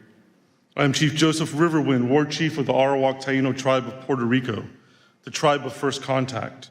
I'm also a servant of Yahweh, the supreme spirit of all spirits and a disciple of the great chief cornerstone, aka Rabbi Yeshua. Shio, ganik di layelene ekwani unole dakudoa, chijalagi kenuseda, dohi gesesti. Hello, I am Dr. Larlin Riverwind, the ambassador of the Georgia tribe of Eastern Cherokee. I serve Creator Yahweh, and I walk the white path of Yeshua, Jesus, whom my people have an ancient story about.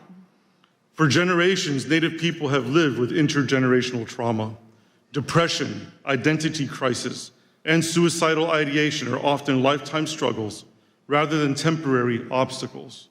As a result, American Indians and Alaskan Natives face suicide rates 91% higher than the general population and lead in depression, anxiety, PTSD, and substance use disorders. We can name the contributors of forced assimilation, racism, socioeconomic disparity, cultural incongruence, generational trauma. These matter. And in our tradition, we make our decisions based on 7 generations ahead. And these issues are not exclusive to the indigenous population of America. I have seen them abroad in the indigenous population of the Republic of the Marshall Islands, where I lived during my youth. But personal reasons often boil down to relationship problems, violence, and lack of access to care. Yet each of us must make and take the responsibility for our own mental health. Healing is not accidental. It takes time, faith, hard inner work, wise counsel, humor, and miracles. Humor is a core Native tradition, so we'd be remiss if we didn't ask you, how many psychiatrists does it take to change a light bulb? 1, but the light bulb has to want to change. And speaking of change, did you know that Native Americans will be the first ones in heaven? We have reservations. There you are. Jeremiah 29:11 declares, "For I know the plans I have for you," says Yahweh, "plans to prosper you and not to harm you, plans to give you hope and a future." We must help people envision a future worth living for. Often the first step across that bridge is moving from silence to speaking up, because evil flourishes in silence. It is often through sacred care that people find the courage to speak. Sacred care takes many forms. At Firekeepers International, our Good Medicine program provides sacred care through ancestral teachings passed down by our elders, through art, music, storytelling, dance, counsel, honor, and ceremony that brings holistic healing to the soul. Yet our culture should strive for much needed refinements. To 1, celebrate heroic whistleblowers. Normalize ongoing counseling. Honor mental health professionals. And develop emotionally intelligent leadership. For many, there is no dramatic crossroads between victim and victor. Victimhood is often a default survival mode. But this world, though filled with pain, is also filled with love. A soul's journey from victim to victor is forged through forgiveness, healthy boundaries, and discernment. It is our sacred duty as faith leaders to teach and model healthy, holy, enforced boundaries. Without them, encroachment is normalized, victimhood is enabled, abusers protected, and spiritual necrosis left unchecked. Across Turtle Island, what we call the land here, indigenous wisdom teaches a foundational truth. Life is sacred. It is a gift from the Creator. Important question. So where does spiritual diplomacy end and sacred heroism begin? When there are mobs of serial murderers currently slaughtering Christians, Jews, Druze, Alawites, Kurds, Yazidis, Persians, Syrians, Hindus, Nigerians, Masalit, Hutus, Tutsis, and moderate Muslims, we must speak up. As faith leaders, we must break our cultural taboos surrounding violence, sexual, physical, emotional, and spiritual abuse. Silence is compliance. Silence is condoning. Silence is abetting. We cannot teach tolerance of violence or endorse violence as resistance. We must model the sacred care of speaking up and breaking the silence, and we will now. This great nation protects freedom of religion, our right to serve any God or none. But liberty demands responsibility. If a religion commands the taking of an innocent life, it is a death cult, not a religion. And it's constitutional. Come on now. It is a death cult, not a religion, if it says, take innocent life. Got a few of you. And its constitutional protections then are null. Speech defining holy versus profane is protected, but breaching physical boundaries to commit violence is not. As indigenous spiritual authorities from these ancient lands of Turtle Island, we want to make a clear declaration. Radical Islam, death cults, anti-Semitism, and enslaving ideologies disregarding the sacredness of life and liberty are not welcome on Turtle Island. We must become divine interruptions on someone else's path to destruction. And let me just say this. It's a big deal to have somebody with spiritual authority of indigenous people to say what is and is not welcome in their land. Meditate on it. As we leave today, return with me to that dark room and that bleeding girl. She was not unseen. Her faith leader knew. He knew intervention was needed. He knew there were options. Now the only question left is this. What is he going to do about it?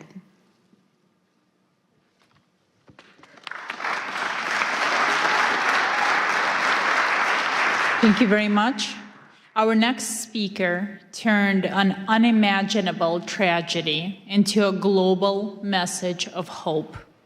Please welcome Miss Scarlett Lewis, mother of Jesse Lewis, who was lost in the Sandy Hook school shooting tragedy, and founder of the Choose Love Momentum. She speaks on school safety and child protection, advocating for a path of love over fear.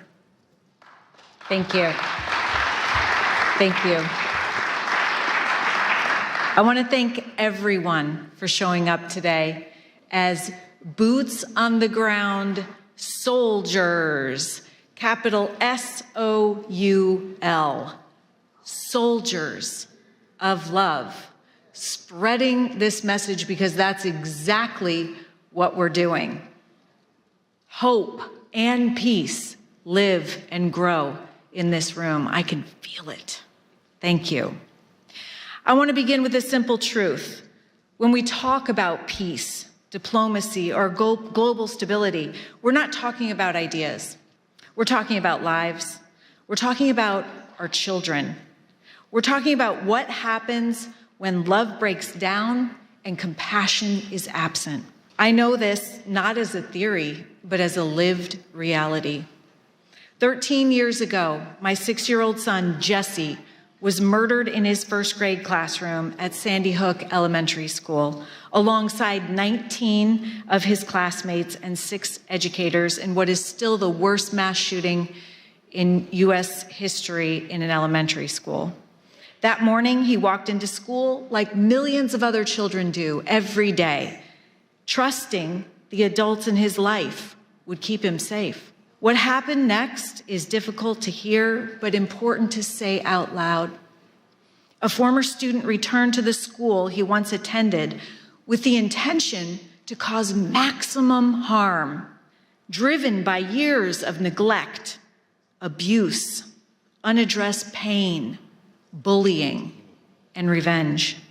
He murdered Jesse's principal and guidance counselor outside the classroom and Jesse's teacher just inside the door. Then his gun jammed. In that moment, my 6-year-old son stood up and told his classmates to run. His courage saved 9 lives before losing his own that day. Kids and adults in this world are hurting. They're in such pain because they don't have understanding, love, role models, spiritual diplomats, essential life skills, and they know no other way to get relief but to seek revenge and to off-put their pain on as many people as possible. In fact, we know that through the latest science, revenge is the cause of all bullying, all violence, and all wars. We also know what the solution to revenge is in the brain. What stops the pain and the hurt is forgiveness. And we know we can teach forgiveness as a skill. In fact, we're doing that. The fact is that 100% of school shootings are preventable, as is the vast amount of suffering that our children are experiencing today. God is love. And when we bring love into our schools, we address the root cause of the pain and suffering that lead to what the Department of Homeland Security says the pathway to violence is: attack end. This is where we have been focusing our attention. After the fact, too late, focusing on the problem, always a step behind, learning from mistakes. We need to adjust our focus to the grievance end, to before the grievance, and give kids the skills and tools they need to be refined by the pain rather than be defined by it. After the tragedy, I was faced with a choice, one every human being faces, whether on a global stage or in a private moment of pain. I could live from fear, anger, and blame, or I could choose love. I chose love, but I'll tell you what, it wasn't my idea. When I came home to this little farmhouse that I shared with my 2 boys as a single mom, I found a message that Jesse had written shortly before he died. He wrote 3 words: nurturing, healing, love. I knew that those words didn't come from Jesse. They were a divine message that came through him, and that was the solution. And then and there, I dedicated my life to spreading this message in schools, homes, and communities around the world. Choosing love does not mean excusing what happened or denying justice. It meant refusing to let hatred take another life, starting with my own. Forgiveness was my response, not because it was easy, but because it was necessary. I realized that if anger consumed me, violence would continue to win. And we cannot afford that, not in our homes, not in our communities, and not in our world. We know that hurt people hurt people. Yeah. If we could hear that cry for love sooner and respond, much of the suffering that leads to violence, addiction, mental illness, even war could be prevented. It's called proactive prevention, preventing the suffering that leads to violence and despair, and it's possible. What happened at Sandy Hook did not begin with a gun. It began with pain that left unaddressed, with disconnection, with humanity forgotten. And violence is always the final symptom of something deeper. Across cultures, faiths, and nations, our children are showing up with the same signals: bullying, mental illness, despair, addiction, suicide, violence. These are not separate crises. They're signs that love is breaking down and compassion is absent. Everything can be seen as either an act of love or a cry for love. It's our moral duty to answer that cry. And here's the uncomfortable truth. We cannot legislate our way out of this. We cannot blame or argue our way out. We cannot outsource or off-put our own responsibility. Peace begins with us. We can't wait for someone else to fix it because there is no one else. And it turns out love is a skill that can be taught and practiced, and this makes it available for everyone. I created the Choose Love movement to teach how to choose love as a thoughtful response in every situation, circumstance, or interaction, especially the hard ones. At its core is a simple understanding. Every day we choose love or fear, and the outcomes of these decisions look dramatically different. We were created in love, but our brains are wired to defend us and thus attuned to fear. Having these essential life skills enables us to have the courage to face pain, grow, and be strengthened by it, and not pass it on. And as Vicki from Joy of Mom mentioned, our work doesn't stop there. We're honored to bring Choose Love from classrooms into homes and families with Joy of Mom, because the home is where peace is practiced and the next generation is shaped. We can't always choose what happens to us, what someone else says or does, but we can always choose our response. When we choose love, even in the face of hatred, we reclaim our true, authentic power as humans, our self-control and our humanity, because the opposite of love is not hate, it's fear. When we understand this, we can look upon hate as suffering and with compassion. This is the work of spiritual diplomacy. It's choosing to see people not as enemies, but as human beings. It's responding to fear with courage, the same courage Jesse showed that lives inside every single one of us. It's replacing judgment with compassion and hearing the cries for loving action all around us. It's understanding that every thoughtful response rooted in love creates safety, locally and globally. Our children are learning how to respond to conflict by watching how we do it. They need leaders, spiritual diplomats, who understand that peace is not passive. It is active, it is courageous, and it is a choice. Spiritual diplomats must exist because the world is aching for moral clarity. When humanity disconnects, our children suffer. And every act of love, no matter how small, restores hope and reduces fear. The courage to spread nurturing, healing love is why we're here today.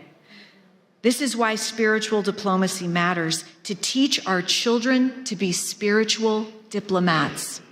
And this is why the work you're doing and we're doing together is so urgently needed today. Thank you for choosing love. This is Jesse's favorite tale. Thank you so much. Oh my God, that was so beautiful. You're so good. Thanks for giving us courage. And now we are honored to receive a special address from His Excellency Caleb Mutfeng, the Executive Governor of Plateau State, Nigeria. Through his video address, he speaks to us today on promoting peace and liberty amidst global challenges, sharing a governance vision anchored in justice, mercy, and the sanctity of human life.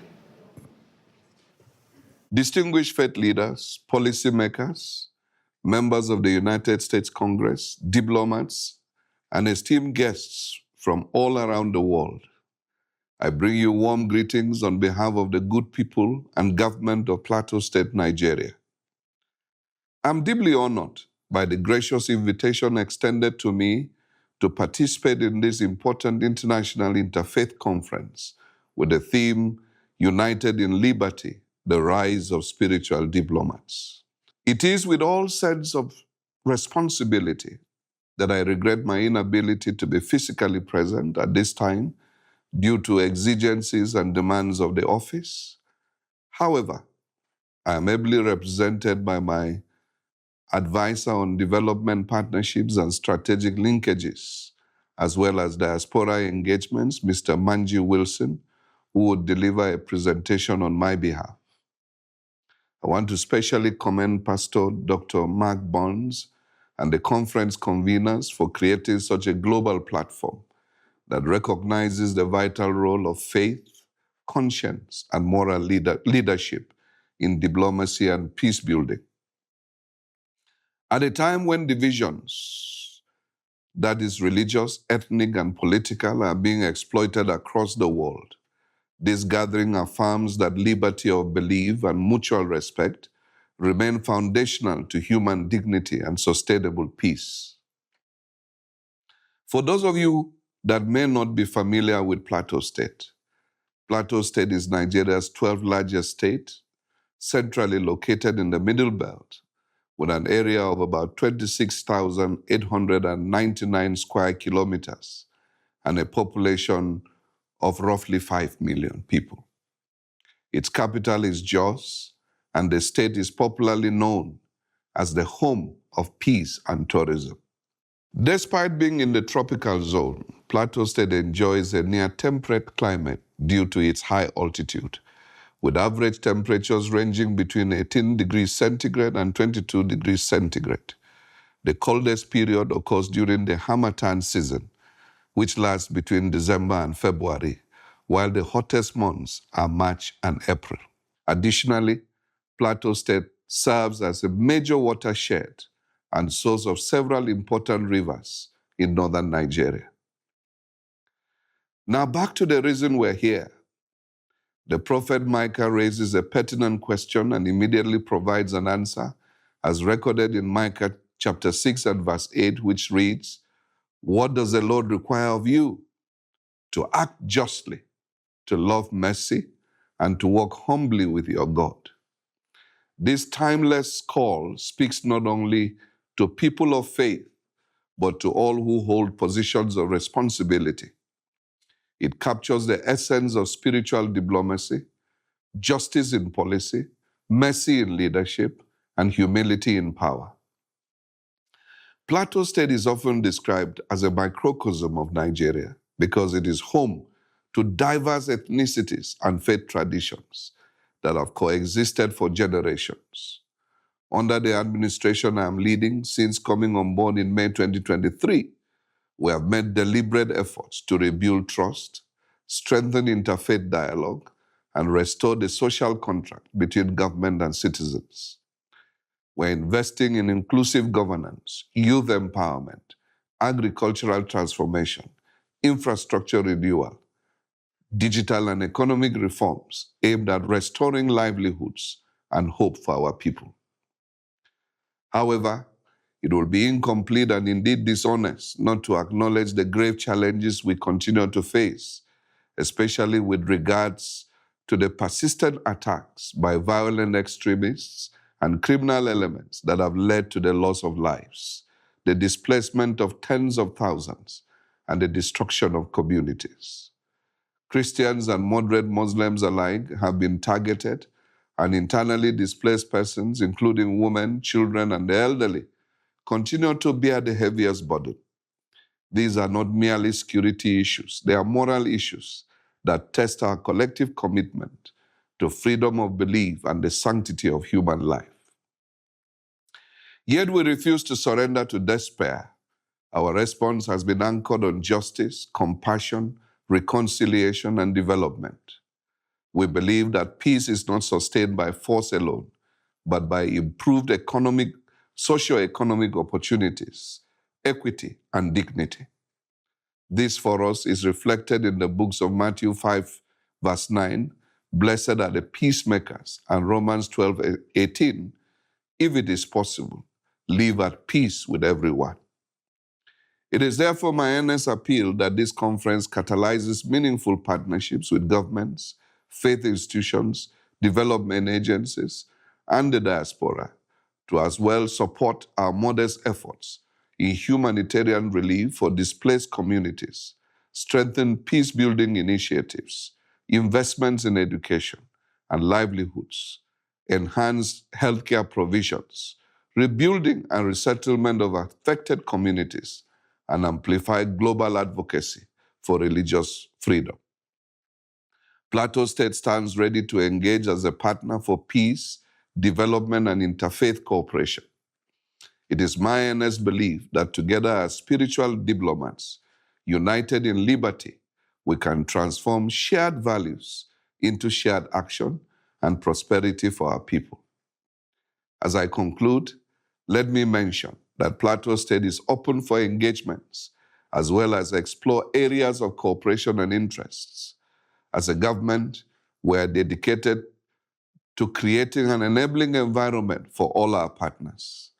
As Chief Executive of the state, let me assure you of all the political will and support as you consider a partnership with us towards making a difference for humanity.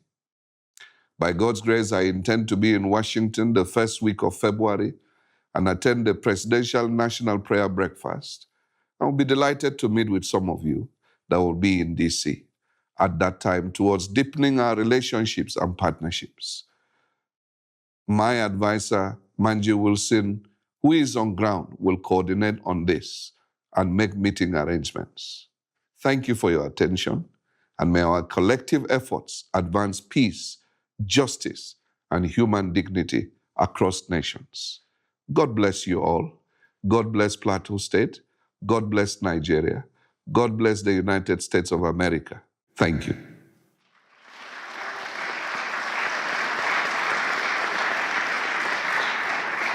And now we would like to invite His Excellency Manji Wilson to the stage, Chief Technical Advisor on Development Partnership, Strategic Linkages, and Diaspora Engagement to the Plateau State Governor, Nigeria.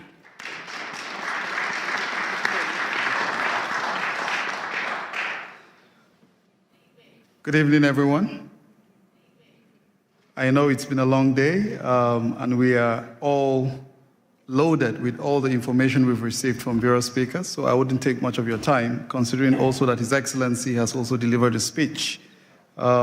Distinguished members of the U.S. Congress and House Committee on Foreign Affairs, faith leaders, spiritual diplomats, Pastor Mark, thank you very much for having us today.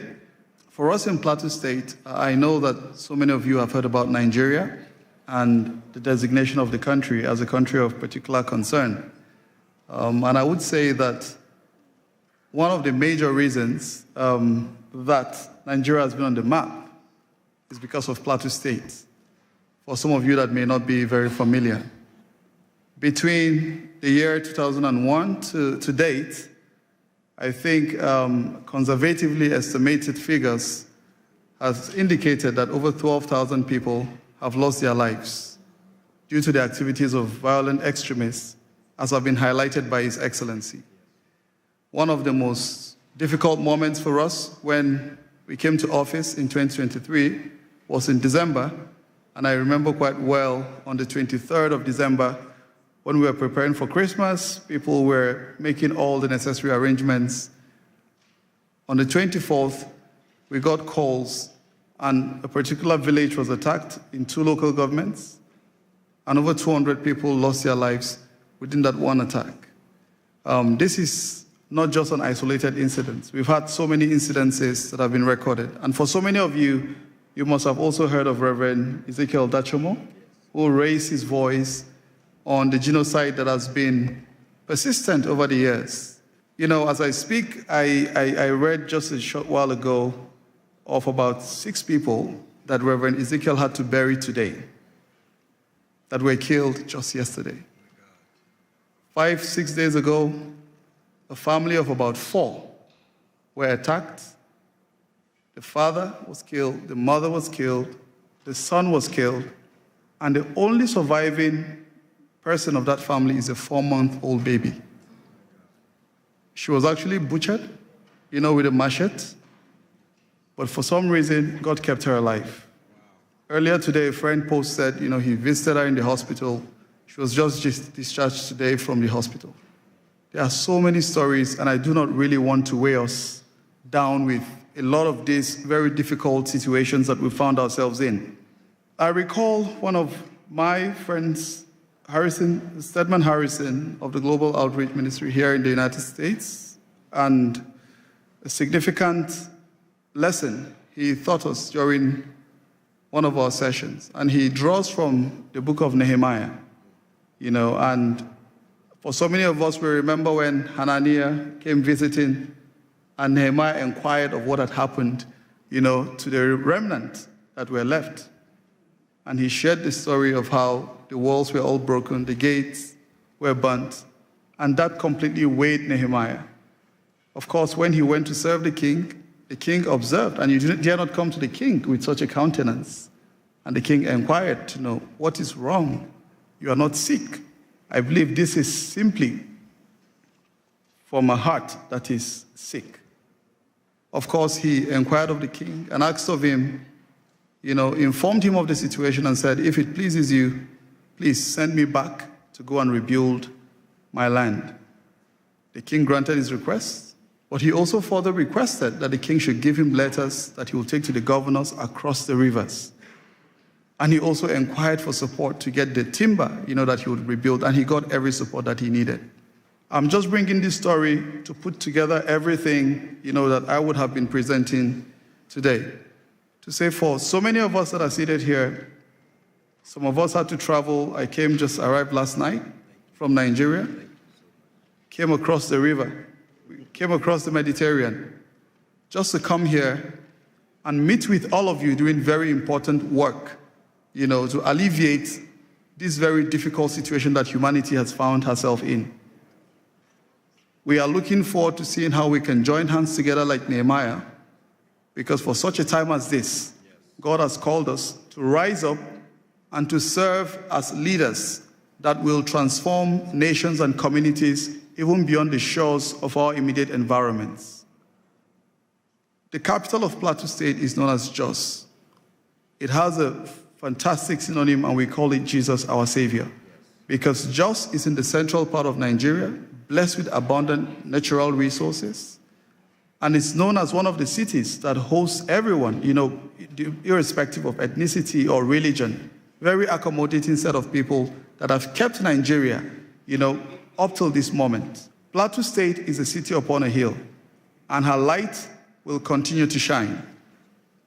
Plateau State is looking forward to seeing how to welcome you. Pastor Mark, I gathered you at contemplating coming to Nigeria. His Excellency will be quite pleased and delighted to host you. And we look forward to seeing how we can continue to utilize this office, this privilege that God has given us to serve our people, to improve the livelihood of those who are persecuted, those who are displaced, because we have so many of them, over 50 communities renamed, people sacked from their ancestral homes. They can no longer conduct their economic activities. But we're doing what we can do as a government to provide all the succor and support. And we are looking forward to seeing how we can continue to leverage on this very important platform to do the good that our people so deserve. Thank you very much. Thank you. Please give my respect and love to yes. Okay, right now we're going to have a quick presentation by Dewey Honig. He wanted to present something to Pastor Burns. Thank you, Pastor Burns. It's a true honor. I have to head out, so I'm sorry for cutting a bit over here. First of all, a pin for you. Thank you. Thank Yeah. you so wow. I could put it on. Yes, I'm going to hold it there. Okay, good. Thank you. Oh, Oh, wow. This is an award, Advancing Peace Beyond Political Award, Politics Award, presented to Pastor Mark Burns, spiritual advisor to President Donald Trump, founder of Spiritual Diplomats, in recognition of your visionary leadership and selfless dedication to advancing peace through faith, uniting leaders across religions, building bridges where politics cannot, and fostering peace where policies fall short. With admiration and blessing to the Honig, founder and CEO of the Orthodox Chamber of Commerce, and our Chairman, J. Morton Davis, who's 96 years old and very close friend of President Trump for over a half a century. Wow.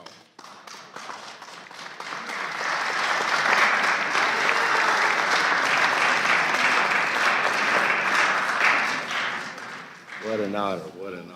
Thank you. What an honor.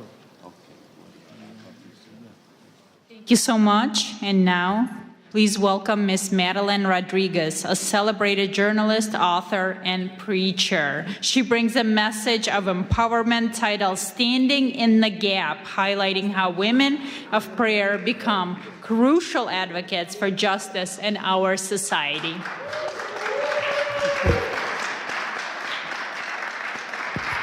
Thank you so much. I want to start off by saying my sincere thanks to Pastor Mark Burns for bringing together faith leaders from around the world for this important conference. Let's give him a hand.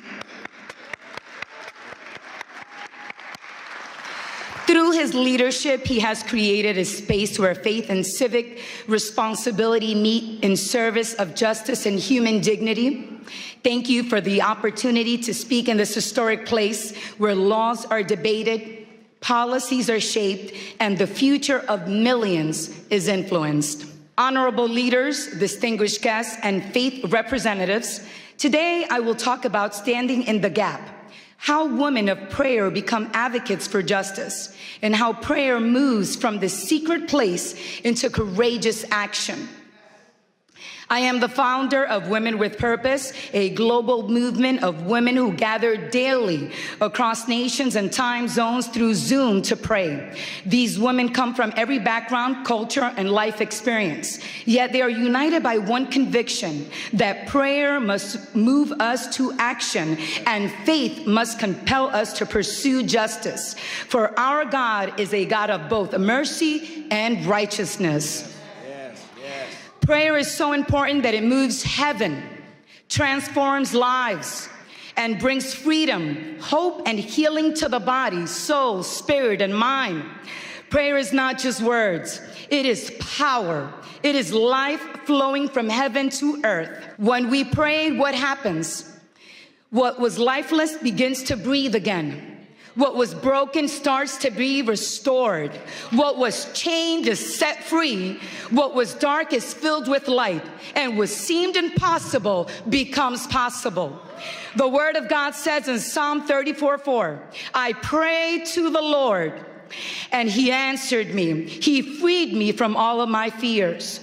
I also serve as chairwoman of the Faith Advisory Board for the United Nations Association of El Salvador. In this role, alongside the president of the organization, we are committed to cultivating and sustaining a prayer-rooted presence at the UN, at the United Nations. One that invites the global Christian community to engage through intercession and God's word. This work is grounded in the belief that when faith communities approach global engagement prayerfully and with integrity, they help foster peace, uphold human dignity, and strengthen cooperation among nations. Prayer doesn't just change our circumstances, it changes us as well. It makes us more compassionate, loving, and full of grace towards all people. To stand in the gap means to step into the space where others are vulnerable, unheard, or forgotten. It is the choice to intercede, to advocate, and to act when silence would be easier. One of the clearest biblical examples is Queen Esther. Esther was a woman of faith, positioned within power, yet initially hidden. When a decree threatened the extermination of her people, she faced a choice: remain silent and preserve her own safety, or risk her life to speak. However, Esther chose prayer, fasting, and courageous advocacy. She stood in the gap, approached authority with wisdom and humility, and ultimately saved her people from destruction. Esther's story reminds us that access without courage changes nothing, and prayer without action is incomplete. Her faith did not remove her fear. It gave her the strength to act. Throughout history, women of prayer have done the same. Women have prayed in kitchens and in sanctuaries, in upper rooms, in quiet corners, in homes of worship and hidden places, often unseen and unnamed. Yet their prayers have shaped history, protected God's people, and challenged injustice. Prayer has long been the place where God forms courage in the hearts of women and men. It is through prayer that God forms fearless women. God plants courage in the hearts of women, preparing them to move with faith and strength. Why women? Why am I talking about women today? Because women have often lived closest to the cost of injustice. They have carried families through war, protected children through famine, endured discrimination, violence, and exclusion, yet refused to surrender hope or believe in Jesus Christ. In our daily prayer gatherings with Women with Purpose, I witness this transformation continually. Women enter carrying the weight of the world on their backs, but they leave with clarity, courage, and a renewed commitment to stand for what is right in their homes, communities, and nations. When women pray, they do not merely ask for comfort, they ask for change. It's about honoring the image of God in every single person. It is about defending the widow, the orphan, and the stranger. It is about ensuring that no one is overlooked or forgotten in the eyes of the Almighty God. Just as Esther stood to protect her people, so God calls us to stand for those who cannot stand for themselves. Standing in the gap is not passive spirituality. It is saying someone must speak, someone must care, someone must act, and often that someone has been a woman. Today, in a world torn by division and injustice, we need women of prayer more than ever to rise, to stand with conviction, and let God's justice flow into every place, crying out for hope. We need women who will pray and vote, pray and advocate, because justice does not belong to one religion, one party, or one ideology. Justice belongs to humanity. And prayer at its best does not divide us, it unites us. And we stand here on Capitol Hill. Let us remember to protect the sacredness of human life in all its form. Let us pursue justice that is compassionate, courageous, and enduring. May our prayers not end in words, but move our feet, shape our policies, and restore dignity where it has been denied. When women of prayer stand in the gap, justice does not remain an idea. It becomes a lived reality. Thank you and have a blessed day. In Jesus' mighty name. When it ended. I'm learning from you. I'm learning from you. God bless you. Thank you. It's you. Okay. Well, first of all, listen, can we give all of our wonderful speakers a big hand clap? Was this not good? Was this not amazing? Listen. Yes, yes, yes. Yes, amen. Yes. I'm going to be real quickly. First of all, I want to, I see we passed the lapel pins out. Everybody please stay standing because we're about to go. You sit back down, you may not want to get back up again. We passed the pins out, and I wanted to give a declaration before you pinned yourself, but that's okay, you pinned yourself. And we'll do it better the next time. But I want everyone you stayed here to the end, so you're telling me that you are truly committed to this movement, And I want to give a declaration, and I want you to repeat after me. Now, I'm going to be very clear. You're not pledging allegiance to a person or an organization, but an ideal of freedom. Are you understanding me? And so I want everybody here to just lift up your right hand, and you're going to make this pledge with me. You're going to repeat after me. Say, I in your name. Today I stand by choice and by conscience to declare my commitment to becoming a spiritual diplomat. I do not pledge allegiance to a person, a title, a political party, or an institute. I pledge myself to a higher ideal of peace, the sacred responsibility of peace. I commit to carrying peace before all conflicts, wisdom before reaction, and truth before pride. I choose honor, the dignity of every human life, regardless of faith, culture, color, nationality, or background. I will be a bridge where others build walls. A voice of calm where anger seeks control. A servant of reconciliation where division has taken root. I accept the responsibility to listen before I speak, to seek understanding before judgment, and to act with courage guided by compassion. I commit to protecting the vulnerable, advocating for justice, standing firm against hatred in all forms. I recognize that peace is not passive. It requires discipline, humility, and strength. I will pursue peace in my own words, my actions, and my influence, in public and in private. In public and in private.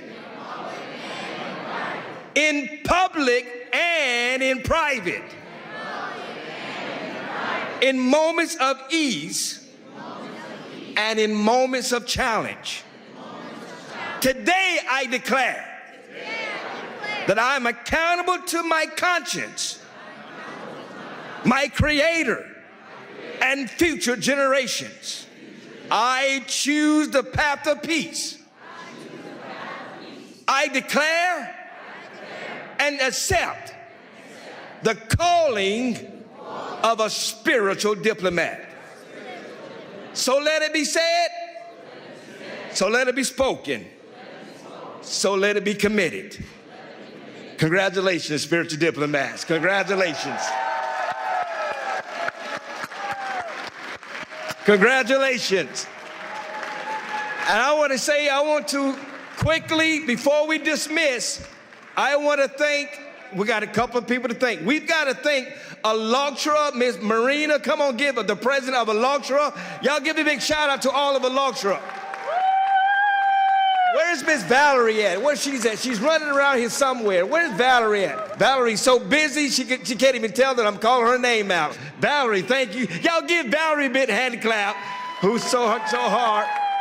Miss Olga from the president of Creative Society. Y'all give a big shout out to Olga. and to every spiritual diplomat that helped make this happen. God bless you all. Many thanks to you all. And don't forget, in February the 5th, we're coming right back here during Ukrainian Week to have our Ukrainian conference. It is called Freedom Has a Name, and it's called Ukraine. You don't want to miss it. Be right here. And also, in 6 months, June of 2026, we're doing this again, but we're doing it at Mar-a-Lago in Palm Beach, Florida. And then in December, we're taking over the G20, and we're doing it again in Miami, Florida for G20. God bless you all. Thank you all.